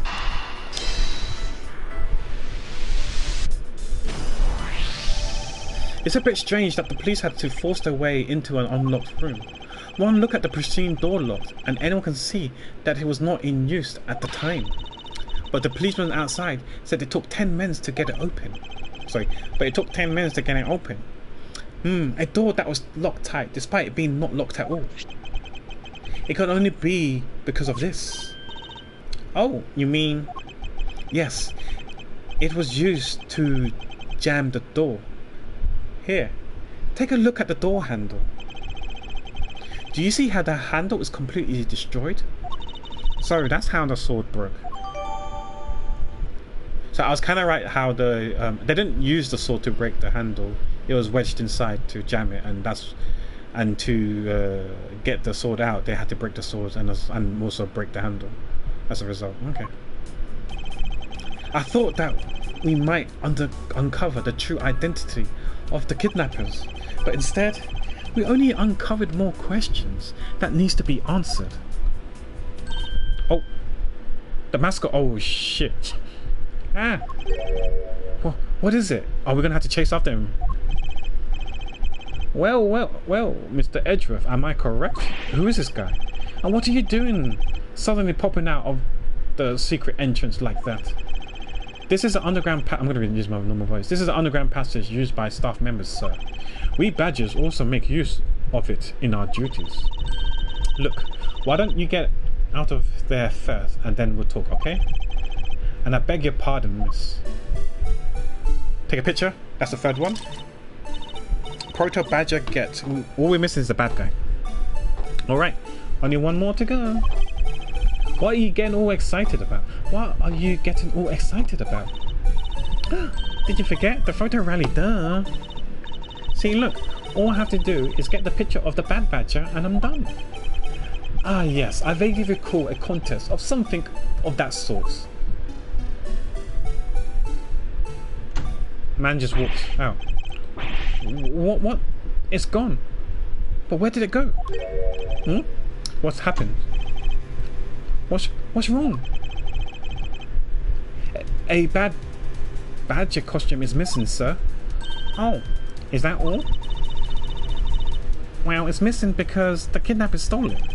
I heard about how they were stolen, but they said that only 3 of the costumes had been taken. What? Is he saying that more than 3 of them are gone?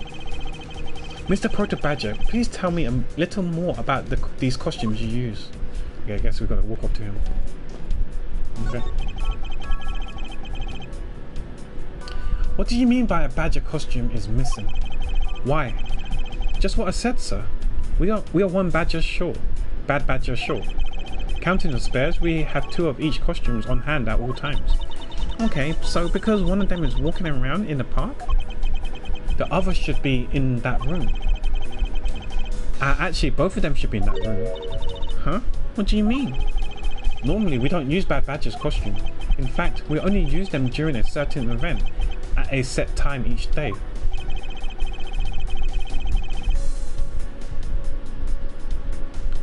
It's the stage show where the Bad Badger wreaks havoc around the park. Oh, is this is this when the person got shot? Because you can see he's got a gun in his hand. They actually used a real gun when you shot him. And the other badgers must work together to apprehend him, sir. Oh, so yeah, so... Okay. Let me think this carefully. What happens here?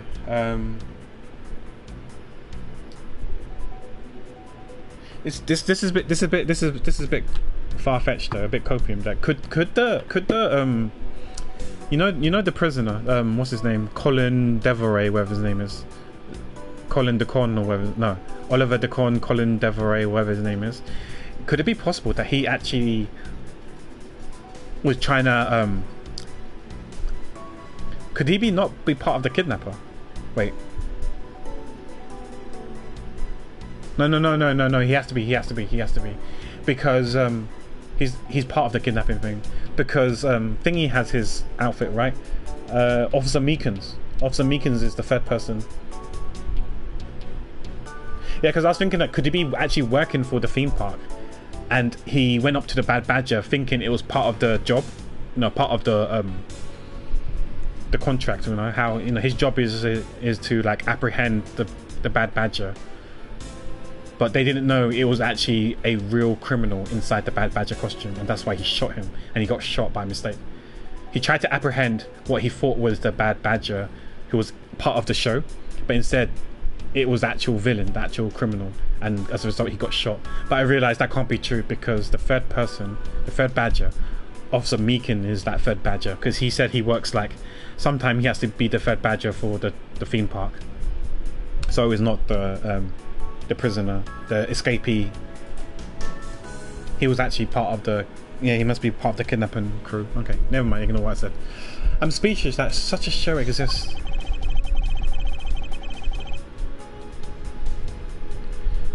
Well, sir, I was trying to explain to you the only time we used that costume.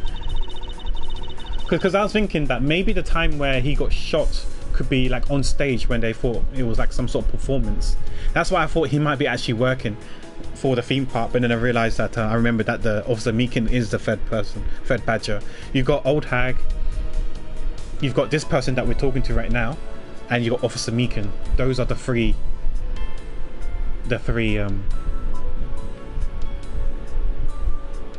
Badgers. Then doesn't that make it near impossible to take a picture of the Bad Badger? Personally, I can't believe that it's this close to showtime and there's no costume. Yeah, Old Bag, Meekins, and this dude are the three badges. So the three badges that you see on the screen right now, that's not having the gun.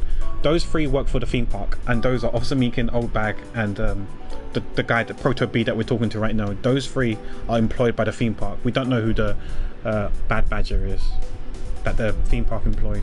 So yeah, my hypothesis is I easily shot it down myself. It doesn't make sense there. Okay, enjoy your little mini break, Heroin. Hope work is not too hectic.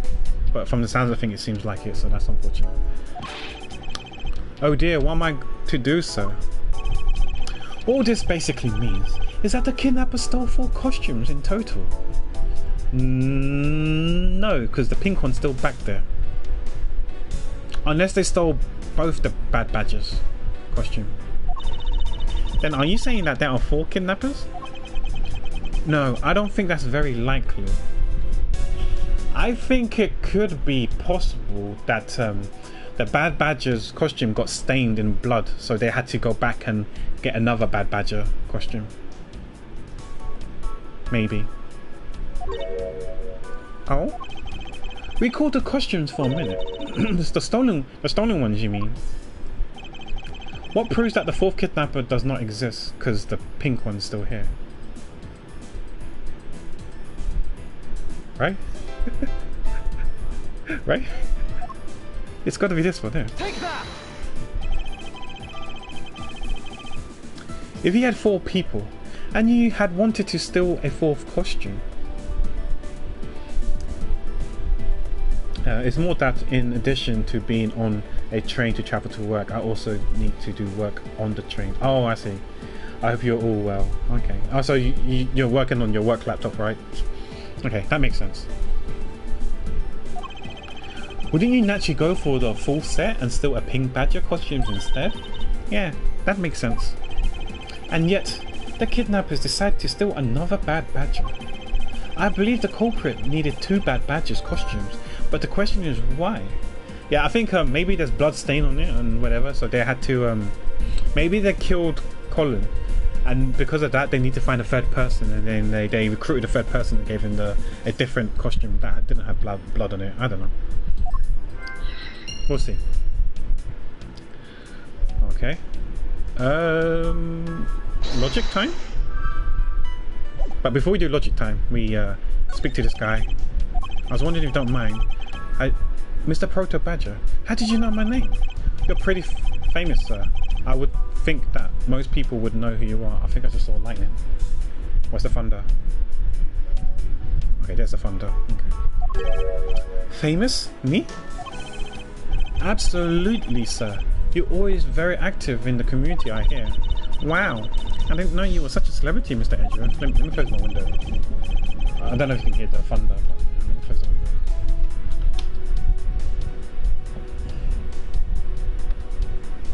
I feel like I met this person before. Maybe it's just my imagination.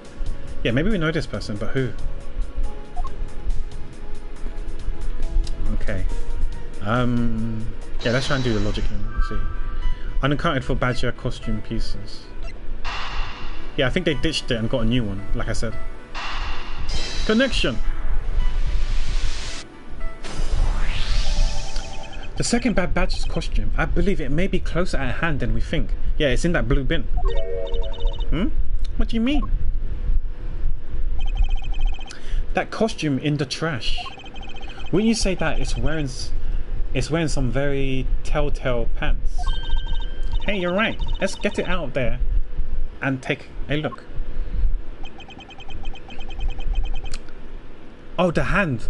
The hand has a hole in it. It's like it's been torn or ripped. But why? But how? Why was it ripped? Did it get caught onto something and then it ripped? And then it's like, oh shit, I need a new gun. So I need a new costume. I went back and got a new one. So it wasn't to do with blood. It was literally because it was torn.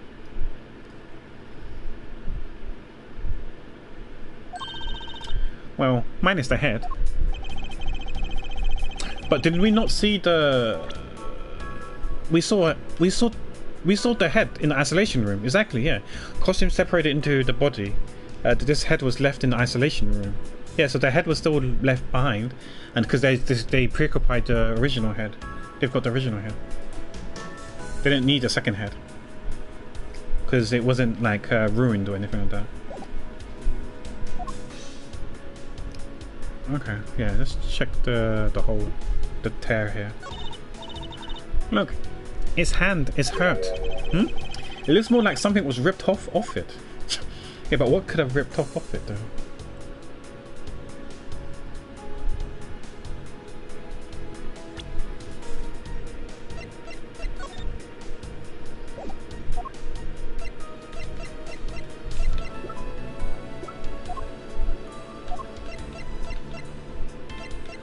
Wait, I'm sorry, hold up. Could the gun be in the hand? So they ripped off the gun? But is it a real gun? Is it a toy gun? Yeah, I think one of them is definitely in the bin, Jojo. That's what I was saying, yeah. That was like the first one or the second one, I don't know. They stole the gun, but I don't know if it's a real gun. If that's a real gun, then that's terrible. Whoever decided this theme park organizer should get fired. Because you can't put a real gun and sew it to or glue it to the hand of a costume. It has to be a fake toy gun, or like a gun that squirts out water or bubbles, you know. You can't put a real gun in there. Come on now. That's just recklessness. That's just malpractice or whatever, man. Holy fuck.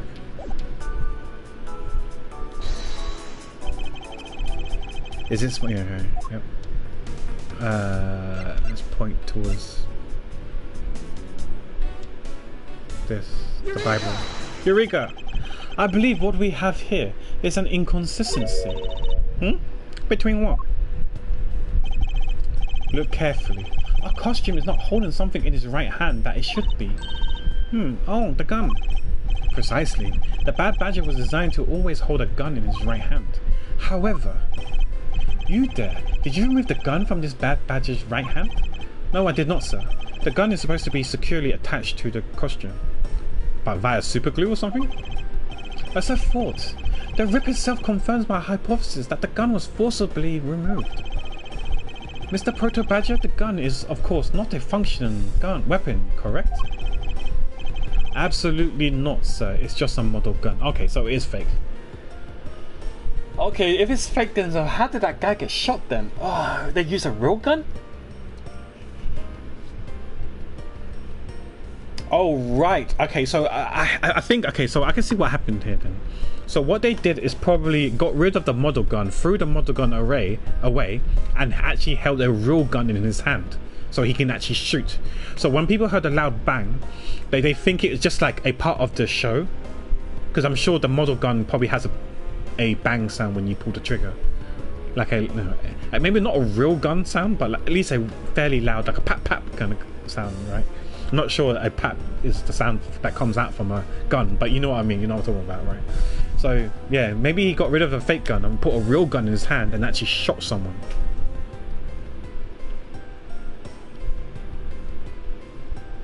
But where's the gun? Where's the real gun? That's what we need to find now. The real gun. However, it can fire blanks. Yeah, like I said, so when you shoot, you probably hear pap pap pap pap. We need to use them for the stage show. Yeah, when they did this, yeah, and that's where they killed the real, actually killed someone for realsy. It seems that our kidnappers also had a need for the model gun, my dear costume friend.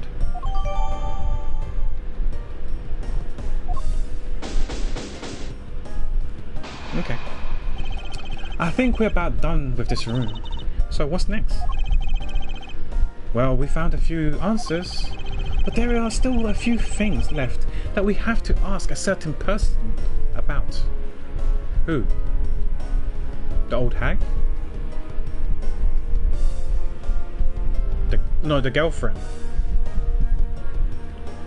I don't know who. Let's go Kay. I'm guessing the old hag or the girlfriend. We'll see. March 13, 3:34 PM, Wild Wild West. Mr. Edgeworth, sir. You got to hurry, sir. Come on. What's the commotion? What's going on? What is it, detective? They found a blue badger costume down in the front of the main gate, sir. So could that be the costume that has the blood in it, or could that be the costume that they got away and then they fled? What? Isn't that what one of the kidnappers was wearing? Bingo. That's why you got to come to the main gate with me right now. Yeah, just get forensic to try and get some DNA from him. Hair DNA or whatever, you know. If we hurry, we still might be able to get there before Wolfboy does, sir. Alright, let's make haste to the main gate. Okay, allez! Tout droit. To be continued. Okay, saving time then. What's this now? The fourth part now? If you want to quit in parts, right? This is the third or fourth part? Latter. Oh wait. You got beginning. Does latter mean the end? Or was it? I'm guessing each thing is that beginning, something. Latter, is that near the end or the last part? I don't know. I wonder. Question mark. Okay. We save again anyway. Okay.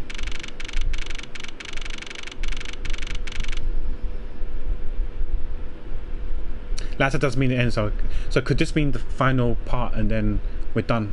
So maybe we could finish it today, question mark. Let's see. March 13, 3:45 PM, Gatewater Land, main gate. What are those blue things? They're not blood, is it? The paint thing.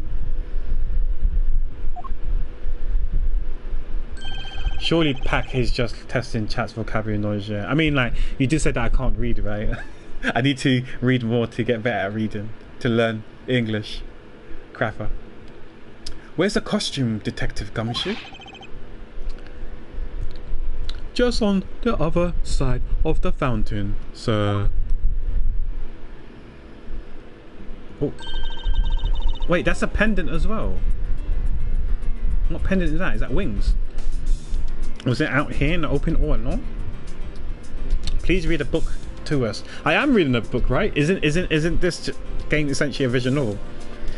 I am reading you a visual novel. Speaking of which, I was gonna buy another visual novel, and I was gonna stream that game as well. Maybe not anytime soon, but I can play visual novel games to you guys and read out loud if you want me to. If you really want me to read to you, I don't mind streaming visual novels. No, it was discovered in tall grass back there. But I think if I read the visual novel games, I'm not gonna give the voices though. I'm just gonna read them on normal voice if that's okay. We moved it out here in order to examine it more thoroughly. Then let's get down to— oh shit, that lightning though, that was so bright. I won't rest until I've inspected. I've closed the window so you probably couldn't hit that lightning, but that lightning was quite loud. I won't rest until I've inspected no, that's just— I don't need to read that, that's every single one of them. Sorry, are you adding to your video game pack? No, it's just that these games I was planning on playing off stream, but I could put it into the stream. I know right now you can't see anything because you probably see the blue PlayStation logo thing because I'm streaming off the PS4 and not off OBS or the PC. But there were some games that are like visual novel, but also they have like strategy RPG tactics involved in it as well. Like what's it called? I don't know how to pronounce the name, so I'm gonna have to scroll for it to read it. You guys can't see this. It's called Utaware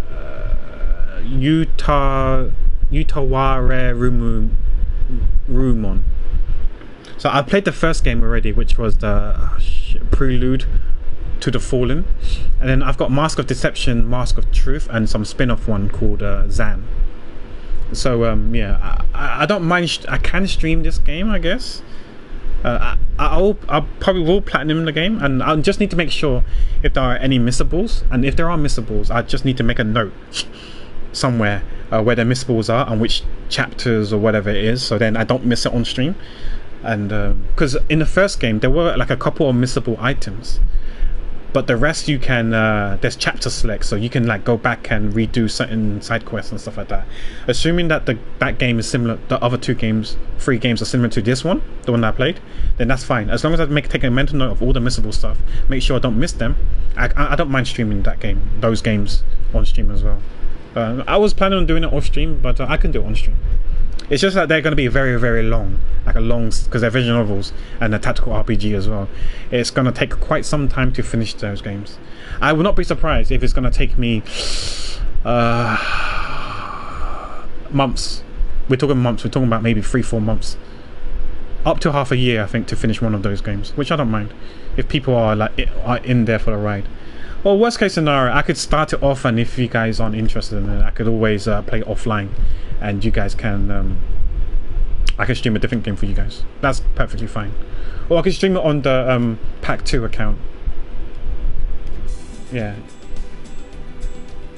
But yeah, those visual novel type of games I'm down to read. I don't think I have any other visual novels on the PS4. I need to double check. Actually no, I might have one other visual novel, maybe. But yeah, if people are interested in me reading, I don't mind reading those games. But you never know, I might read Atelier I think the next game I'm going to stream is Atelier, the Atelier game I said, right? Fuck, I keep forgetting what game I said I'm going to play next. I believe it's Atelier is the next game, right? I don't know. Okay, this series is a 2-game series, right? So I don't know if I'm going to do the second game right away. We'll see. Maybe I will, maybe I won't. If I don't, I think Atelier said it was the next game I'm gonna do. I want you to stream football fantasy. You mean fantasy football? We've got a Dango league for people to join already. Mango's in that team as well, in the league as well. What if this could be the start of a 24-hour stream? In your words, though, Evelyn, as you like to say all the time, get out of here. That ain't happening. Yeah, Mango's in it, yeah. I actually put a few Liverpool players. I got Salah, Verts and Alisson in my fantasy football team. I think Liverpool's going to win the league, so I just hope that they get loads of clean sheets and loads of goals. What do you mean every visual novel out there? The ones that I've owned. But yeah, I've got a few visual novels, tactical RPG games. Tactics games, so we could use that game, I guess. I don't think I'm going to get Final Fantasy Tactics when it comes out right away. I believe it's out on PS4 as well, I think, so I'll probably get it on PS4, but I'll probably get it a bit later. When my backlog of the games I really want to play right away, get them out of the way, then I'll go back and get it then as well. I also kind of want to get Tactics Ogre as well. So I'm waiting for a good time to get that game. Obviously, it will have to be on sale, and after I go through my decent plethora of backlog games that I want to play right away. Like Soul Hackers 2. Soul Hackers 2 isn't a game I really desperately want to play right now, but I wouldn't mind playing it, like, after I go through all my backlogs and stuff like that. So we'll see. I'm not gonna lie to you. Same thing with Automata and Replicant. Nier isn't a game I really desperately want to play, but I don't mind. You know, I'd rather play Octopath right now than Nier. But we'll see when I get around to playing Nier. What other games? Oh, Star Ocean 6. I do plan to play offline one day. That's high up on my list. Cold Steel 3 and 4. I told Fernando about that. That's also in my backlog. I'm playing Cold Steel 3 soon, but I don't know when. Maybe after I finish Lost Sphere at the moment. Yeah, because we finished Trails to Azure 2-3 months ago. So I want to take a break from that because that game is quite beefy. So I needed a little break before I start Cold Steel 3 and continue on the story. So yeah, I'm playing other games in the meantime, but I do need to get back to it.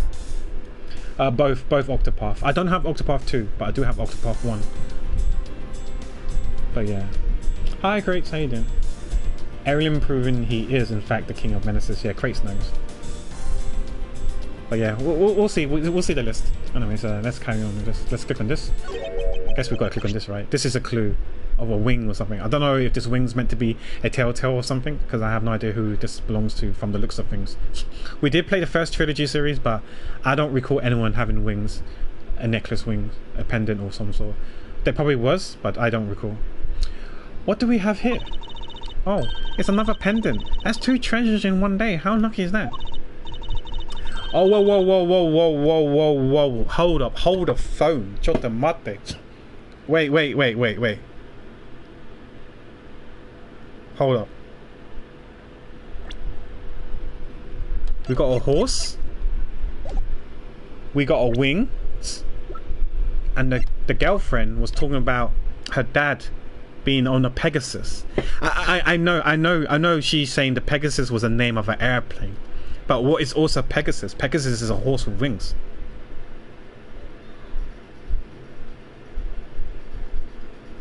Gundam wings, unicorn. Speaking of unicorn, I also want to get Unicorn Overlord as well. I heard that game's quite good. One day I'll get it when it's on sale, and then again I'll see if it's a game that I want to stream or if it's a game I want to play off stream. Same thing with Tactic Ogres and a few others. Platinum Silver 2, just like the horses was made out of Platinum Silver 2. Oh, so no, I'm calling it. This guy, he's the dad. He's the dad. He's the dad. He's her dad. Because you know how like some people like have like love hearts, right? And they split into 2. The boyfriend has one partner has one, and the other partner has the other side of the heart, right? And they wear it as they keep it on them as a necklace, right? Maybe the dad and daughter did the same thing, or it could be the dad and the wife.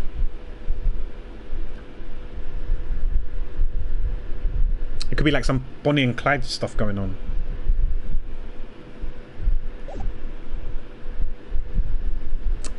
Okay. Yeah, and you know what I'm really sus about? You know how she kept crying? When we was talking to her, she kept crying, right? Could she be crying not because of Lance, but because her dad's dead?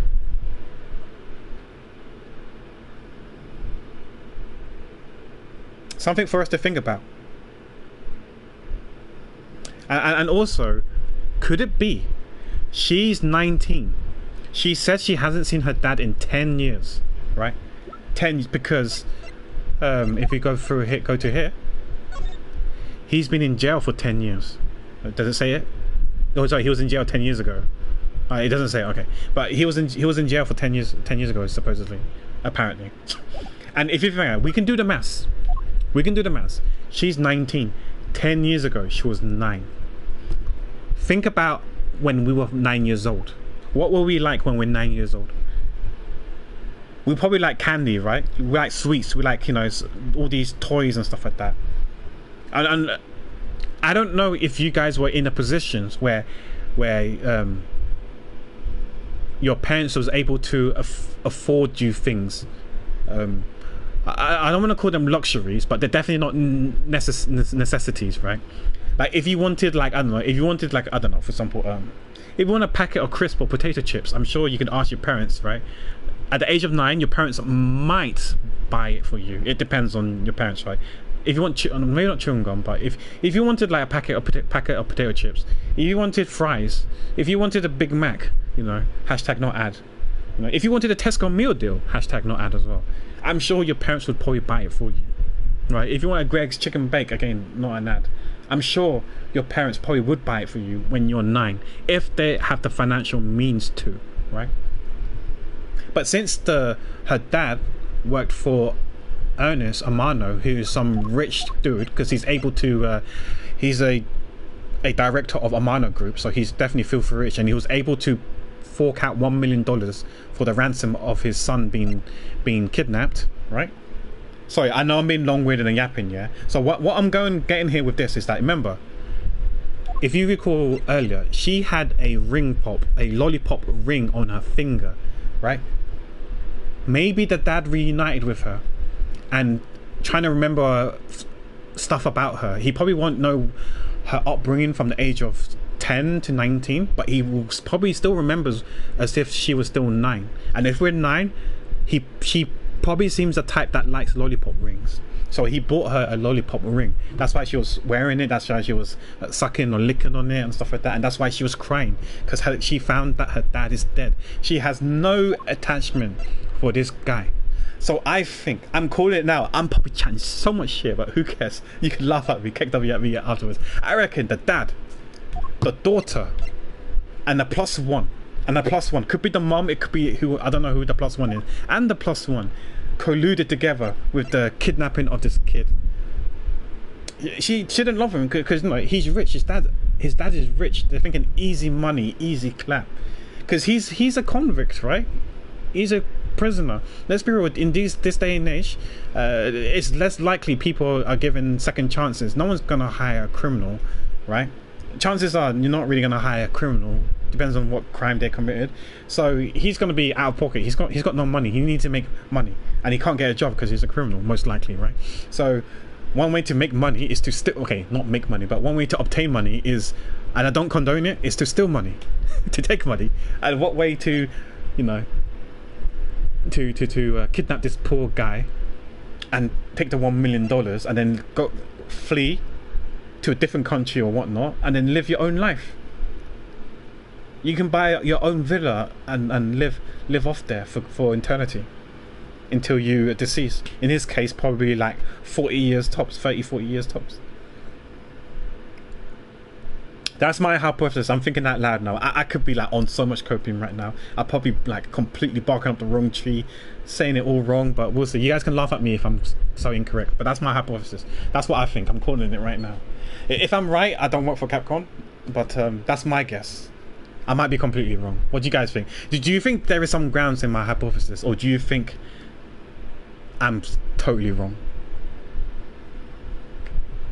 Careful, everyone. Pack is cooking. Yeah, I'm cooking. Yeah. My parents are not buying me takeout at any age. Okay, there's food at home. Okay. But okay, what about a toy then? What about a toy? You're telling me if there's any sweets or candies, your mum's not going to buy you candy because there's candy at home. So if you wanted like a Snicker bar, your mum won't buy you a Snicker bar. Or if there's like a little small toy, I don't know, like $1 from a dollar store or whatever, there's like a little small toy that you wanted. Like some army men or whatever. Or some Pogs, if you're around my age. Or those tradable baseball cards, like or Pokemon cards, a pack of Pokemon cards.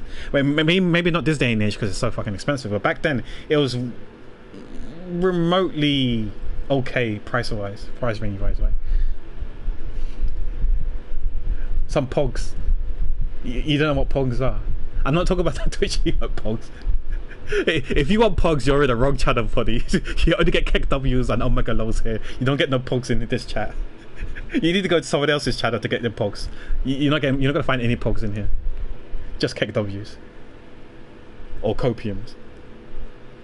But yeah, if you wanted like Army Men toys, figurines, tradable cards, stickers, you know, Pokemon cards and stuff like that, then yeah.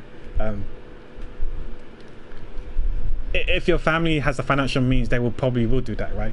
And maybe because he's working for a multi-millionaire, maybe his salary was actually decent. Because remember, she did say that, okay, you wasn't here, but the daughter said that her dad used to work for this guy, for this company. We don't know his role, whether he was a butler, whether he was somewhere, but working for a highly decent establishment, I'm sure his salary was okay, you know, comfortable at least. I won't say he's rich and well off, but comfortable at least. So I'm thinking that he might be able to afford even the smallest thing, even if it's like once a month. I'm sure he can afford her some lollipop ring. Damn, you reminded me of my sin of having 7 Pokemon decks. Oh no. Alright, Pogs, the one you cheat. Ooh, I mean, like, is it really cheating? Like that's a very harsh and aggressive word, Evelyn. I don't like that tone of yours. Cheated the school kids. I like to use the word exploited, or maybe even, dare I say, took advantage. But cheated is such an aggressive tone. You know, the manner of yours, the manner of that word, Erin, it's too much. I can't take it. I'm actually taking it back right now. I'm actually quite hurt. But yeah, those are pogs. Yeah, those are pogs. Yes. Another pendant on top of the one we found on Mr. Decon. Is it possible that these two, that's what I said, like maybe the father and son, so father and daughter, or the father and wife had like some matching pair necklaces, pendants. And that's where the Pegasus is.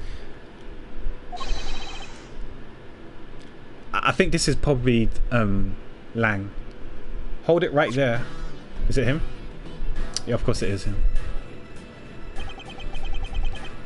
Hands off, Mr. Prosecutor. You sure know how to cross the line, don't you? Ah. A pendant, huh? This is a very decisive piece of evidence. How can you tell? Look here and read off what you see. Oh. Calling it Lauren D. And no, it's not D's nuts, okay. It's Lauren DeCorn or Devoray. But she's taken her mum's name for some reason, which is Palps. Palps. Lauren, hey, it's a name that's engraved on this.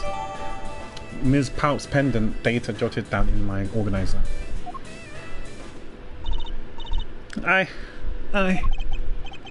Aha. We have you now, Miss Kidnapper. No, you don't understand. I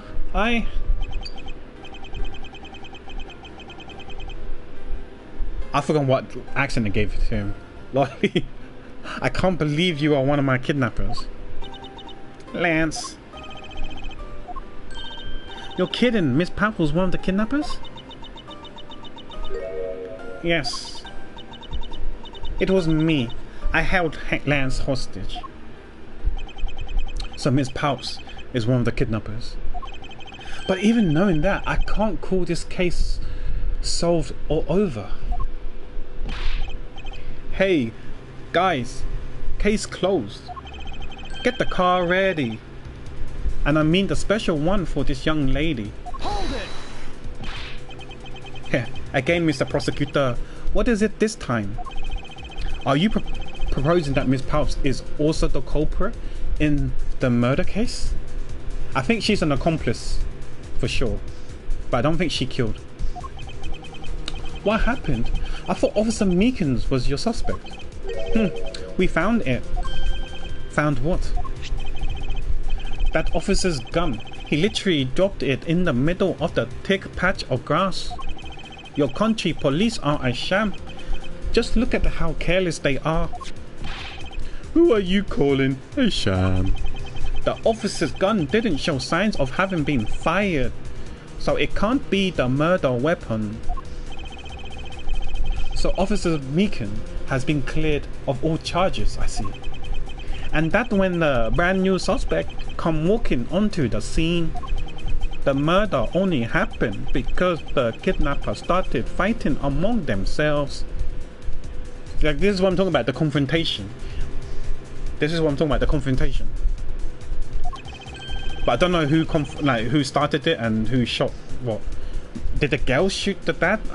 I doubt it, but I don't know. We'll see. As I recall, it was you who said, right? That's right, Mr. Prosecutor. Miss Pounce, did you really kill Mr. Deacon? Yes, I killed him. I can't believe it. Ha ha ha ha ha. Why is she confessing? Could she be confessing to save her mom, maybe? Or the third person? Question mark. Thanks for the confession. Objection! Agent Liang, it's much too early to declare this case closed. Look at you, so sure of yourself. We got the culprits on confession and some very incriminating evidence. What more could you ask for? Miss Lauren Pulse. Yes? I want to hear it from you. Tell me your side of all that has happened today, from the kidnapping to the murder. But why? I'm a kidnapper and the killer. Isn't that enough? Whoa, why is she trying to cut her hair? Where did she get the pair of scissors from? It's fine if you're the one behind everything, but only if that's the truth. I feel like she's protecting someone, but I'm not too sure who that someone is.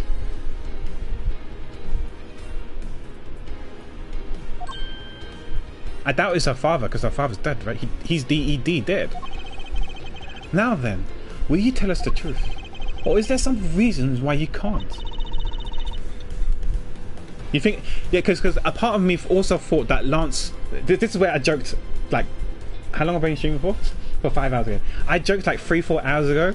I was like, okay, because he's turning 21. I don't know if he's actually 21 yet. Okay, he's 21 now. I was like, it was like, I think he was like saying to his dad, Daddy, for my 21st birthday, I want a Lamborghini. And he was like, how about no Lamborghini for you? It was like, fuck you then. I'm gonna, coerce with collude with my butler and my quote unquote girlfriend to kidnap me so we can get the $1 million, split it 3 ways, and I can get my Lamborghini. That's what I said like 3 hours ago. But I was like half joking, but I can still see it happening, you know. I've seen many shows, TV shows, that they are people like these who exist, do shady things to screw their own family, own flesh and blood over, unfortunately. But yeah, it does happen in TV shows, so I can see it. But yeah, I did say it, yeah. Who let her have scissors if she's supposedly a criminal? Exactly, I don't know, you know. Please confiscate the scissors. I had a change of heart. I think I'd enjoy seeing you sulk away at the losing mutt. Alright, you heard me. Let's hear about all the evil deeds you committed today.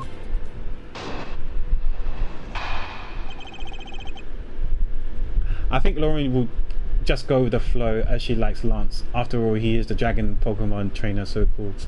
Yeah, he's part of the final. He's part of the Elite Four, right? Ms. Palp's confession. The one who came up with the kidnapping plan was the butler, Mr. Deacon.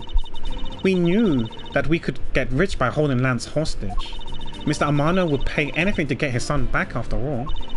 Everything was going according to plan, but as soon as we got the money, Mr. Deacon turned on me. He tried to kill me.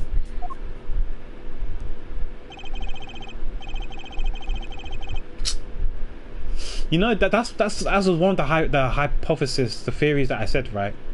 The guy, Mr. Deacon, confronted with the other person, tried to shoot them, but the other person tried to managed to get the gun off them and shot back in quote unquote self-defense, if you want to call it that.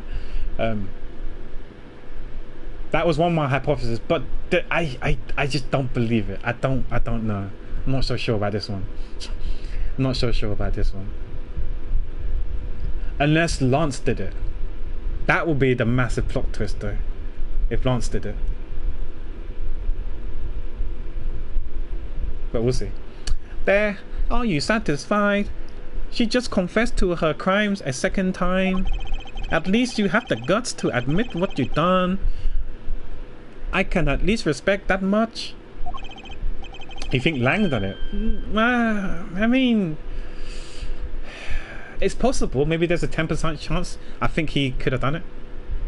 Ms. Pulse, is what you said really the truth? Yes, it is. If that is the truth, it certainly isn't the whole truth. Because there is something that seems a bit too improbable in her confessions.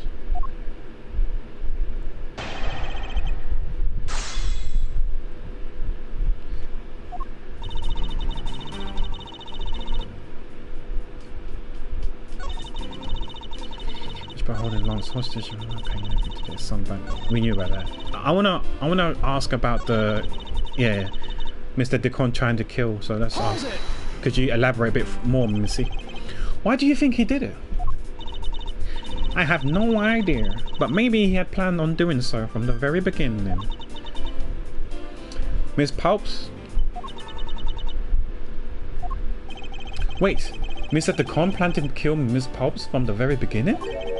Was that ever really likely to happen? It can't be, because maybe he knew that she's the daughter.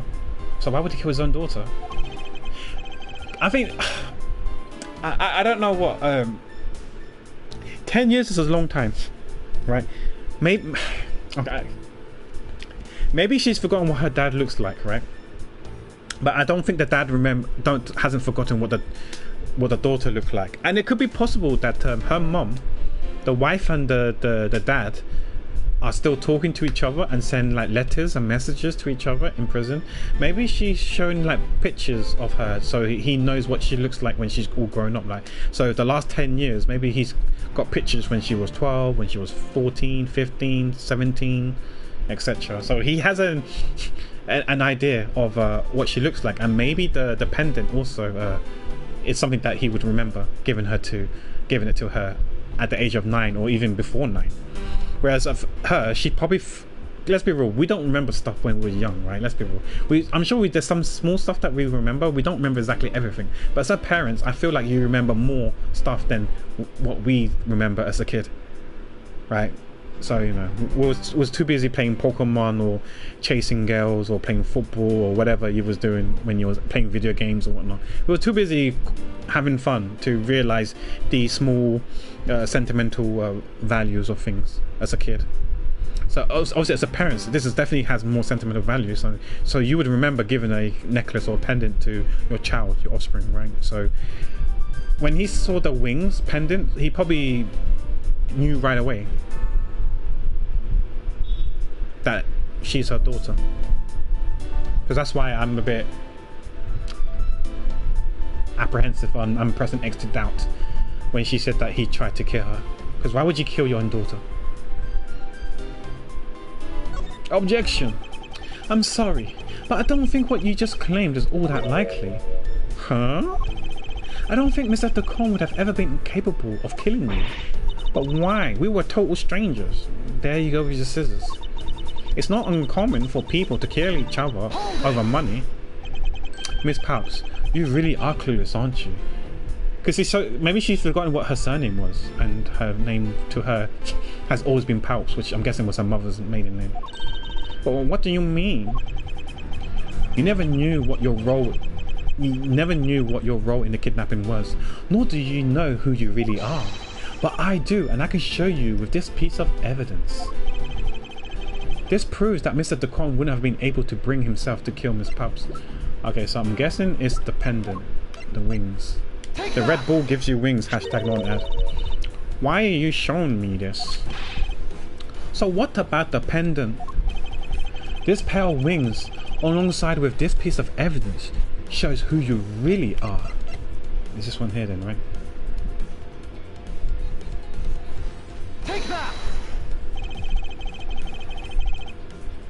These two pendants resemble each other, wouldn't you agree?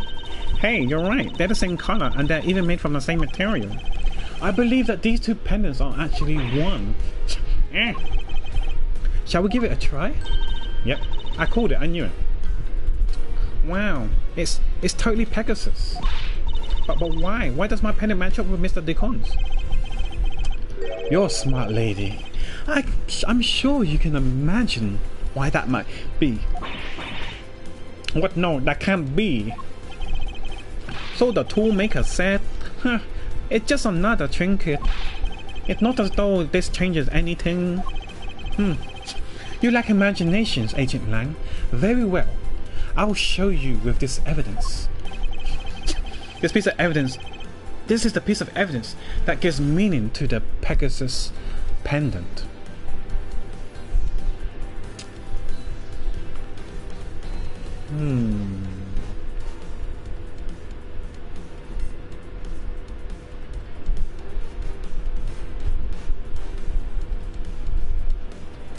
I'm guessing it's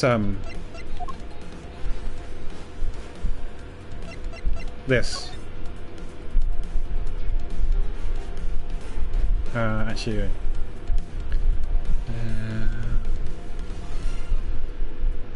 yeah, stole a gun from a guard during his escape. We thought he might head for where his wife and sole daughter are. So maybe he went to her. Take that! Olivier Decon was just an alias for this man. His real name was Colin Devoret, the name that is etched on the horse's pendant. What? What? An alias? I suppose he had to hide the fact that he was a felon somehow in order to live. And it makes sense given what is written in Mr. Devoret's dossier. But what I really wanted to point out was this. This specific section is what reveals the true meaning, and I couldn't read that in time, behind those pendants. The daughter, yeah? His wife and daughter. Right? Take that! Take that! Mr. Devoret had one daughter, and her name is Lauren Pulse. That's a lie. That person was not my father. He couldn't come out and tell you he was your father because he was in hiding. However, I believe he was trying to secretly watch over you.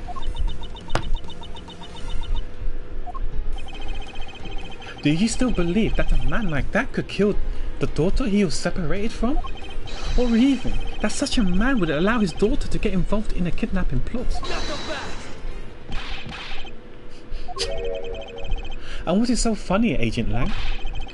You're good at making things up in your head and deciding it's the truth, aren't you?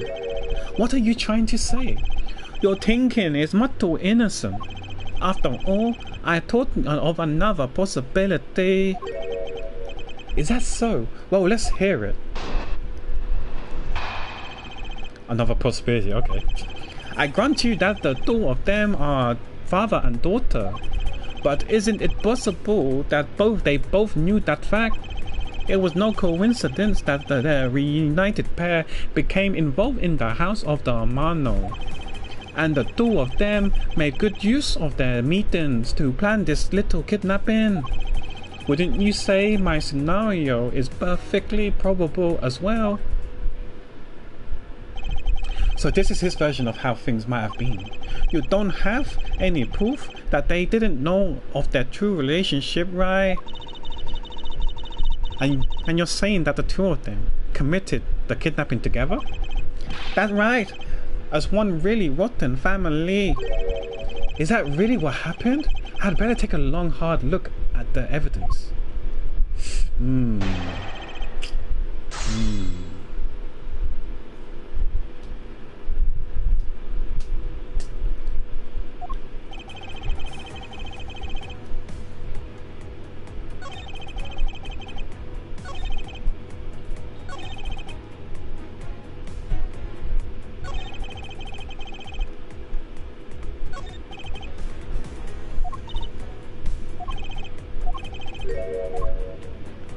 Sorry, let's go back again. Which one is in the print place?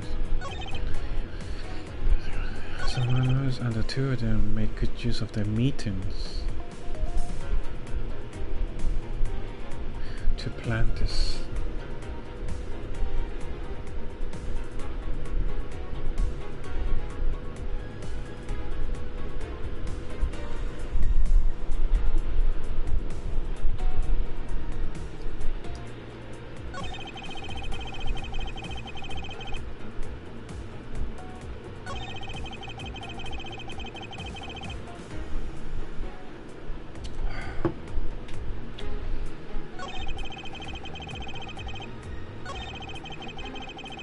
It's not the last one. The first one, he agrees with us, so we can't object to that.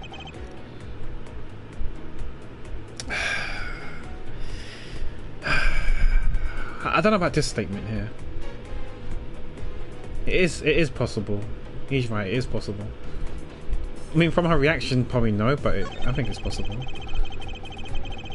Home in the house of Mana, and the two of them made good use of the meeting to plan this little...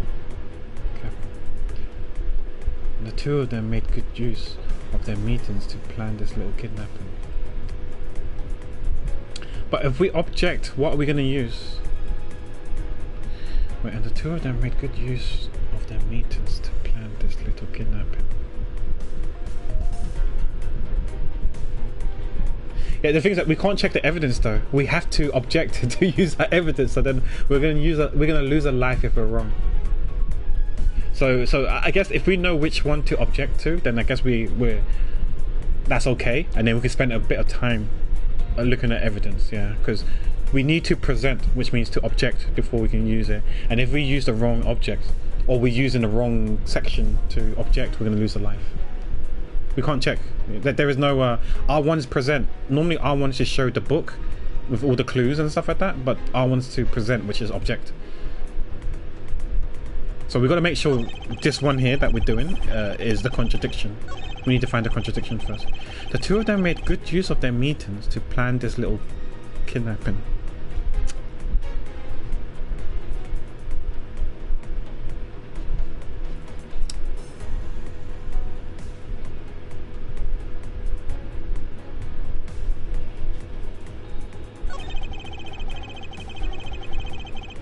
Yeah, it's either 2, 3, or 4. But it isn't possible that they both knew the fact. It was no coincidence that the reunited pair became involved in the house of Amano.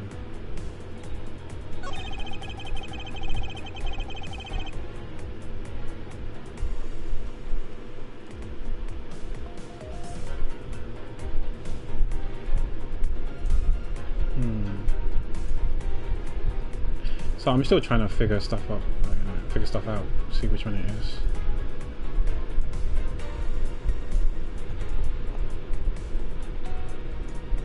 Which one could it be?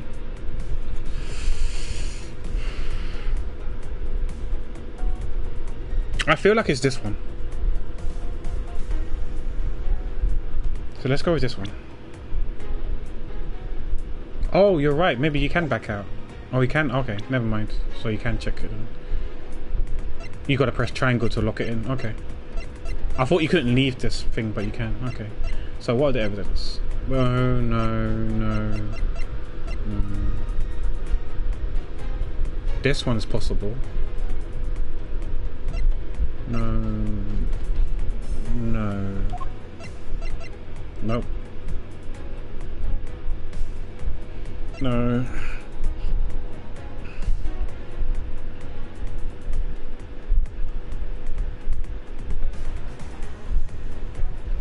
I'm still wondering, why did the lender company, the tender lender company, wrote a letter to Lance? Does Lance owe a lot of money to them? And what, the dad wouldn't pay him because he wants him to live his life independently and not rely on his money? And that's why he colluded to get himself kidnapped, so he can get like $1 million and split it 3 ways. So he can use that money to pay off the debt. For whatever reason, whether he had a gambling debt or whatever, who knows.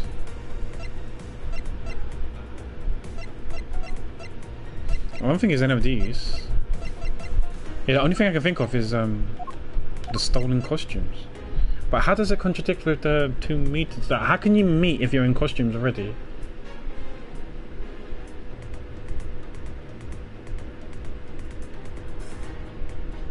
Oh, okay. The contradiction is there's 3 people. The 3 costumes, right, that was stolen. Therefore, and then I don't know if we got the picture. Okay, we don't have the picture of the 3 coffees and the 3 cups of coffee and the 3 chairs, folding chairs. So it looks like there were a pack of 3, not a pack of 2. So could that be the contradiction? Yeah. So instead of 2 of them, there's actually 3 people in on the job. And this is the proof we found that 3 costumes were stolen. I think it's this one. Objection! Please. This kidnapping wasn't planned by just 2 people alone. Yeah, that's right. It was 3 people. Okay. Woo! Save my bacon. And what kind of proof do you have of that? Quite simply, there were 3 kidnappers. 3? Him and his kung fu pose again. 4 costumes were stolen from the Wild Wild West area back room. We found one of them in the kidnapper's hideout. But as for the other 3, we can assume they were being worn by 3 different people. We also found a set of 3 cups and 3 folding chairs that were used in the hideout. It all clearly points to a 3-man group. And I believe this 3rd person is the real mastermind behind the kidnapping. Who is this mastermind? Who is this?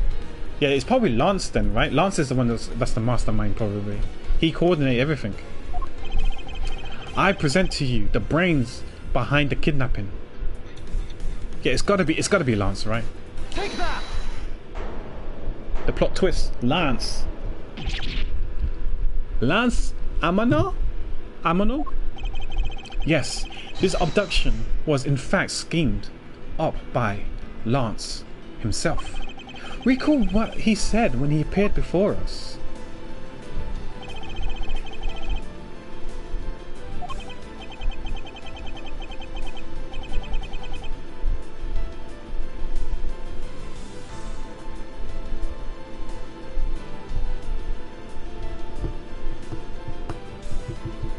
But 2, one was a woman. However, there are 3 kidnappers, which is the direct contradiction to what he said, because he's technically the 3rd kidnapper. He kidnapping himself. But I only saw 2 people. This guy, he was being held hostage. It's possible he couldn't see all 3 of them. Ah yes, but when you're being held, I have my doubts about what happened then.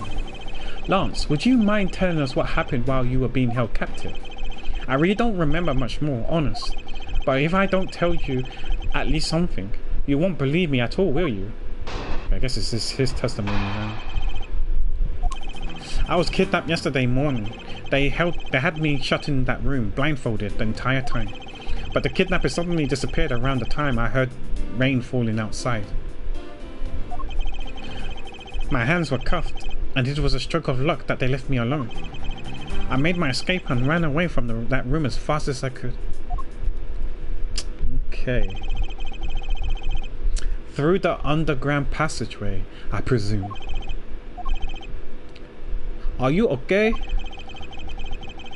Sorry, I really didn't want to record that horrible ordeal, but now you believe me, right? No, not quite yet. Ah, how can you not? Why do you look at me with icy daggers in your eyes? Because he's a prosecutor, and because they're all like that?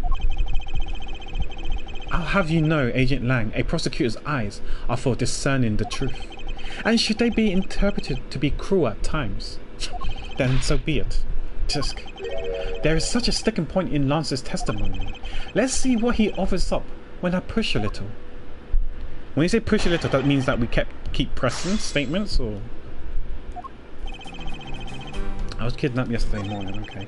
They had me shut in that room, blindfolded the entire time.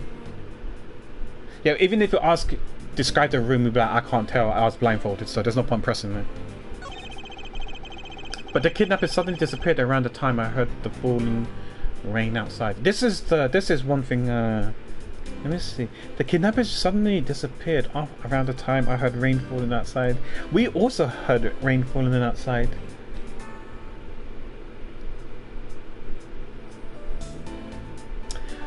I guess he assumed that they left, right? Because he heard footsteps and the door closed or something like that, right? So that's his guess that they went, and he probably heard the rain as well. So okay, that makes sense. Suddenly disappeared, because if he hears footsteps going further away and then he hears any more complete utter silence, then it's suffice to say that they disappeared. Okay, so I'm not going to press with that. My hands were cuffed, but it was a stroke of luck that they left me alone. I mean, it's for ransom, right? So why would they harm you? Because if you die, then that's it, rip. No money, no ransom money. I made my escape and ran away from that room as fast as I could. This is what I kind of want to know as well. Like, how the hell did he escape if he was blindfolded? I'm assuming he was blindfolded or handcuffed as well. Yeah, so maybe I should press and say, yeah, how did you exactly escape? And how did you escape? Through the door, latch door? The hatch, I mean? Or through the main door? Did you have a window that you can escape like how we did? Yeah, how did you manage to escape? I wanted to just get out of there, but the door leading outside was locked, which is why I had to use the underground passage to make my escape. I remember our escape to be equally as hard, but there was no way to leave downstairs though when we went down. Kay went down there and she said it was pitch black and all she saw was machinery, but no escape. I thought the format, the floor format and rooms and stuff were not identical but very, very similar. So maybe they too also had machinery down there. This is an invaluable piece of testimony. I mustn't let it go unexamined. The door leading outside was locked tight, so I had to use the underground passageway.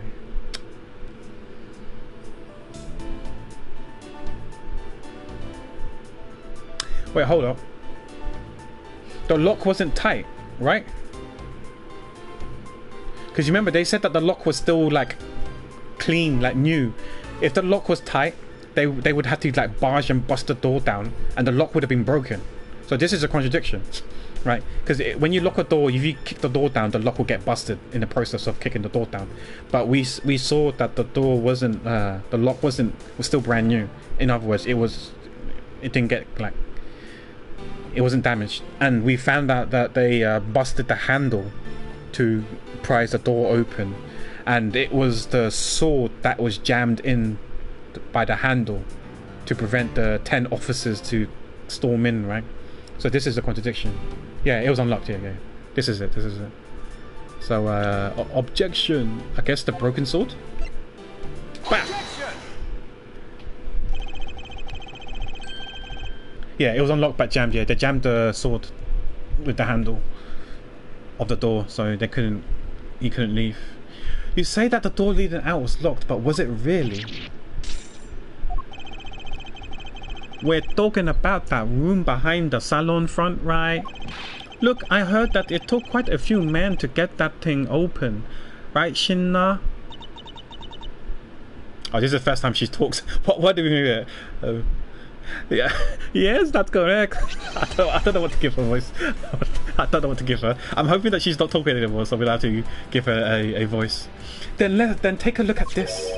What is that? A sword? It's not especially reliable one if it's broken like that.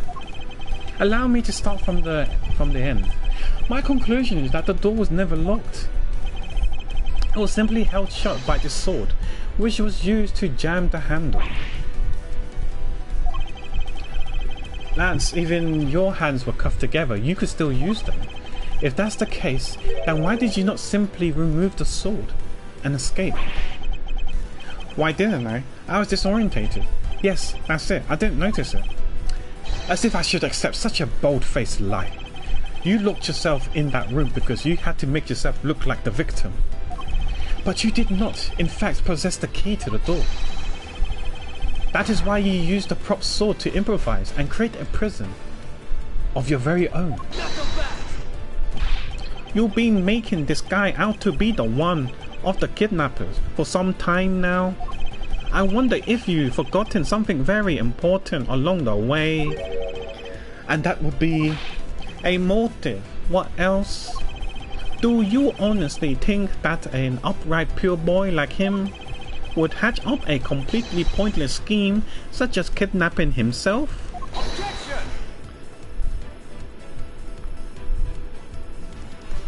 Yeah, got him. This proves that Lance did indeed have a motive to commit this crime. This is obviously the tender loan thing. Take that! To put it simply, Lance has a very urgent need for money. This is hardly your typical love letter. It is, in fact, a collections bill. It appears our upstanding boy has accumulated quite a debt. Isn't that right, Lance? Ugh. Looks like it's hard being the son of a rich man too. It must be rough when you have to resort to stealing from your own old man, huh? Yeah, I guess if he asked the dad, his own pops wouldn't have given him the money. Because he wants him to live a righteous way and independent and, you know, make your own, earn your own keep and stuff like that. And don't rely on hands out and stuff like that. He's 21 for crying out loud. He should be able to establish himself now and make a name for himself. Alright, I give up. I abducted myself. Lance! It's over, Lolly. In this life, we really are bound to our fates after all. All I wanted was to go with you to a new town, somewhere no one would know us. I wanted us to be well off with that $1 million. But now, that dream is over. Oh, Lance. Then you are giving yourself up? Yes. I had planned to run away from this world with my Lolly. Oliver even helped us with the plan, but then he had to go and stab us in the back. He turned on you? Maybe he didn't want to split the ransom money, that's my guess.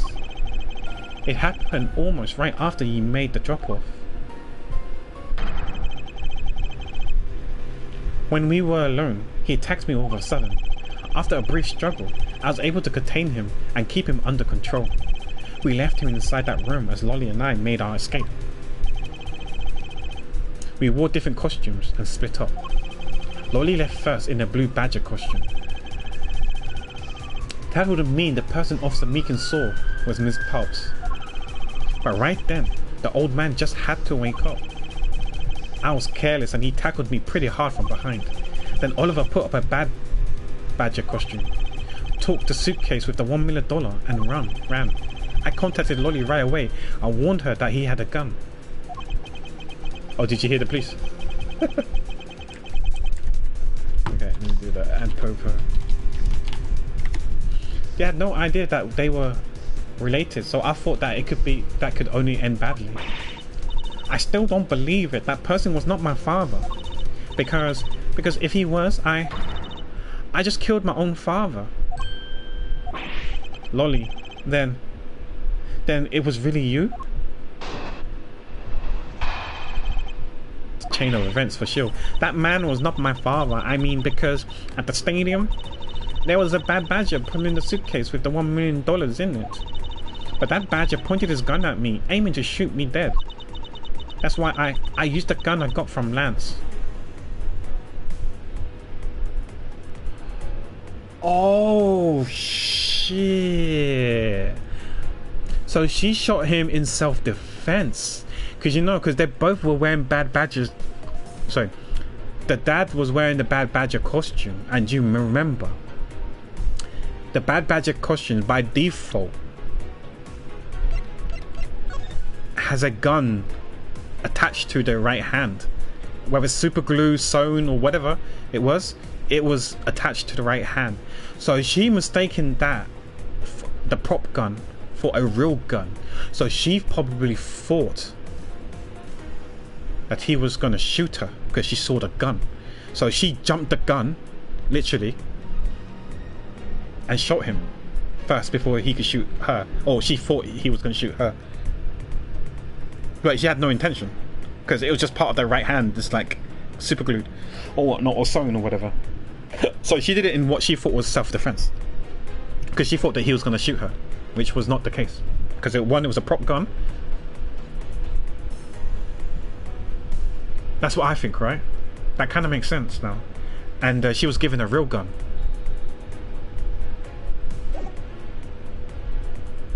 Why did Lance have a real gun? I have no idea, but okay. Unless that was the gun that he apprehended and took from the dad earlier on when they had the first scuffle.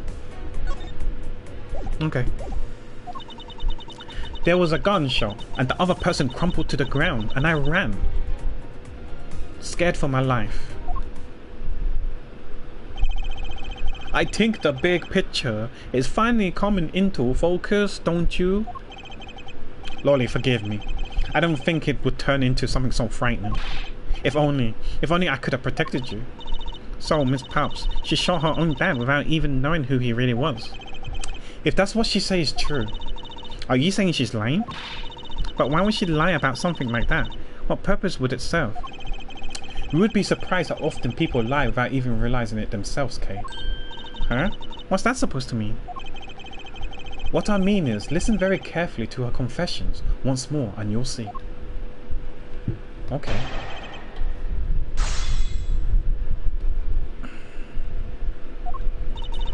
It was the gun pointing thing. Yeah, this part here. I don't think... I think it's to do with this, so let's press first and see this contradiction afterwards.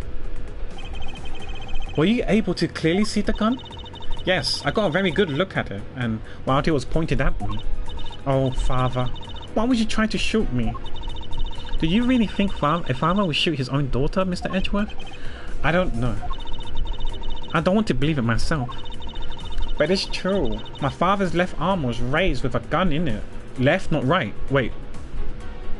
I was expecting right, not left. Huh.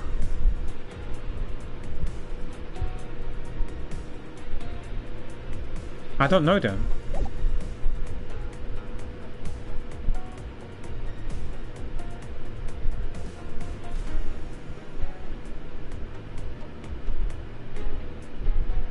But his father's right-handed.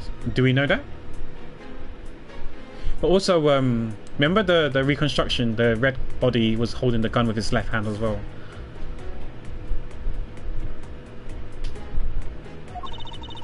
Pointed straight at me, and I'm about to die, I thought. Miss Palps, please calm down and take a deep breath. And then would you allow me to please hear the last statement one more time? Oh, let me read the report. That's a good point. Yeah, my memory's so bad. Maybe you caught on something that I didn't catch on. Oh, dominant hand is his right hand. True. Yeah, you're right. He's right-handed. Was ripped from the Bad Badger's costume. Is capable of firing blanks. And again, that's probably on the right hand as well. Yes, of course. Then who was it then that holding the left hand then?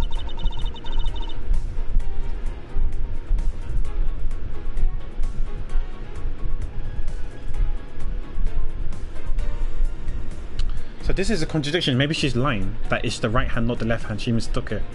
Maybe she's saying that to defend her dad. In some way. But you're right with the dossier thing. Objection! He's right-handed, his dominant right hand. I have here a dossier on your father. And according to this, your father was right-handed. Ah, then the person pointing a gun...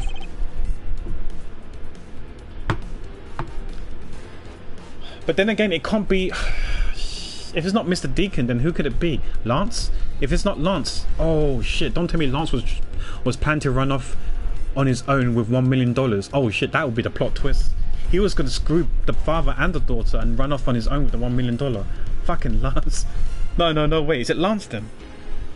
That's the only one I can think of, right? Because remember, it can't be someone who's working for the theme park. Because that guy said both the costume was stolen. Both the Bad Badger's costume was stolen. So the person in the costumes were kidnappers.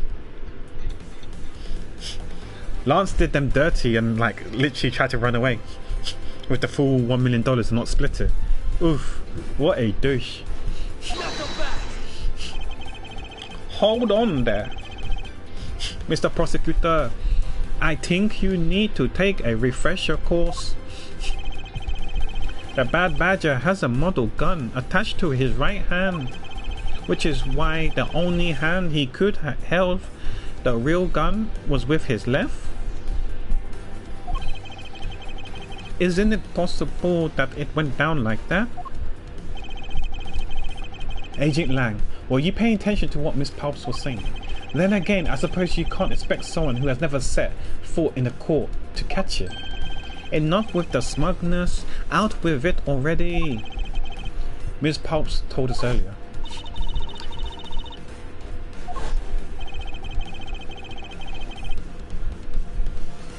According to you, the bad badger had the gun in his left hand, which would mean that he was pulling the suitcase with his right hand. Wait. It could still be the dad though, right?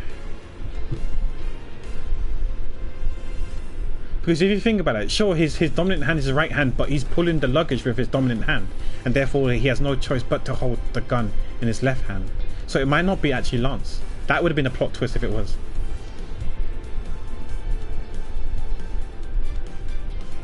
Maybe we jumped the gun, Jojo, calling Lance an ass when it's not actually. It could still be the dad. It could still be the dad.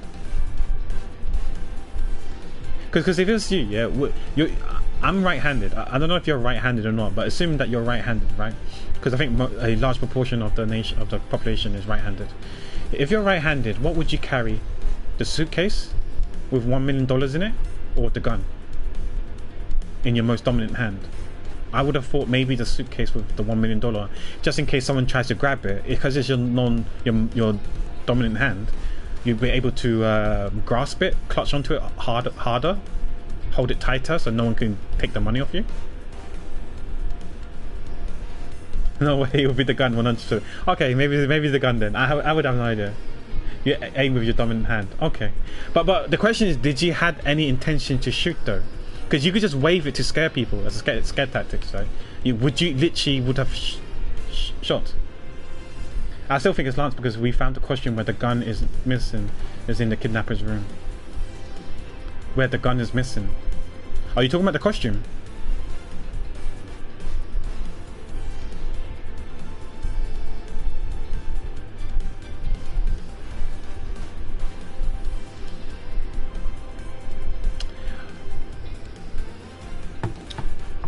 Because the question is, was the dad wearing a costume when he got shot? That's the question, and I guess the answer is no.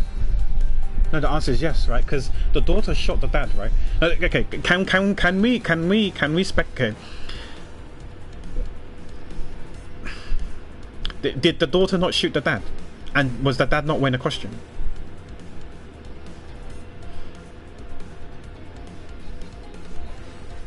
We don't know if Lance was wearing the costume or not. I'm guessing he did also wear the costume, but I guess we don't know what costume they were wearing.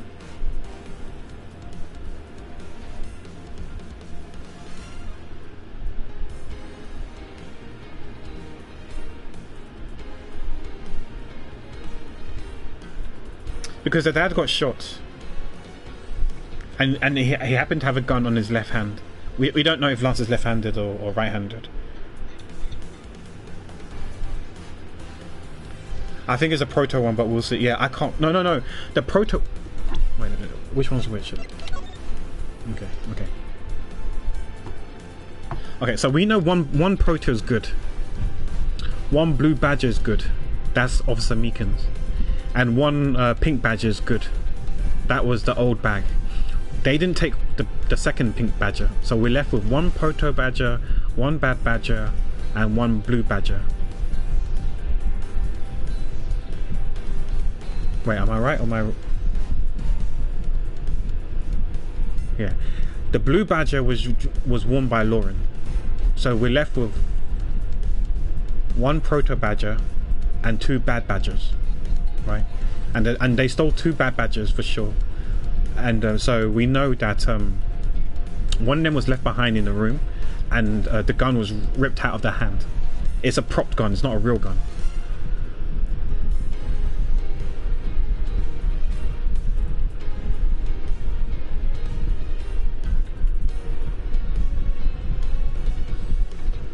So from that, what can we deduce? We can deduce a couple of possibilities. Like one, that could be in fact, like you said, is Lance. Or secondly, it could be the dad, because we don't know who was wearing what, right? Yeah, yeah, we need to know who was holding the gun. Remember, they said that Lance gave Lauren a gun. And it was the real gun, right? Because if Lauren's saying she was the one who shot the thing and killed that person, then she somehow has the real gun, right? But then what happened to the prop gun? Who's got the prop gun that was ripped off the hand? So now we've got 2 prop guns and 1 real gun, it looks like, right? Lauren's got what I'm suspecting is a real gun. If what she's saying that she shot the gun and she shot from the gun, she used the gun and killed someone. So let's assume that she's got the real gun. Now we've got 2 prop guns. One that is attached to the costume and one that is not attached to the costume. And I feel like the person who doesn't have, the person that's not had the gun attached, so the detached gun,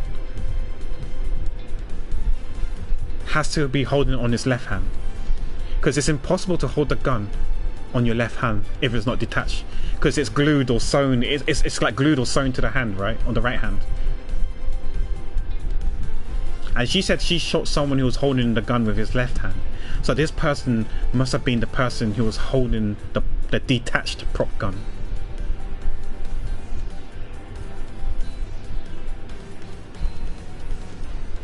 Because there's no way you can hold 2 guns and carry the suitcase. I'm sure she would know that.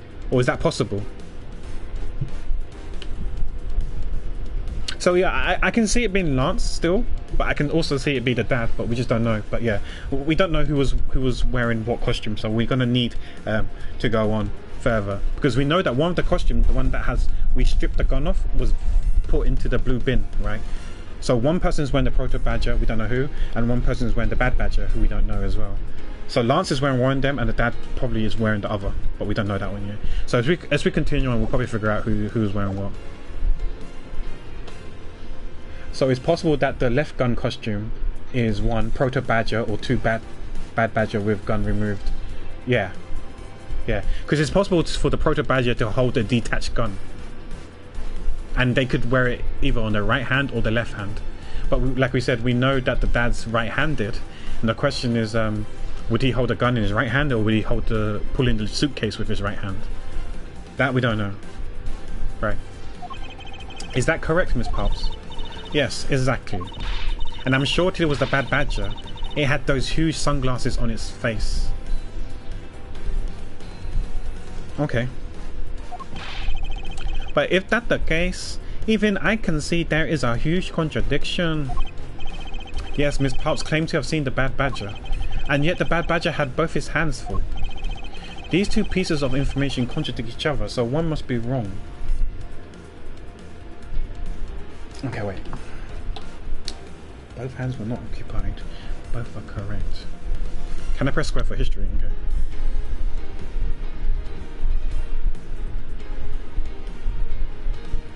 No, I think it's possible. We said it already. We said it's possible. You rip the gun from your right hand, and you can hold it on your left hand.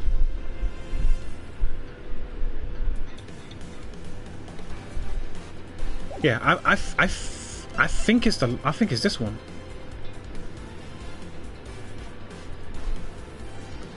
Yeah, because they rip the gun from the right hand, hold it on the left hand, and then they got rid of it afterwards. The costume in the hideout area, the kidnapper room or whatever you call it, the blue bin basically.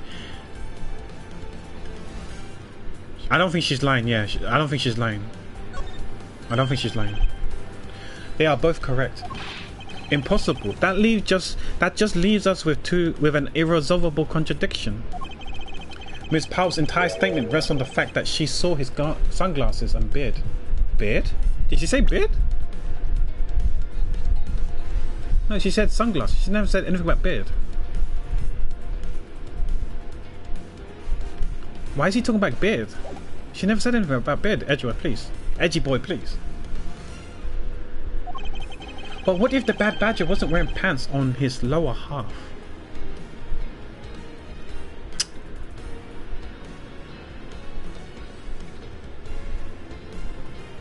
Wait, are you telling me what? He just wore the...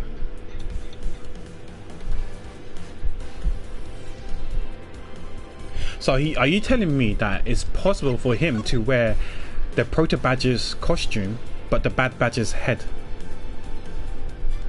Because you remember, we saw this separate head lying in the isolation room where we were. Is it possible to wear one body and then another head? I mean, it's possible, but why would you do that? There must be a reason why you would do that, right?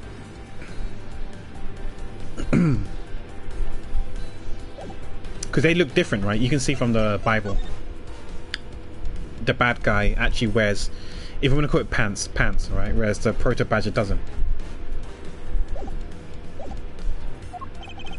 This proves that there was a way for the Bad Badger to freely use both of his hands. Because he was wearing the Proto Badger outfit. The gun was not super glued or sewn to his hand, therefore he can hold the gun with any hand, and he can pull the suitcase with any hand because there's no gun sewn to it.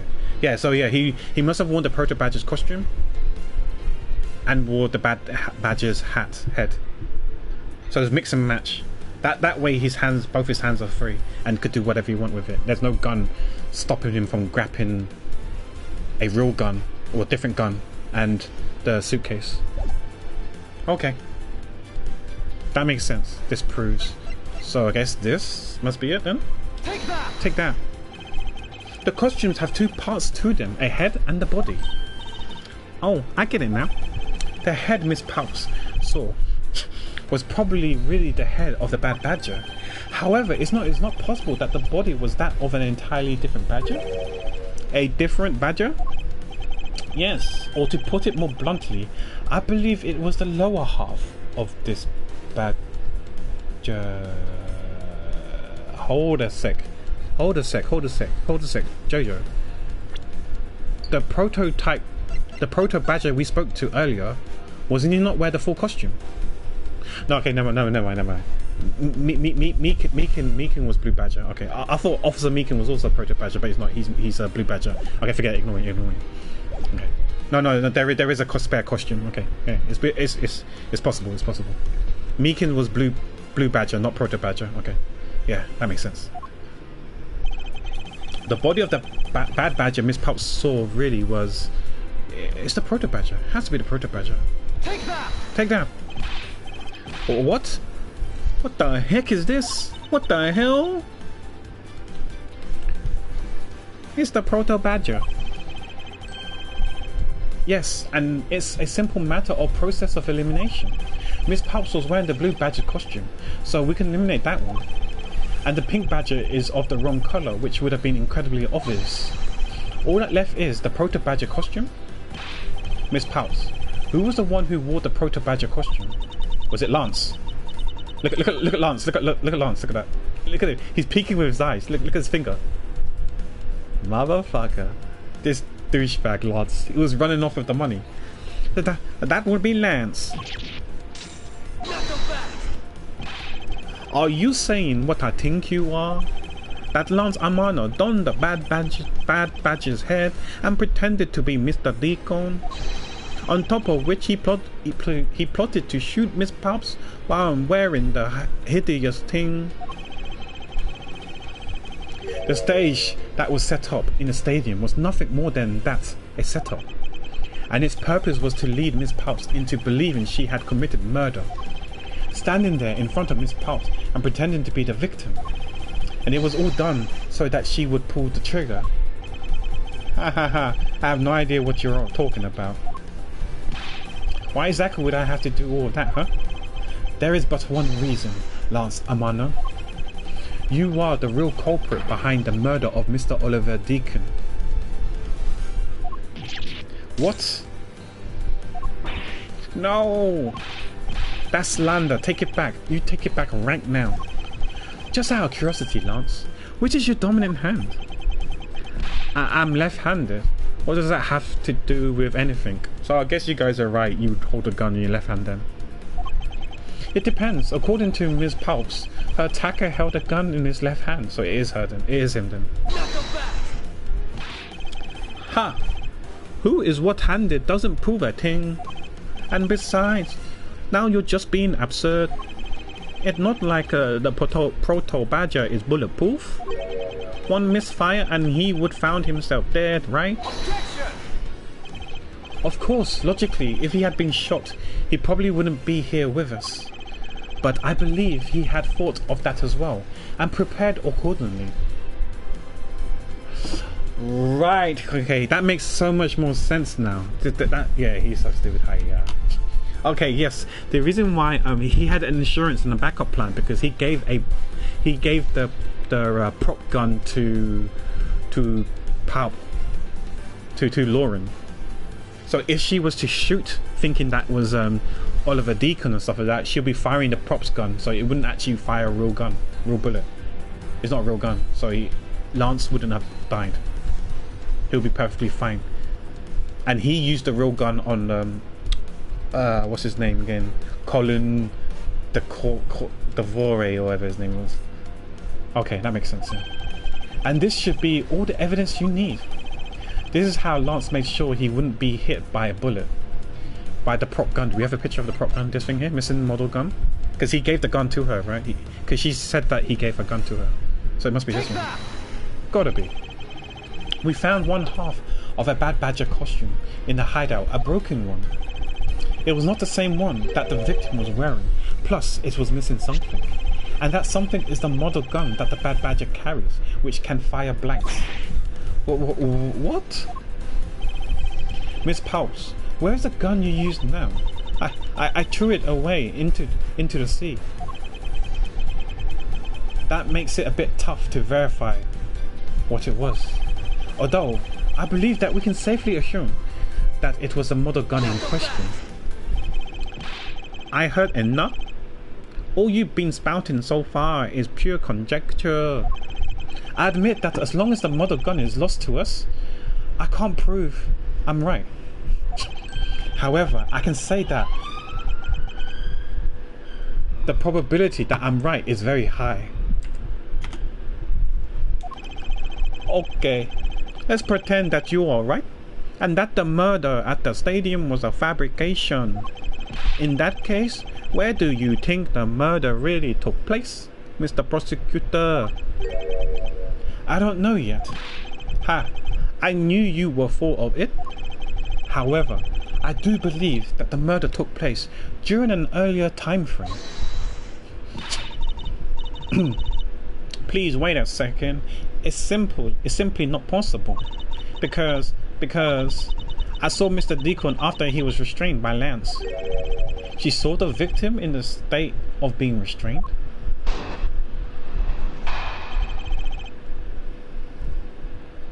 What did she see?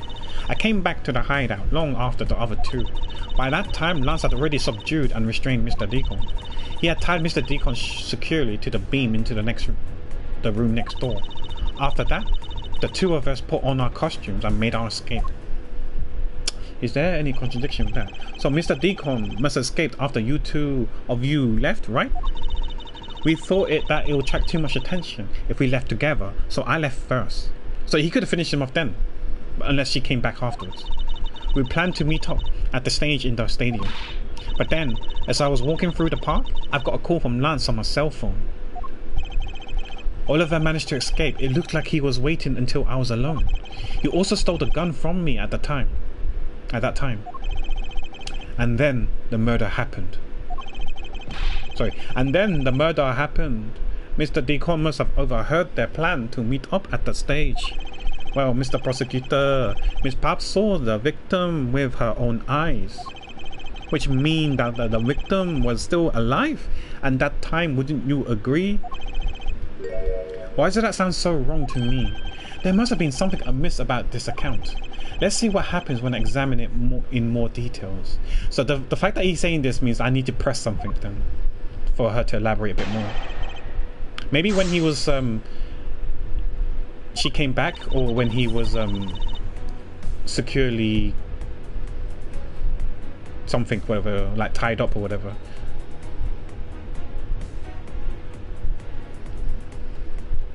Yeah, they had a time frame. Yeah, when she was away, that's when the murder could have happened. When she walked out, because she left first, right? It can happen anytime. you to the beam. Okay, let's press on this. Hold it! So let's figure out more. You are sure that it was Mr. Deacon that you saw? Yeah, it could have been the other way around. It could have been the other way around, technically, but I don't know. Yes, I'm certain of what I saw. Did you go into the other room to check? Lance said that it was best if I didn't get too close to him. How convenient. Lance, he's such a kind soul. Then are you telling me that you did not confirm that it was Mr. Deacon for yourself? I checked through the slit in the door that separates the two rooms. He had a Bad Badger's head on, so I'm absolutely sure. But there's two Bad Badger's head though. That just had to be Mr. Deacon. She saw a Bad Badger's head.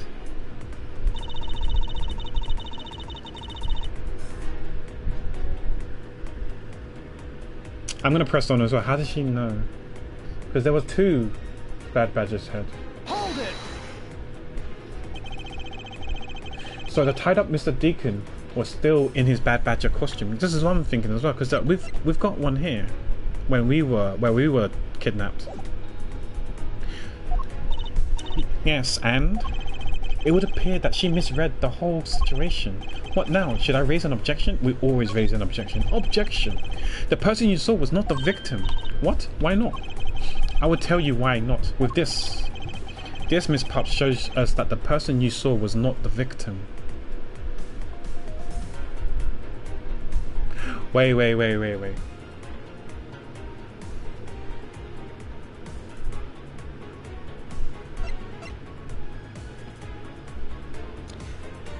Yeah, because if we had, if the head is reverse,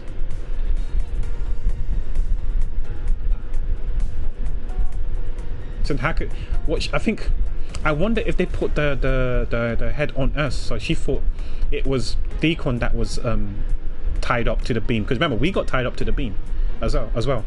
I wonder if they put the head on us to make it look like we was Mr. Deacon. So she thought it was Deacon that was tied up, but actually it was actually us. That's what my only guess is. I can't think of anything else. Take that! Miss Pulse, the person you saw was not Mr. Deacon at all. Huh? The person you actually saw was this person. It was me. I don't think it was Lance, I think it was me. Because we couldn't see shit at the beginning. It was me. Huh? The person I saw was you, Mr. Edgeworth? Because we was also locked up in a room next door or something like that. They all look very similar, the rooms and stuff.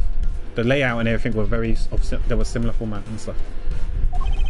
I always thought it was a bit odd. Why would the kidnappers abduct me, even after I had handed over the ransom? It's not as though I saw the face of the kidnappers. If I were them, I would have just taken the $1 million and ran. But in the end, there was a point to it all. It was to make me look like Mr. Deacon. And if that was the reason for which I was abducted, then I believe we can assume that the victim was already dead at that time. Well, Lance, am I right?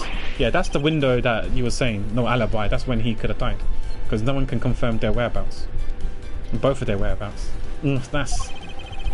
You showed Miss Pups a person, namely me, with a Bad Badger's head on, and then made your costume escape together, or so you pretended. Huh? What do you mean he pretended?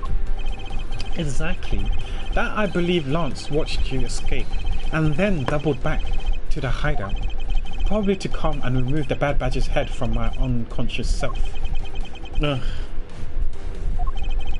And to create his fake prison with the prop sword. He then escaped via the passageway. Hold your tongue, boy. Don't get caught. Oh, why is he grabbing onto Lang? Don't get caught up in that tidal wave of words coming out of Mr. Prosecutor's mouth. Tidal wave? We heard a lot coming out of you, but I yet to see a shred of evidence. The victim betrayal and his subsequent detainment. All of that could have happened while you were out cold. That's right, you were out for quite a while, Mr. Prosecutor. Even if that was the case, Miss Pups would have still seen me tied to that beam. I was scared of Mr. Deacon, so I didn't go into the next room. So I really have no idea if you were in there or not, Mr. Edgeworth.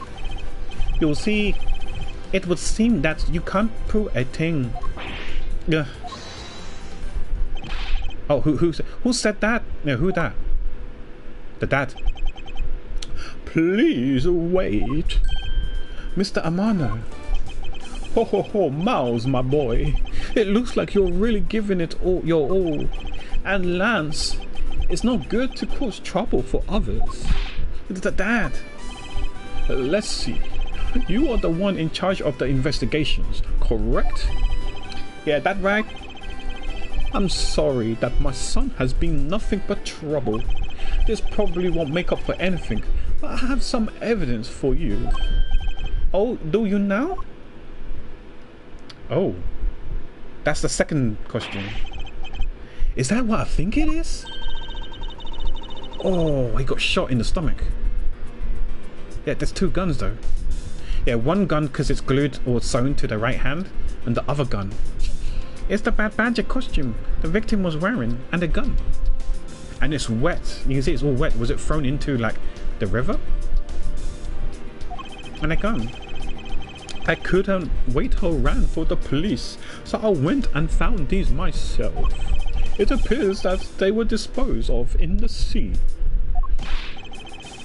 Ah, is there no one in this country who actually obeys the law?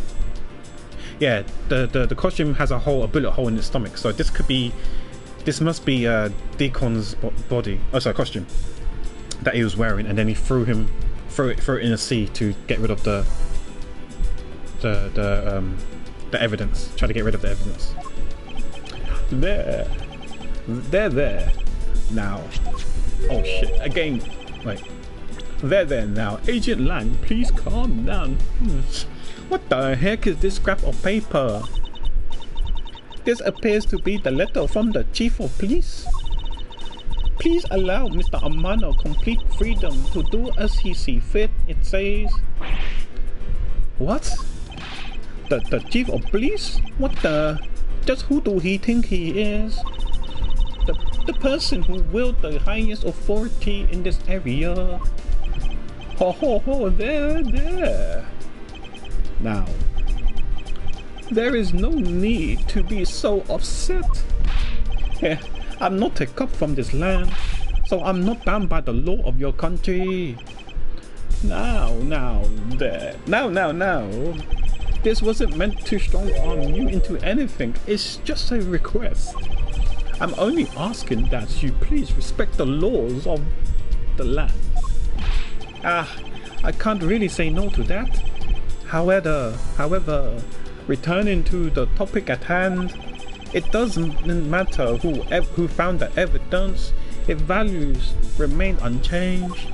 Alright now, let's take a look at this new evidence. I've already got the results back.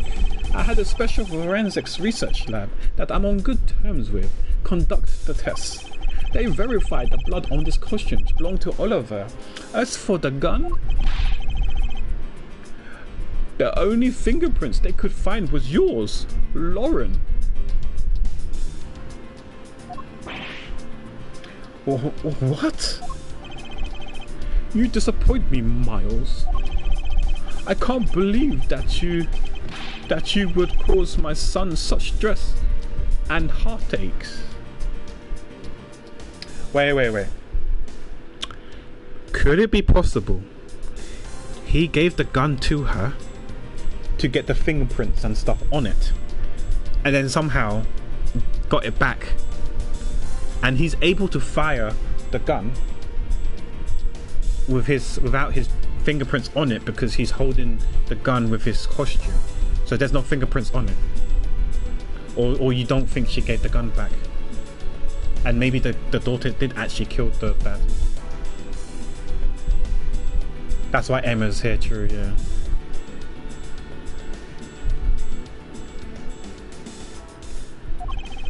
Thank goodness I was able to find the final piece of evidence. Remember, the long gun is out there in the sea.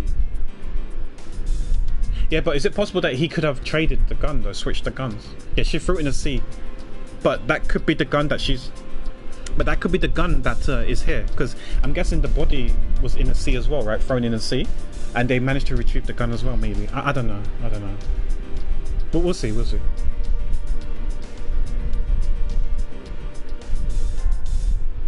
Because why did he have two guns then? Why is Lance's fingerprints not on it? With this, you have no reason left to push my poor boy around. That's it? These are the case-making pieces of evidence? Let's see what happens further on, and I could like piece my thoughts together. Ha! I'll be the judge of that. I won't rest until... Okay, this is the same thing, nook and cranny stuff. Okay, let's look at the whole thing. We know for a fact that this is where the person got shot. This bullet hole. It looks kind of burnt around the edges.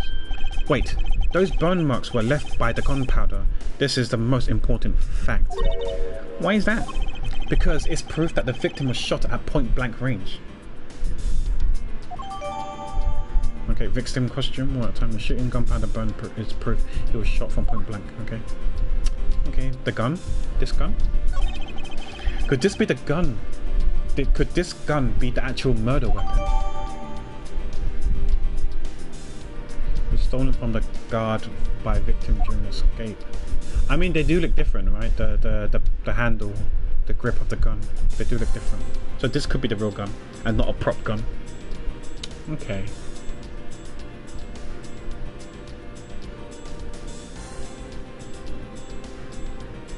Hey, what's this? Is this a mirror shard? Do you remember we saw a broken mirror? Could this be the shards of the broken mirror? What's it doing here then?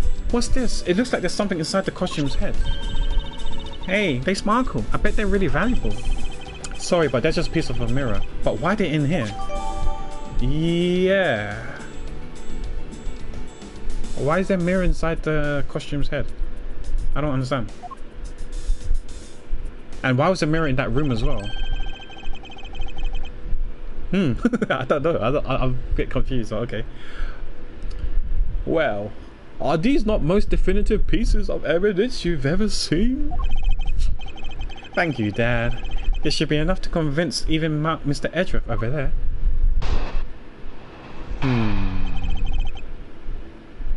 Okay, let's listen to his testimony, I guess. Decisive evidence. Make no mistakes. There are fingerprints on that murderous gun. And they proved that it was Lolly who killed Oliver. But Oliver was the one after Lolly's life. So Mr. Edgeworth even knew must see that Lolly was only acting in self-defense.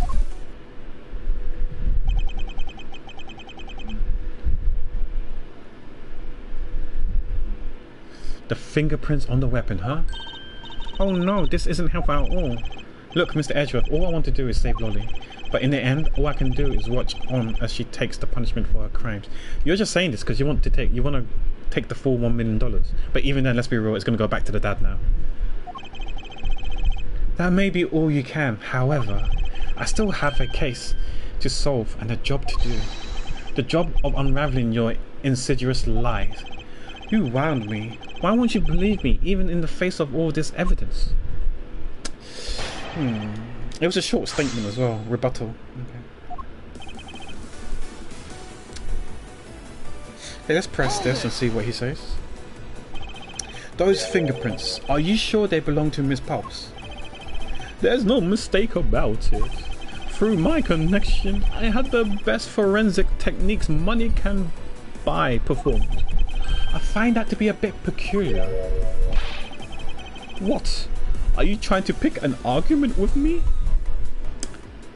Did he pay to, just like in K-drama, the corruptions of police force and stuff?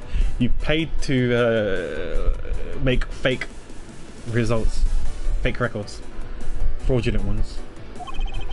What should I do? Should I raise an objection? We always object. Objection. Frankly, I don't believe that Miss Pulp's prints should be on that gun to begin with. And the reason why Miss Pulp's prints should not be on the gun is...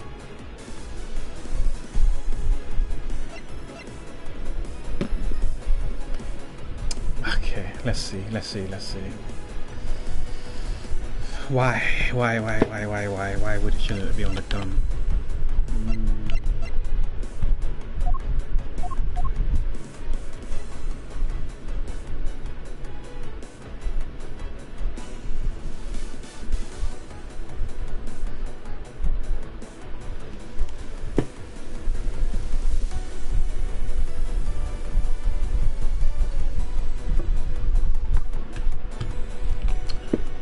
So we're saying we shouldn't have objected. Oh well. I mean, we just lose a life. You know, at the top left hand corner, that red bar, that's how much life we lose. So it's not the end of the world if we lose a bit of it.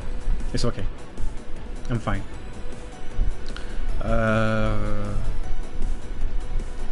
It should not be on the gun. Why would it not be on the gun?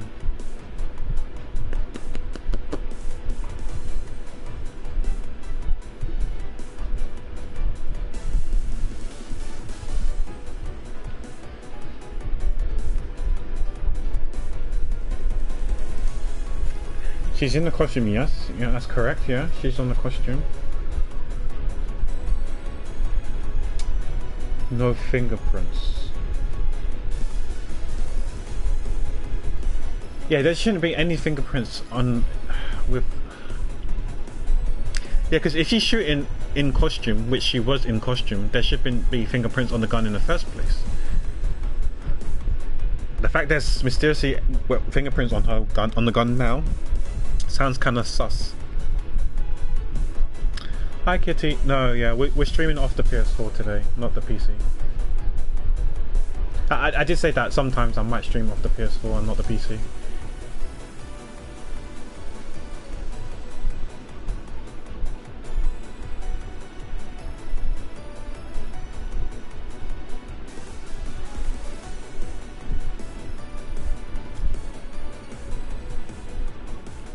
So if that, let's assume, yeah, because she's in costume, so she shouldn't be able to have fingerprints on the gun.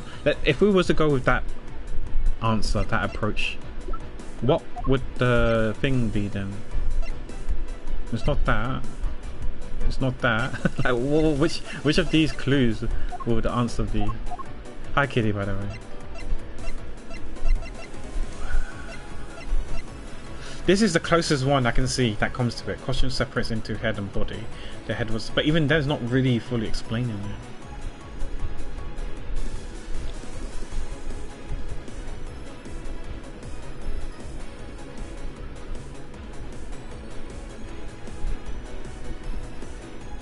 Maybe you think the magazine? This one here.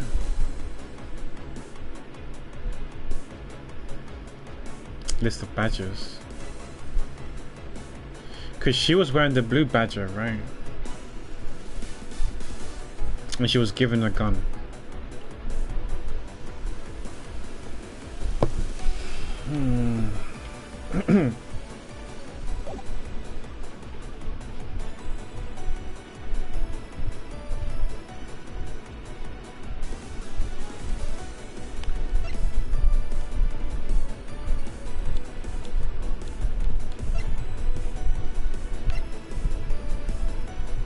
Oh, it tells you who was wearing what. Oh, I did not know that until now.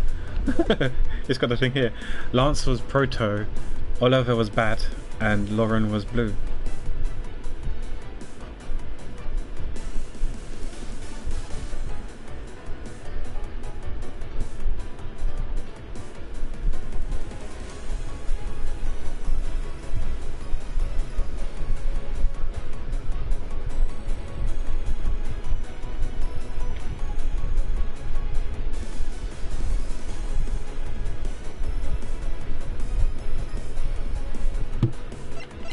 Let's have a look at this here.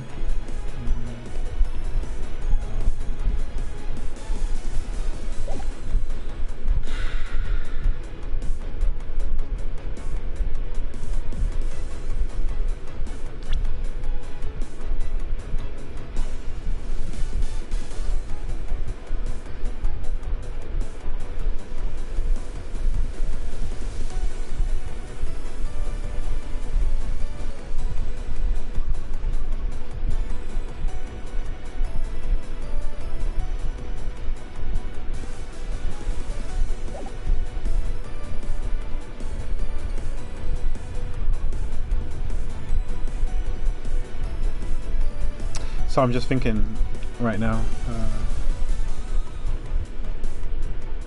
why? She was the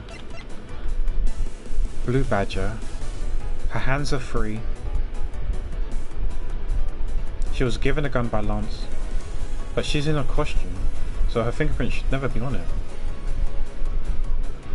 That's what we think, right? It's because she's in the costume, so her fingerprint should never be on it in the first place. And she was given a gun, whether it's a real gun or a prop gun, who knows? But she said she threw the gun away into the sea, into the water, right? I'm no expert. If you throw something into the water, would the fingerprint still be on the gun or be washed away? That I don't know. Right.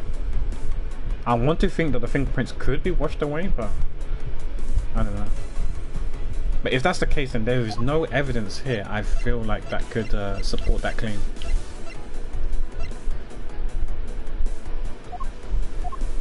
And even then, we don't know is a real gun or a props gun as well.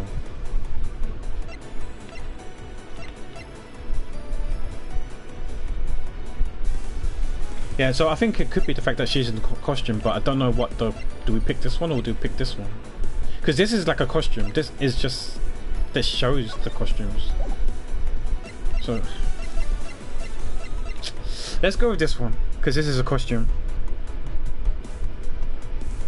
Because she's in costume, so her fingerprint should never be on the gun in the first place. Unless she handed it beforehand, but I find it hard to believe. Take that! It's simply not possible for Miss Pops to have left any prints on the murder weapon. Because while she was at the stadium, Miss Pops was wearing a costume. This is what we're saying. Because she was wearing a costume, no fingerprints. It should be on the gun. Huh? But there has to be a mistake. No mistake. We found fingerprints. Well, Miss Pops, do you remember touching a gun at all? At any time? Ah, yes. As a matter of fact, I did hold it for a bit back in the hideout. I handed it off to Mr. Decon when he left, and Lance left for the haunted house. To retrieve the ransom money, I suppose. And there you have it. That is when Miss Pops' prints found their way onto the gun. Gugh. Do you really understand now, Mr. Amano? The fingerprints do nothing to prove that Miss Pops is the murderer. But you still don't have anything to prove that she isn't the killer, right? You seem very adamant about insisting that your girlfriend is a cold-blooded killer. Oh, Lance. What? No way. I'm incredibly worried about her. But that doesn't change the fact that you don't have any evidence, right? That's where you're wrong. I have the evidence. We do? What? How? The story that Miss Pops killed the victim at the stage in the stadium. The whole affair is simply not true because that was not the real crime scene, but a setup. This proves that the real murderer was not committed at the stadium at all. Oh yes. I think it's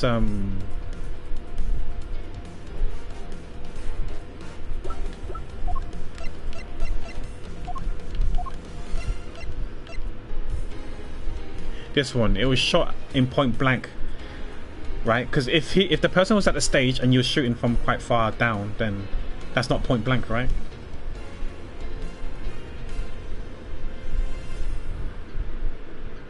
Or could it be considered point blank? I don't know. I think it's this. Either that or the glass. Yeah, I'm still confused about these the mirror stuff, the mirror fragments, the shards. Like, what's that got to do with it? Yeah, we go with this. If we're wrong, then we go with the mirror then. How about that? Take that! Let us take another good look at the costume the victim was wearing. Then I believe you will see why I insist he was not shot at the stadium. This is the part. Wait. Do you think it's possible they got shot inside the kidnapper's room and the bullet went through the body and hit and went straight into the mirror? And whoever killed them panicked, right? Because they need to pick up all the mirror pieces to get rid of like evidence, and they put it inside the head, and got rid of the costume as well, the evidence, and threw it into water. This is the part of the costume that proves it. So this one must be where the hole is. Take that! The burn around this bullet hole was made when the victim was shot at point blank range. Ah, so then you mean the murder Miss Oldbag saw the stadium was really was? Yes. She saw two people, but they were separated by a distance. If the victim was indeed shot from below the stage, there shouldn't be a gunpowder burn. Ah. Okay. Hey, look at you, Mr. Smarty Pants Prosecutor. Since you seem to know all the answer, why not tell us where the real crime scene is then? Lance set me up to look like Mr. Deacon back at the hideout. If that is the case, then a murder must have happened prior to that. And the location where Lance and the victim were just before I was imprisoned was... It was where the mirrors was, yeah, the mirror. Oh, you see all those mirrors that were busted? I've got it. I know where the real scene of the murder. The real location in which Mr. Deacon was killed is here. Because didn't we see blood as well at the beginning?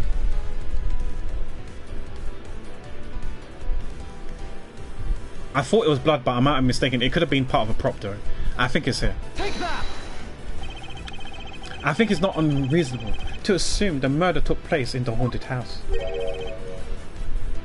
The haunted house? Can you see the stuff on the right side? Can you see there's blood on the right side? The blood splatter on the walls and the floor. I wonder if that... I don't know. Could that be part of it or no? Because I remember seeing blood there as well. And the mirror shattering. The bullet could have like smashed the mirror as well, probably. Yes, and I have proof that it is highly likely that the victim was killed here. What proves that the real scene of the crime was in the haunted house? It's got to be the mirror then, right? Because this is the only thing we haven't used yet. Take that! These were inside the costume, and the victim was wearing. They're fragments of a mirror. A mirror? And what does that have to do with anything? Indeed, you don't exactly expect to find pieces of a mirror inside a costume. Yeah, that's actually pretty dangerous. However, there's one place I can think of where there's a plethora of mirror fragments, and that is the haunted house. Lance Amano, I propose that you killed Mr. Deacon with the revolver in the haunted house. And here's me thinking it was Colonel Mustard with the lead pipe in the study room. If you know, you know. After that, you stole the blue Badgermobile to move his body to the Wild Wild West area. The timing of when the blue Badgermobile was stolen confirms this as fact. Miles, my boy, say no more. I'm sorry, Mr. Amano, but I cannot do that. Be quiet. Yes, please do something. Stop that boy from speaking any more nonsense. Ernest Amano, correct? I mean you. Now be quiet, Gramps. How dare you? I don't need words. The only thing I require is evidence. Decisive evidence. And to call the mirror a bit decisive is a bit too much, too presumptuous, Mr. Prosecutor. What? Shinna, wasn't there a mirror in the kidnapper's hideout? Yes, there was a mirror there. It can easily be swapped and replaced, no? A mirror that's for the haunted house? You see, isn't it possible the fragment got into the costume there? But Agent Lang, there were no fragments on the floor, so the probability is very low. Probability, ha ha ha ha ha. Lang Ji says, on truth, path the word probability does not exist. The only thing that does is definitive proof. The question, Mr. Prosecutor, is, do you have the definitive proof you need? Well, Mr. Edgeworth, do you? Do I have solid evidence that proves the murder took place at the haunted house? The answer is no. See, so since you don't have any, shut up? I don't have the evidence yet, but I'm certain the murder occurred around the time I turned the ransom over. At that time, the only people at the haunted house besides myself were Lance and Mr. Deacon. And if I can prove that the murder took place at the haunted house, then I can prove Lance's guilt in connection to the murder. What now, Mr. Edgeworth? Agent Lang, I have a special request. Yeah. I'd like to prove to you that the scene of the crime was indeed the haunted house. Why in the world are you asking the werewolf for permission? Oh, sorry, why are you asking the werewolf for permission? Because I don't really have a choice if I want to find the truth. Alright, permission granted, but you're not to touch a single thing, got it? That won't be a problem. All that's important to me is the truth be brought to light. It doesn't matter by who or how it's done, as long as it is... Oh, what's happening? Shina! I'm here. Put in the paperwork for the authorization immediately. Understood? I'll go get the Gatewater Group approval. Oh, who was that? Now. Let's hold on for a second. There's no need to obtain approval. Mr. Amano? Agent Lang, if you would please take a look at this. What is this? Shana. It's the deed to the haunted house. The deed? Read it out loud. Gatewater Land Inc. hereby bequeath the property known as the haunted house to Mr. Amano for the lump sum of $1 million paid in full cash. What? As you can see, I'm now the legal owner of the haunted house. Are you kidding? When did you? I ran into the owner of the park earlier and we made a deal almost immediately. How quick things move when you can prepare $1 million in the blink of an eye. That $1 million you paid. Don't tell me it was... Oh, that's right. This discussion suitcase belongs to you, doesn't it? I don't have any more use for it, so you may have it back now. You used the ransom money? My Lance is a good boy. He even apologized for the kidnapping a bit earlier. So I do believe that I will forgive him. After all, he did return the ransom money. That's the way things are, so if you would please discuss things with me from now on. Discuss? What is there to discuss? Why, permission to enter the haunted house, of course. We need a permit then, I guess, right? Sorry, a warrant, not a permit, a warrant to investigate there. While we were busy listening to Lance's story, Mr. Amano was out there preempting us. Permission to search the house is denied. End of discussion. Yeah, we need to do the paperwork for the warrant, right? If we think there's a crime scene taken there and to gather evidence and stuff like that. Agent Lang, I want you to arrest that girl. And Miles, you should hurry on home now, my boy, before I really lose my temper. Mr. Amano definitely has the deck stacked in his favor here. Yeah, pay to win, don't award, exactly, yeah. What should I do? If I leave it like this, the truth will be lost forever. Oh no. Oh, to be continued. Okay, so now this is the latter part. Right. Maybe we can finish it today. I don't know.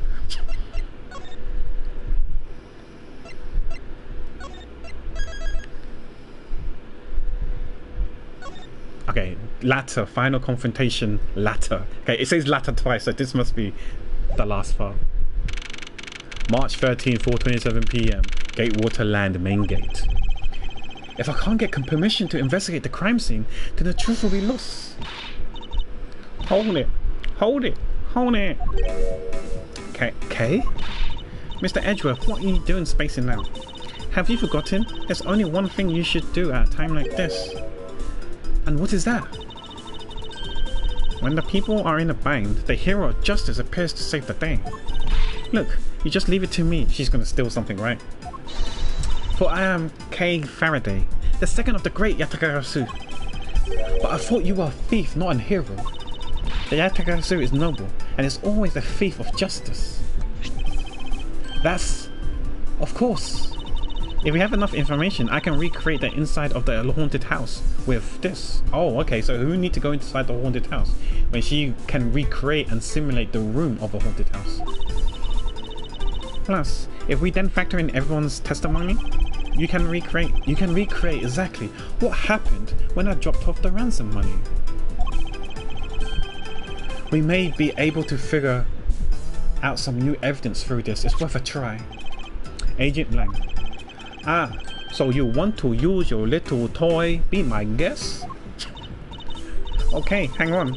You're about to witness the true power of a real modern day Robin Hood. Detective Gumshoe. Is there a copy of the haunted house blueprint among the police's reference documents? Yes, sir. We got it in case we needed it for the kidnapping case. Alright, I'll put the haunted house data then. Beep beep boop beep boop boop boop beep beep beep boop. Oh shit, that looks so real. Oh, what is this? Oh, where are we? It's like we're inside the haunted house.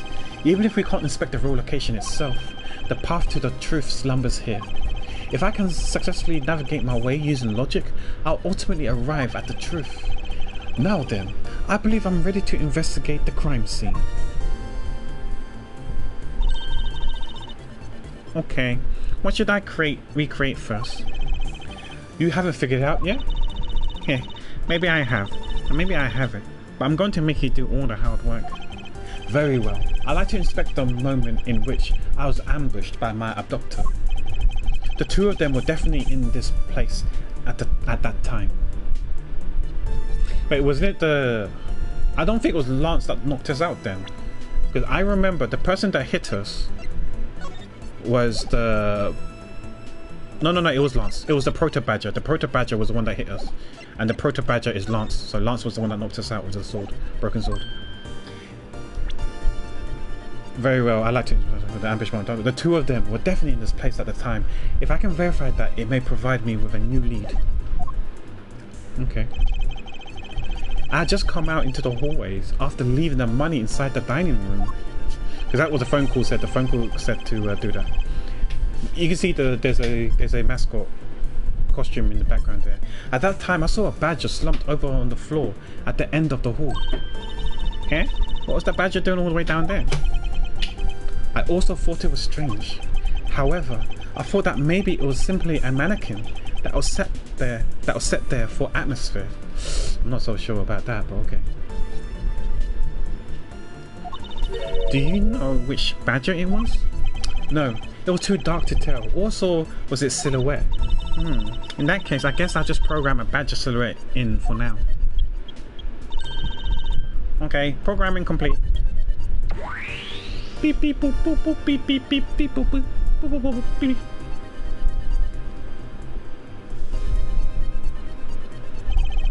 Then I started walking towards the exit. And that's when you were struck from behind, right? Yes. But that's odd. The hallway is a dead end. Where did your assailant came from? There is only one location I can think of. I believe my assailant was lying in wait here. I guess it's hidden. Take that! That doll I saw wasn't really a doll, it was in fact a costume kidnapper. Oh, so he used the costume as the perfect camouflage to blend in with the rest of the house. Precisely. He waited until I made the drop off and was about to leave. Then, just as he saw me take a step towards the exit, he stood and launched his attack. I can't think of no better hiding place than this. Hey, not bad. I'm beginning to think I should steal this tactic for myself. Just don't use it to do anything criminal, okay? He looks like a Pikmin, kinda. Pat. Well, Lance. What are you asking me for? As one of the kidnappers, I figured I should give you the chance to confess first. I was one of the kidnappers, but I don't know anything. I did come up to the haunted house, but I never set foot inside. I left Oliver in charge of picking up the ransom money. He didn't set a foot inside? Is he telling the truth, or is this another lie? Alright, then you're claiming that it was Mr. Deacon who assaulted me. Yes, I'm sure it was him. Okay, imported the new info now, Mr. Deacon was the Bad Badger, right? Since the Bad Badger has a gun attached to its right hand. But he's right hand dominated though, so how can he hold the sword with his right hand and attack? If there's a gun holding it, he has to hold it with his left hand. The sword that is. I have to change it so the weapon is in his left hand. But I thought the person who attacked me was with the right hand though. I can't remember, but I thought it was. But okay, we'll see. Now to verify the facts of this recreation. We'll begin investigation. Okay. Haunted house. Okay, let's check this one.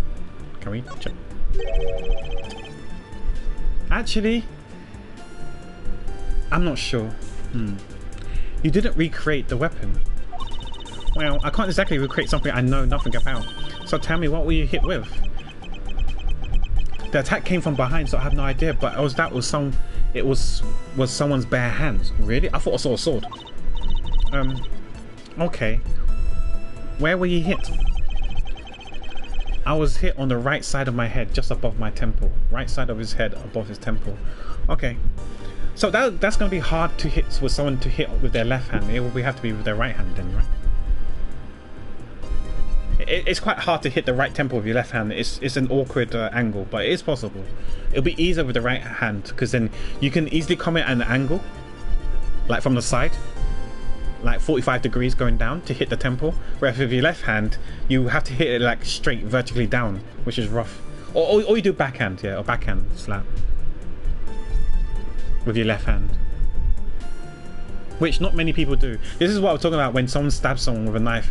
It's hard to you can easily tell if it's someone right-handed or left-handed that stabs someone, unless you hold a knife differently, awkwardly, like upside down kind of thing to stab someone.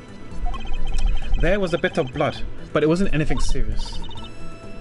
He was a badminton player, case closed. True. Ouch, sounds painful. Why are you smirking like that when you say it? It's just your imagination. Now, let's see.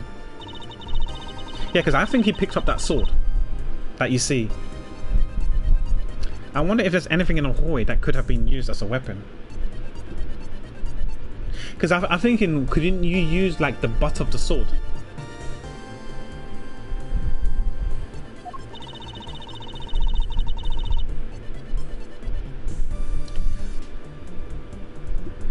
I'm looking for something the culprit could have used to hit you with. Yeah, I think it's a sword. So we got a broken sword here, so we can prick this one maybe. Take that! If you hit the butt of the sword, the bottom part, you can... or maybe the sword is fake, right? So you hit the blunt part of the sword. I have it. It was indeed one such object lying here in this hallway. A prop sword. Are you talking about this thing here?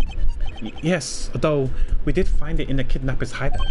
Yeah, so he probably took it with him and locked the door to pretend that he was held hostage. So it must be Lance then. Wait, yes, it's possible that the culprit took it with him after using it on me. Yeah, exactly, that's what I just said. And he locked himself in the room and pretended to be like held hostage. To leave no evidence behind, right? Hi Time, how you doing? How's it going? Correct. It might be worth a more thorough examination yet. Okay, so what tests do you want to run on this sword?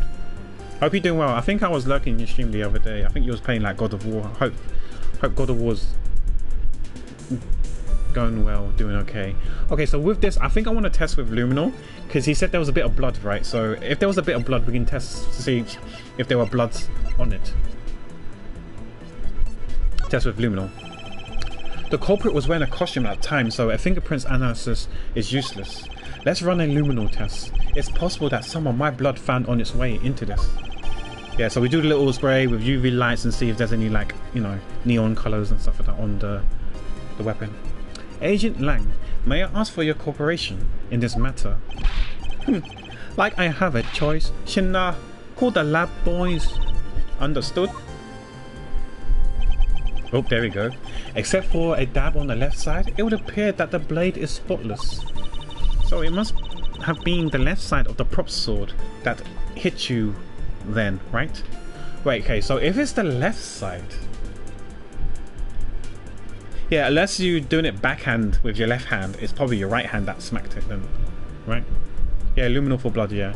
You'll see like the neon light when you use like a UV light or whatever to show there was gun blood. You see this in a lot of like CSI and forensics shows and stuff like that. It was also used in the first or second case, luminal as well. Okay, I'll update the recreation with this new piece of info. Beep beep boop beep boop boop boop boop beep.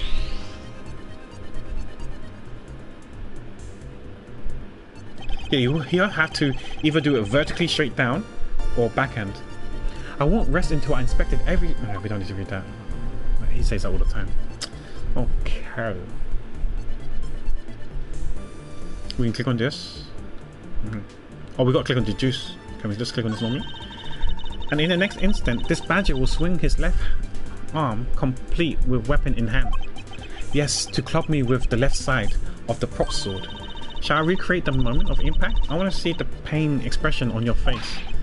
It's just fine the way it is. Wait, maybe not. Is it my imagination or something's not quite right? Yeah, it's not quite right. It's got to be this. Right. Is this a spot somehow connected to any of the evidence I hold?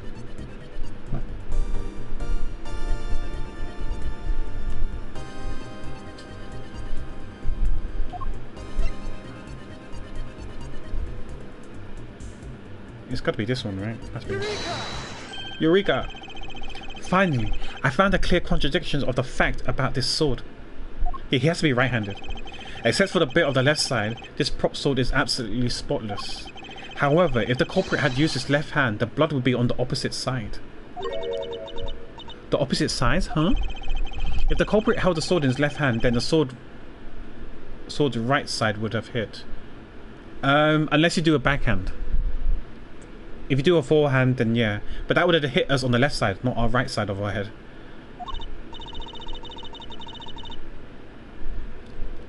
I see, but the blood was on the left side of the sword, right? Which means he used his right hand to hit you. Exactly. The prop sword has a large handguard attached to the hilt. It would be impossible to hold it with two hands while wearing a costume with such big hands. Therefore, it couldn't be the left hand or both hands. It must have been the right. I'll change the data to reflect a right hand swing. Not yet, Kay. There's no sense in changing anything yet. If you change the parameters to the right hand, it only creates a new contradiction. Changing the prop sword to be in the culprit's right hand would conflict with what this thing here. Because the gun should be here. Take that! The bad badger already holds a gun on in his right hand, so he can't hold a sword in addition. Hey, that's right. Then what now? If it wasn't his left or his right hand, it means that the one who struck me could not have been the bad badger. Are you paying attention, Lance? Ugh. Mr. Decon could not have been the one who struck me, which leaves only you as my primary suspect. Ugh. Fine, it was me. I hit you. It appears that you lied to me yet again, but see how quickly they catch up to you, Lance. Wait, isn't Lance left-handed? Ah, yes, but that's what makes this deception all the more interesting. He used his right hand to make it look like Mr. Decon had been the one to strike me. For you see, firing a gun with one dominant hand is difficult. But that level of dexterity isn't required to swing a prop sword. Ugh.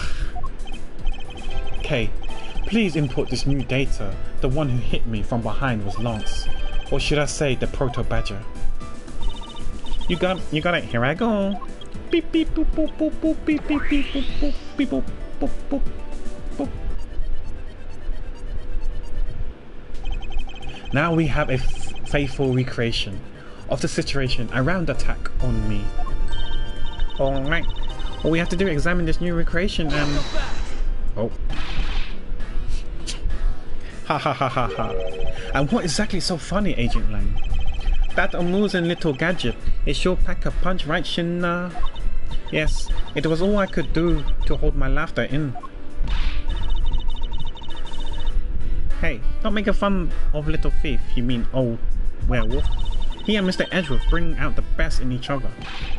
You had your little fun, but now it's my turn. I sat quietly by listening in. But the cruel conclusion you two kept spewing don't whet this wolf's appetite. There's no guarantee that your toy will always show the real situation at any given time. All it displays is whatever information you put in there, right? Well, when you put it that way, your superstitions are wrong. It's all your fault, so I'm going to let you in on this. There is a trick to this haunted house. And what may that be exactly? A trick beyond your tiny imaginations can produce Shina. Here you are. Now then, what you miss, girlie, is written right here in this pamphlet. Thus, the 7 wonders of the haunted house, the disappearing badgers. What is this? I say that someone around here is fond of theatrics, and as you can see, they set a doll down at the end of this hallway for that purpose. Basically, the blue badger you saw was just a stupid doll. Okay. How can this be? Guess that throws your whole theory about it being your attacker right out the window. But that can't be right. Maybe the culprit hit the doll somewhere, and then he laid down and pretended to be it instead. Oh, all good, Jojo. Have a good night. Thanks for being here. Appreciate the love and support. I think we're probably near the end, but I don't know how long left. We'll see. If the criminal couldn't hide himself in the hallway, how could he hide a giant doll? I mean, he's got a point though. Do you get it now? Thanks for your presumptions. Your logic started off weak and led you to the completely wrong conclusions. Ugh. Now get off your high horse. Hi, Falandor. Mr. Edgeworth. By the way, Falandor, I was gonna DM you, but since you're here, I might as well tell you. I seem to have accidentally forgot to record the time lapse of the art thing that I was working on last night's stream. So what I'm gonna do instead is that you're still gonna get your time lapse video, but it's gonna be in the base of the VOD that we use in the stream. So I think next stream when we're finishing off, I'm gonna start recording the time lapse from the art program itself. But what I'm gonna do is that for the main bulk of things, I'm gonna use the VOD, speed it up to cut it down to like X minutes, right? And then towards the end, when I show like split by split, like the progress from the construction lines to the sketch to the line to the flats to the completed finished product, that will be taken from the time lapse from the actual art program. So it's not ideal, but it's the best of the crappy situation that I have somehow put myself into. I hope you don't mind. Yeah, because I had a feeling that I may have missed something, and I guess it was the time lapse. But you'll still get the speed art of it though. It'll be through the actual VOD itself. I don't know if you watch any of the other videos, but in the other videos it's actually the time lapse from the art program. But we're just going to be using the VOD itself. I can crop out the left hand side of the stuff, but the right hand side of the stuff will be a bit trickier because when I zoom in and stuff like that, I don't know. I mean, if I do crop it, then you're going to see very, very small thing. I'm going to have to watch the VOD and then see what parts I can crop down and stuff like that. But yeah, I do apologize. But yeah, the second stream on Friday, I will make sure I record the rest of the time lapse. And then the ending part, I'll make sure we use the time lapse for that, and we use the main VODs for the bulk of the time lapse. But yeah, I do apologise for that. But thank you for being understanding, Falandor. Much love. Mr. Edgeworth, have you played Phoenix, right, or Ace Attorney games, Falandor? I don't know if these games are your sort of things. I feel like they could be your type of games, but I don't know if you like. I mean, you played JRPG, so reading is fine. Yeah, I don't know if this is your up your street, right up your alley, your cup of tea type of game, but yeah, I like these games. Okay, I wonder if you could please input the new information for me. You haven't played them, but you like them. I mean, there's also the anime as well, so I'm not sure if you've seen the anime. You've watched the anime, okay. So yeah, if you watch the anime is quite fun as well. I watched the first season, or the first few episodes of the anime, and it does follow the game. And the location is a bit different, because for us, because it's a localized and Western game, we're based in like America, I think it was. But in the anime, it's in Japan. Because, you know, anime. You don't know when to quit, do you? I can't quit. Not until I can declare that I found the truth.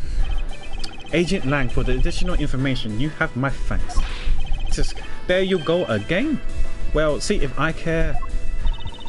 Okay, I'm updating the recreation now. Beep beep boop boop boop beep beep boop boop boop boop boop boop boop boop boop boop boop boop boop.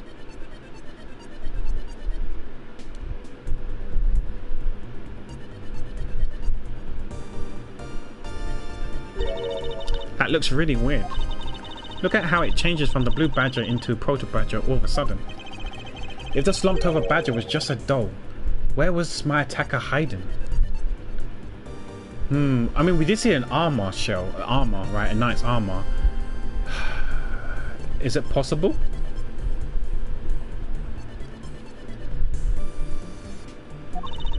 Well, that's what we're going to find out, right? So come on, Mr. Edgeworth, let's go. Yes, let's. This recreation can't be right, which means there must be a contradiction somewhere. Oh, we can move.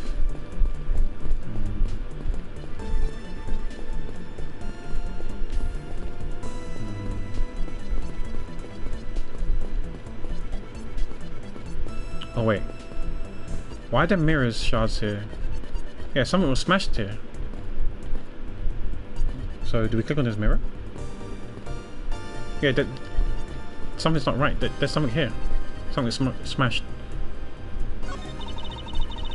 When you take a look around, it almost feels like a house of mirrors. Indeed, who has ever heard of this many mirrors inside a haunted house before? Well, at least we know this is the real crime scene thanks to these mirror shards. Hey wait, these shards. There's something different about them. Oh? The ones we found earlier are thicker than the shards from these mirrors on this wall. And look, there's some sort of designs on the back too. Oh? These pieces are from that costume that are certainly different from the other mirrors. What does this mean? Could this be that our pieces are not pieces of these mirrors? Okay, so they're from different mirrors. Okay, interesting. Okay. Let me check the badger at the end here, because they're claiming this to be the blue badger. I won't rest until I've inspected everything. Okay, we don't need to hear that. Okay. I guess we look at this one first. This blue badger is just a doll for use in this haunted house. I bet the ones who killed this blue badger was the bad badger, right? According to the Blue Badger Bible, it says that they are each other's worst enemies, all because one's an ally of justice and the other's a vile criminal with a gun. Perhaps they were just destined to battle each other, much like the Steel Samurais and the Evil Magistrate. So that's a reference from the first trilogy. Okay.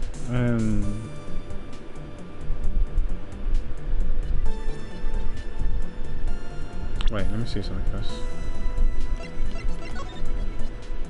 Wait, hold up. Have you not noticed something? Can you see the belt from the Blue Badger, the straps? One's going from the shoulder to the body and one going around the body, right? So let's just call it northeast to southwest and an horizontal one. Here it's northwest to southeast. It should be the other way around, like it should be going this way. Why is it going this way? There's something fishy here. What does it mean? Do we click on this? Deduce? Maybe? Is this... Yeah, it's what I'm going to have to hold. I guess we take out the Bible and show that it's different. Yeah. Eureka! Eureka! Hold on a second here. There's something wrong with this blue badger. Huh? Like what? The way the belt is on him is opposite of how it should be. Did you make a mistake?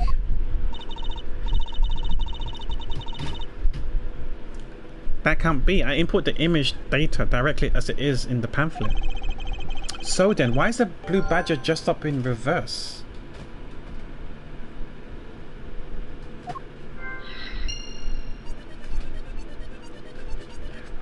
Could it be...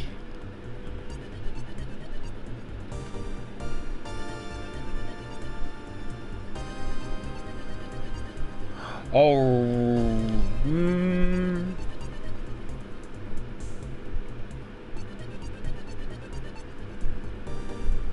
Alright, could it be possible that the person tried to he tried to put it on himself, right? He or she, whoever it is, tried to put it on himself using the pamphlet as like a reference of where to put it. But normally, when you put a strap and you're trying to match the strap in the identical position, most of us will probably use a mirror, right? We will use a mirror to put on the straps.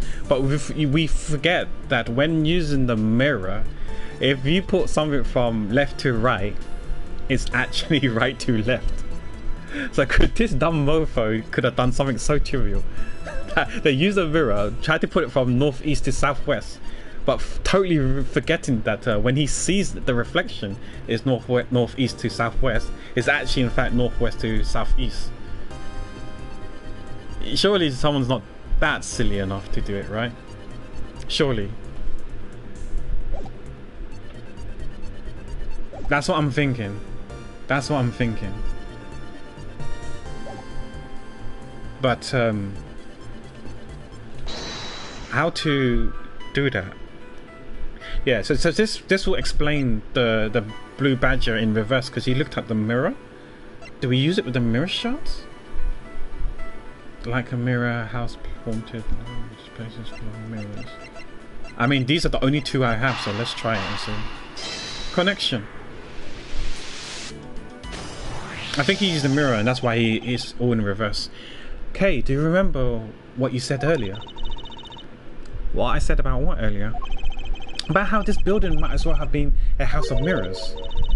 A house of mirrors? Oh, that would explain the reverse or mirror image. Yes, the blue badger might be nothing more than a reflected image of a real one.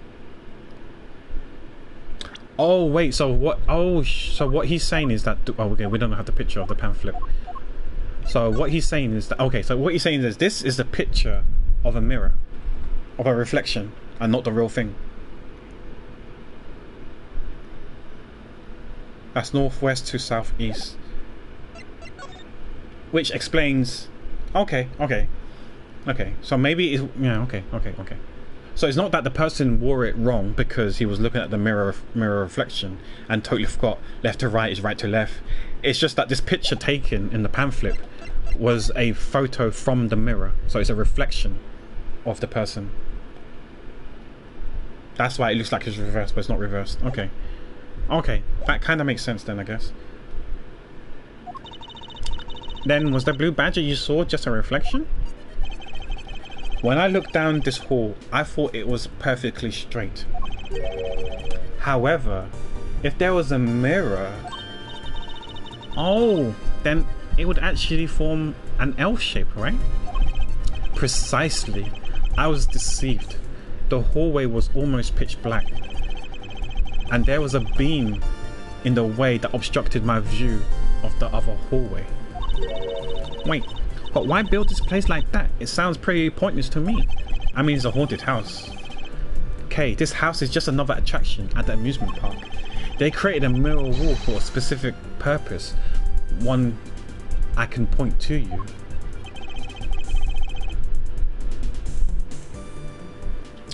This was the reason why they built a mirror wall.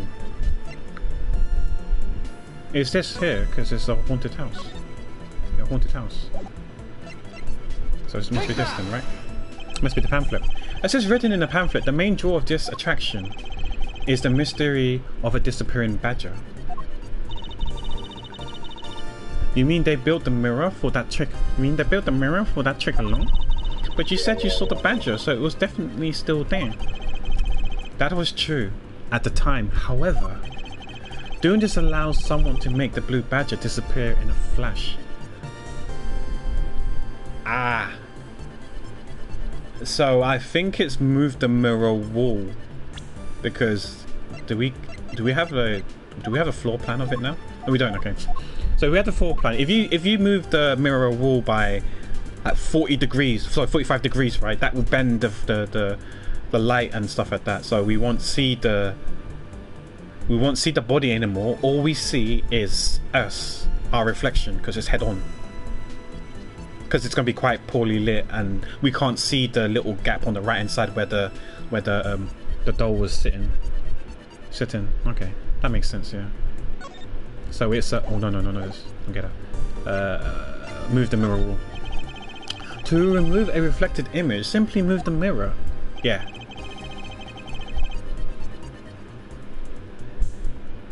Oh, okay. So maybe not directly at us where we see the reflection. It's to actually close off that room. Okay. That makes sense too. Then beyond where the mirror was, an empty hallway had to be created.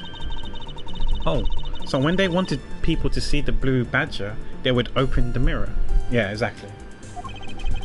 And when they wanted to hide it, they simply had to close it again. Yeah. This explains why the other side of these fragments have a design on them. Ah, and if the pattern is the same as the other walls in this hallway, then when the mirror is closed, it would blend in with the rest of the walls. Oh, that's actually quite smart. This is the mirror trick that this haunted house employs. And this also proves the existence of a hiding place for the culprit. Huh? How so?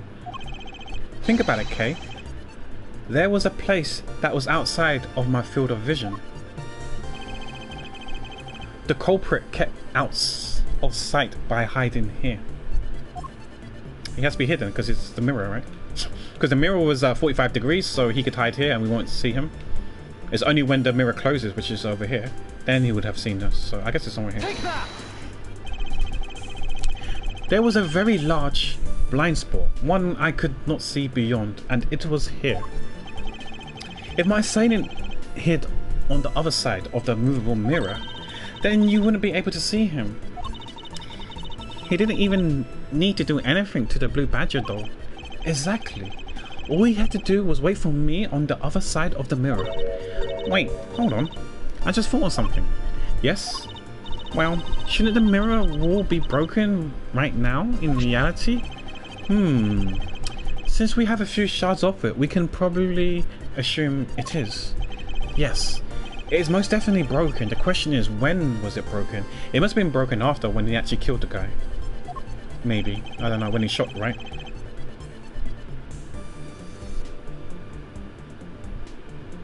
Since we found the insides of the victim's costume, that would mean the victim was there when the mirror's broken. Yeah, and they was shot at point blank as well. Wait, that sound.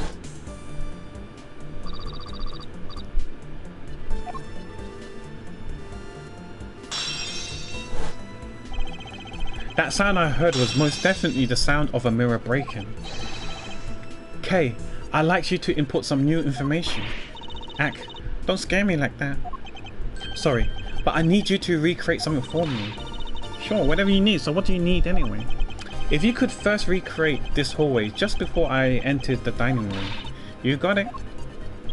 Beep beep beep boop boop boop boop beep beep beep boop boop boop boop boop boop boop beep beep beep beep beep beep beep. Now this I believe this is how it was right before I entered the dining room. Although at the time I thought it was but a single straight hallway, and then I went inside. It was around then that I heard the sound of a mirror shattering. You heard what then? Yes, I believe it was then that the mirror was broken. Okay. So that's when you step outside into the hallway again. The mirror wall should no longer exist, Kay. Please recreate that. Got it. Boop boop boop boop boop boop beep beep beep beep beep beep beep beep beep beep beep boop boop boop beep boop boop boop beep. Okay, so the mirror's gone now. It's smashed. Wait, but the mirror's gone and the culprit lost his hiding spot. So where did he go? In his proto badger suit, Mr. Edgeworth? Ha, that's easy enough. With the mirror gone? He simply hid himself in the branch hallway.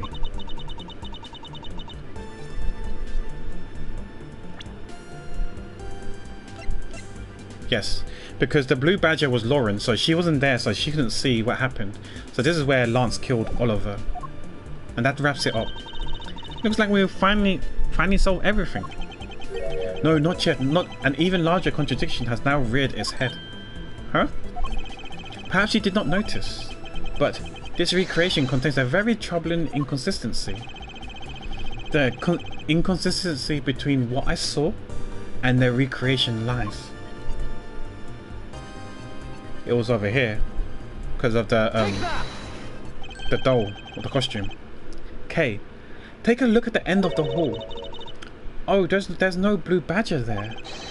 Exactly. The blue badger that I saw in reality is not here.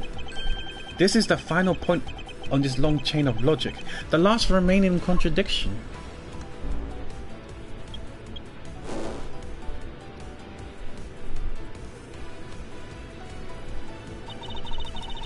So let me get this straight. When you came out of the dining room, you saw a badger, right?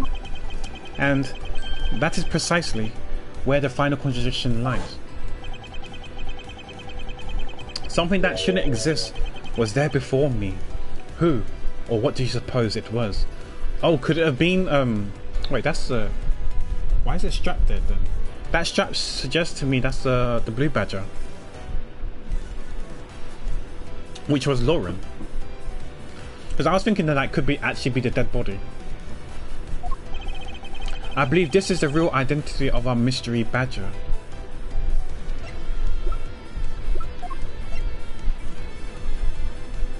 Yeah, I thought it was the victim's costume, the dead person. Take that!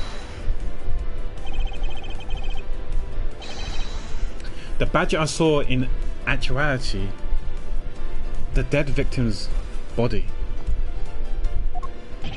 Ugh! Why is he reacting like that? What?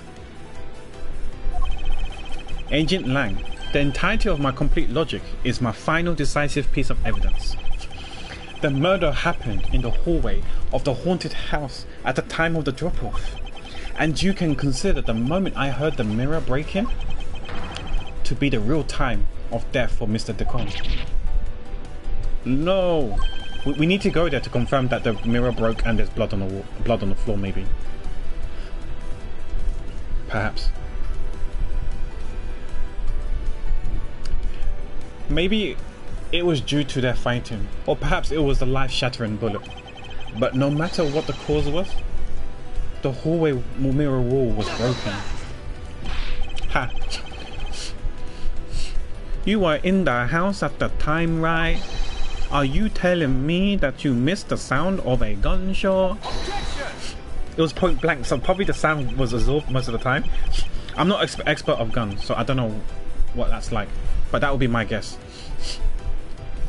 Couldn't because I've seen some movies where they don't have silencers on their handgun, so what they did was they put a gun, the barrel of the gun, the end of the gun, right by a carton of milk, right? So they place a carton of milk in front of the gun, and then they shoot, and the bullets go through the carton, and it basically hits the target and kills them. But you don't really hear a gunshot sound. So I'm wondering if it's something similar. If you put a gun right next to the costume, will it like absorb the shock sound waves and stuff like that, so you don't really hear the gun going off? But we did hear the mirror because it goes through the body and it smashed the mirror. I wonder. Like I said, I'm not a gun expert, so I don't know these things. But that is what I would guess. The gunshot must have blended right in. Hiya. Now then, I'd like you to recall something for me. Who was it that the victim was at the haunted house? Ugh. Who was the one who had the opportunity to rob the victim of his gun and use it on him? Ugh. It was you, Lance Amano. He's gonna break their handcuffs. Yep. Freedom! He's gonna collapse, is he? I'm sorry.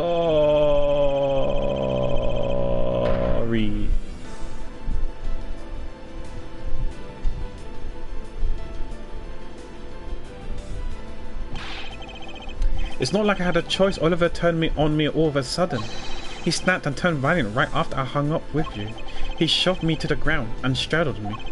I fought back as hard as I could, grabbed his gun, and I shot him. That bullet must have went through his body and shattered the mirror. If I hadn't taken his gun and shot him first, I would have been the one you found. He's a hardened criminal. He escaped from jail. See? See? That's justified self-defense. My boy was trying to protect himself. That remains to be seen, and will have to be resolved in court. Agent Lang, I leave the rest to you.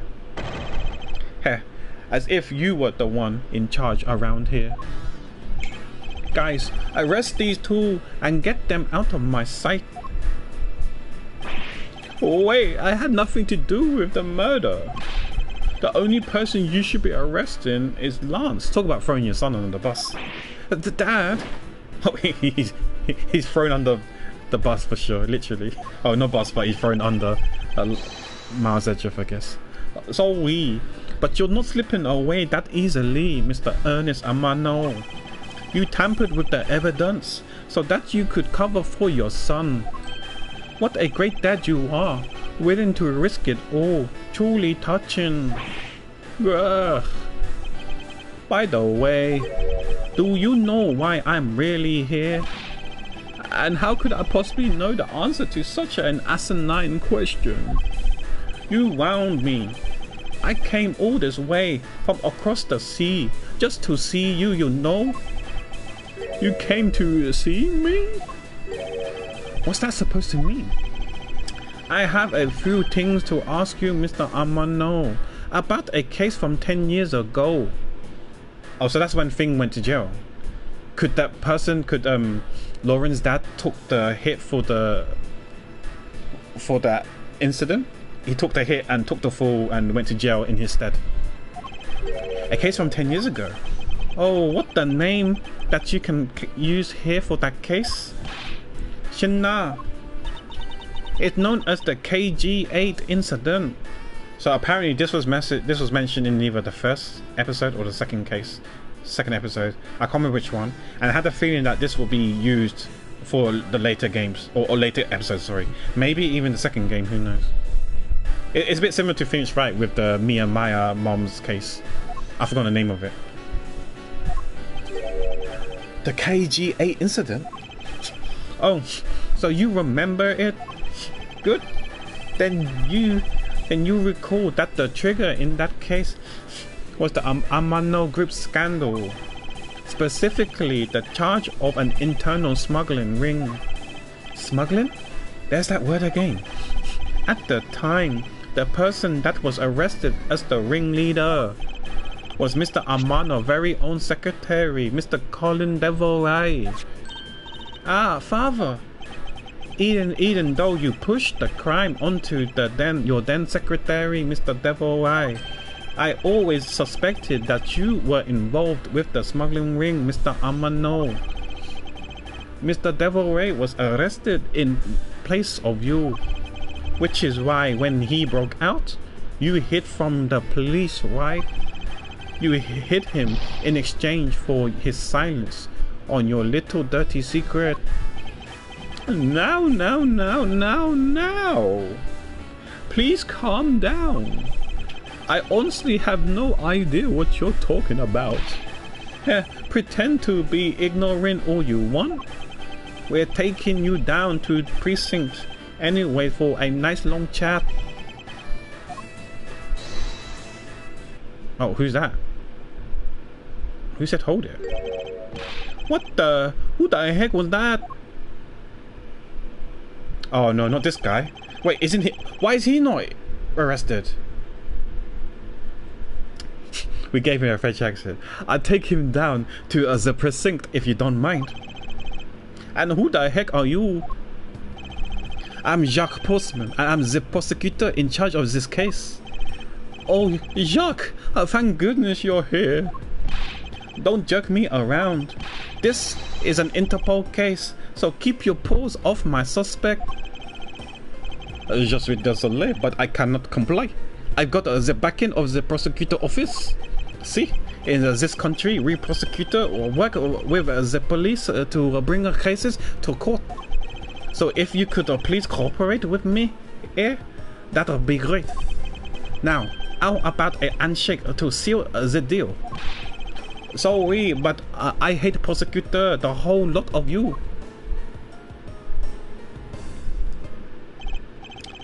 Guys, arrest the two suspects. Sir. Oh, I almost forgot. Prosecutor Miles Edgeworth, is it? I'd like to thank you. Thank me? Yeah, for working so hard to fulfill my goal.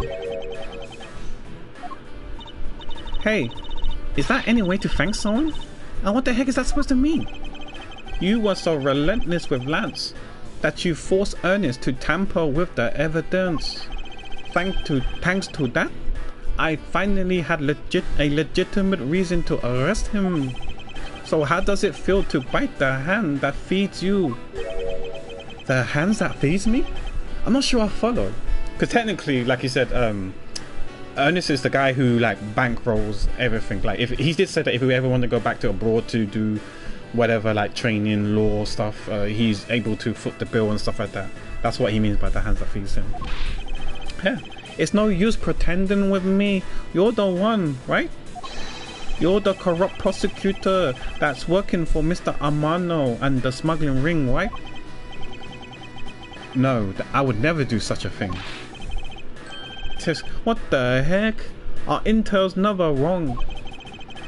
In your prosecutor's office, there's definitely someone working with the ring. It's probably that Jacques guy then, if anyone, right? Ah, so Agent Lang suspected my relations to Mr. Amano. That must be the real reason behind his antagonistic attitude. On top of that, your mentor was Manfred von Karma, right? There were non-stop rumors flying around about forged evidence with that guy. You're not twisting the truth behind those closed courtroom doors too, are you? The courtrooms is a place where the truth is revealed. Ha ha ha ha ha. Well, don't worry. It's not only you. The whole lot of you can't be trusted. A prosecutor who never lost in 40 years, every defendant must be found guilty. Fueled by that kind of thinking, it isn't any wonder that court produced nothing but falsities and lies. It would seem that his disdain extends beyond just me. Prosecutors, the courts. Why is this man so angry with us all? Rest assured that next time we meet, I won't be so forgiven. So don't you forget it. Please wait. Agent Shinna. Why does Agent Lang hate all prosecutors so? Lang is the head of the long-honored House of Lang in Zhengfa. The head of all the police-related division in that country were of Lang blood. Were? What do you mean by that? Are they still? They were revered, but that was long ago. They don't hold that sort of sway anymore. And it was all because of the courts? How can that be? A prosecutor once withheld and tampered with the evidence one of the Lang detectives found. That evidence purity was tarnished and cost the Lang family its honor and trust. But not all prosecutors are like that. Even so, Lang will never respect the court again or any prosecutor. So Agent Lang is a man who hates all courts and is unwilling to forgive prosecutors. Man, what a piece of work that guy is. Come on, Jim. We better catch up. Oh, so this must have... Yeah, this happened 2 days before the stuff that went down. Okay, so that's why he's not arrested. Okay, that makes much more sense now. Okay. Wait, who's Faith? Yeah. His name is Buddy Faith. I forgot. Yeah, his name is Buddy Faith. Okay. We still got to deliver that thing to the old man after all.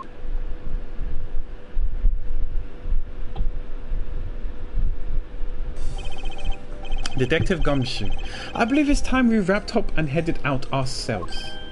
Yeah, aren't you going home, Mr. Edgeworth? No, I've done nothing but entangled in one mess after another since my return. Okay, we're saving just in case we need to give something and it prevents us from getting a trophy.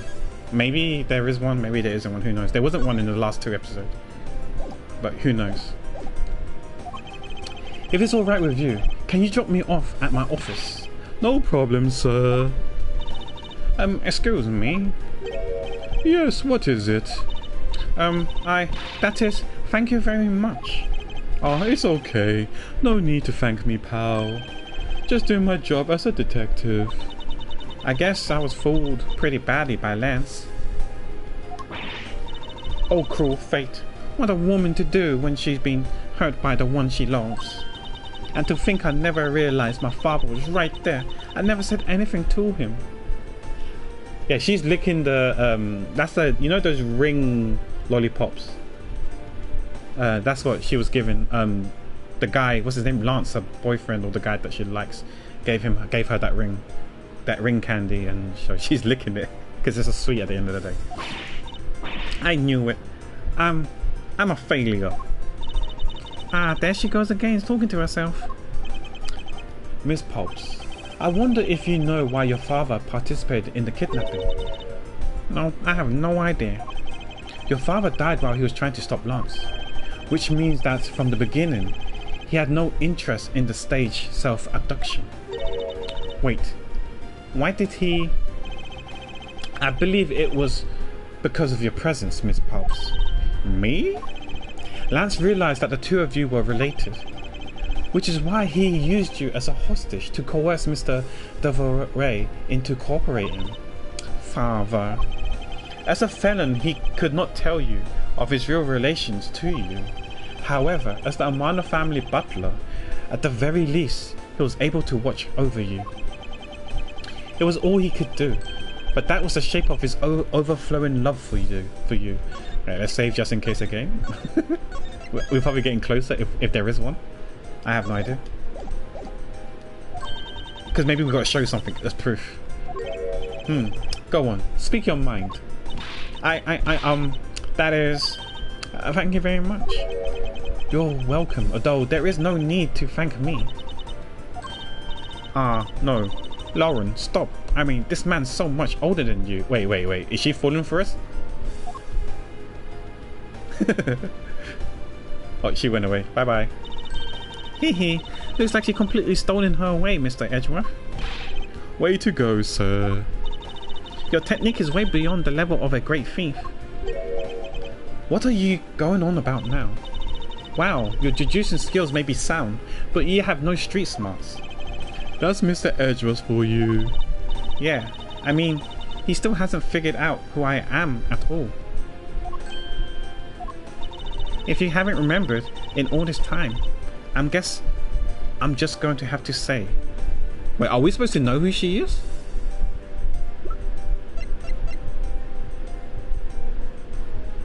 Kay Faraday.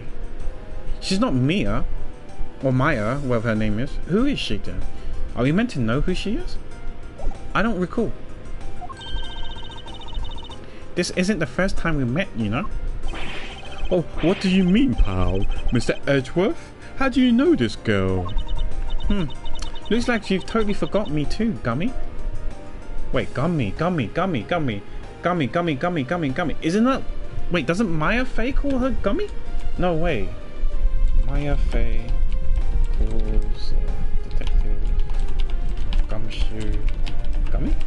Who calls him Gummy?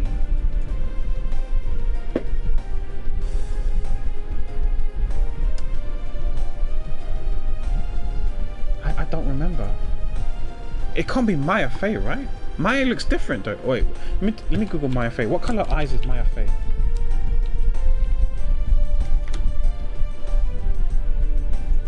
No, her eyes are black. No, purple. Blackish purple. Yeah, her eyes are green though. Who could it be? Who calls him Gummy? Gummy? A gummy? Is it? No, that does not jog my memory. Here, maybe this will jog your memories.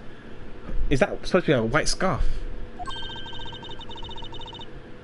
I promise I returned this to you one day, remember?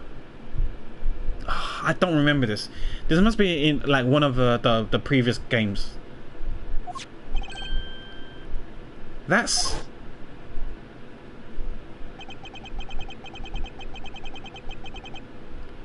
That single piece of cloth took me back far into my past. To the fateful day 7 years ago when I first met the then child Kay and Detective Gumshoes. So maybe something that we don't know and we're gonna find out later. Yeah, maybe. Yeah, it could be like from the past that we're gonna do now, but maybe we actually haven't played that game.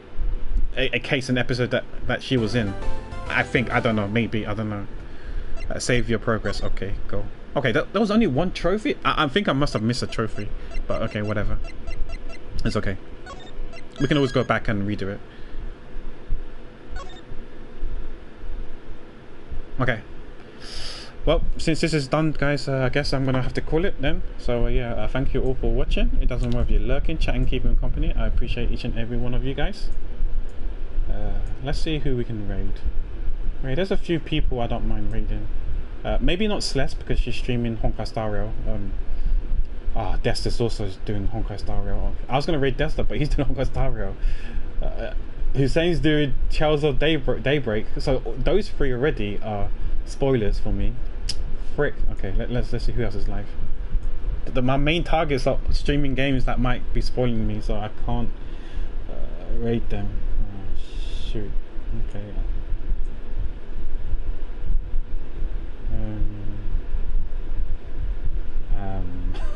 Yeah. Okay, so we've got Warcry Mango who's doing retro. I'm not sure what game she's streaming. We've got Toll who's doing singing.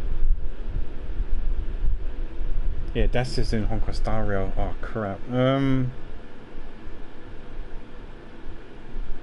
Hey, let me message him and see is he doing main story.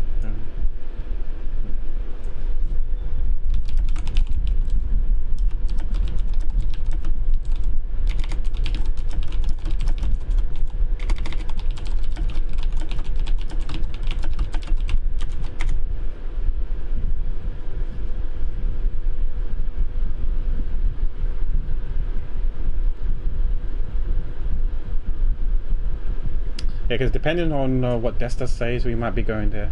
Oh, no worries, Chris. No worries, Valandor. Hi, Tim. I don't know. Okay.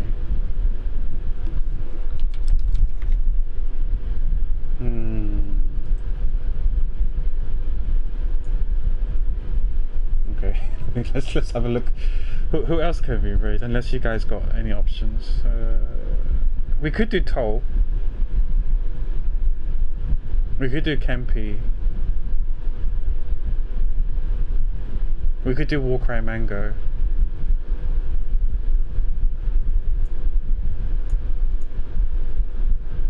Okay, let's do Warcry Mango. I think the last time I raided her, she was streaming Grand Theft Auto San Andreas. I think she was about... No. I think she was streaming the Shogun tactic game. It's like Commandos, but like in Japan era with samurais and stuff like that, I believe. So let's head over there. I have no audio, so I won't be able to hear her thanking me and stuff like that. But let's head over there. It'd be nice if you can join the raid. If you can't, then that's completely fine. Hi, Taste. We were talking about you earlier because there was like some text thing that was like your stuff there. No worries, Foxhound. Thank you for being here earlier. I can't remember if I said hi to you, but yeah, hope you're okay, Foxhound. But yeah, let's raid her.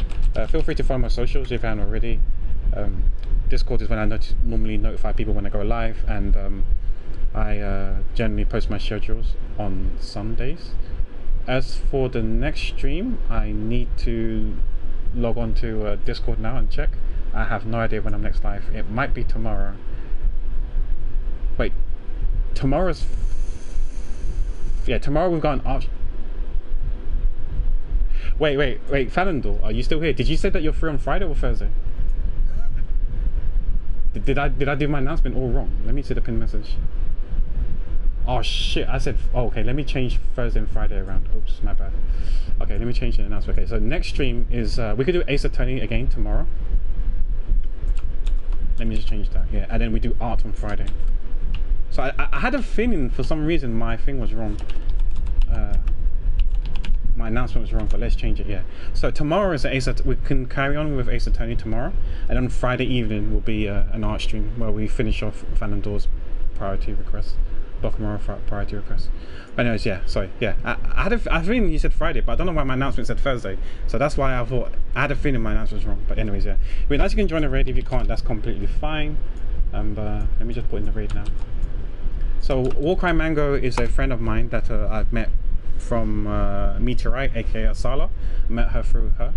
But she's a really sweet person. Community is really wholesome. She's really wholesome as well. And yeah, she plays a variety of games, JRPGs and other story-driven games as well. Sometimes she does voice acting with Meteorite, Asala, and a few others in Asala's stream where they play, like for example, Final Fantasy 8 or 9. Someone is one person, the other person is another one, and another friend is another person, and they read their lines together. I think they jump on Discord when they do that. It's kind of cute when they do that. It's kind of sweet. Yeah, I think Asala normally streams it. But yeah, let's join the raid if you can, and show some love. But yeah, next stream will be Phoenix Wright, sorry, not Phoenix Wright, Ace Attorney, Miles Edgeworth. We'll be doing case 4, episode 4. We'll see if we can finish that, but who knows how long it takes. But yeah, nice you can see you tomorrow, but if not, that's completely fine. As always, guys, take care, be well, and be safe. Wait, I forgot the raid message. Use the first raid message, you sub to this channel. Second raid message, you sub to other channel. Third raid message, you sub to another channel. On the fourth is a flex if you're sub to both. Yeah, and as always, guys, take care, be well, and be safe. Bye.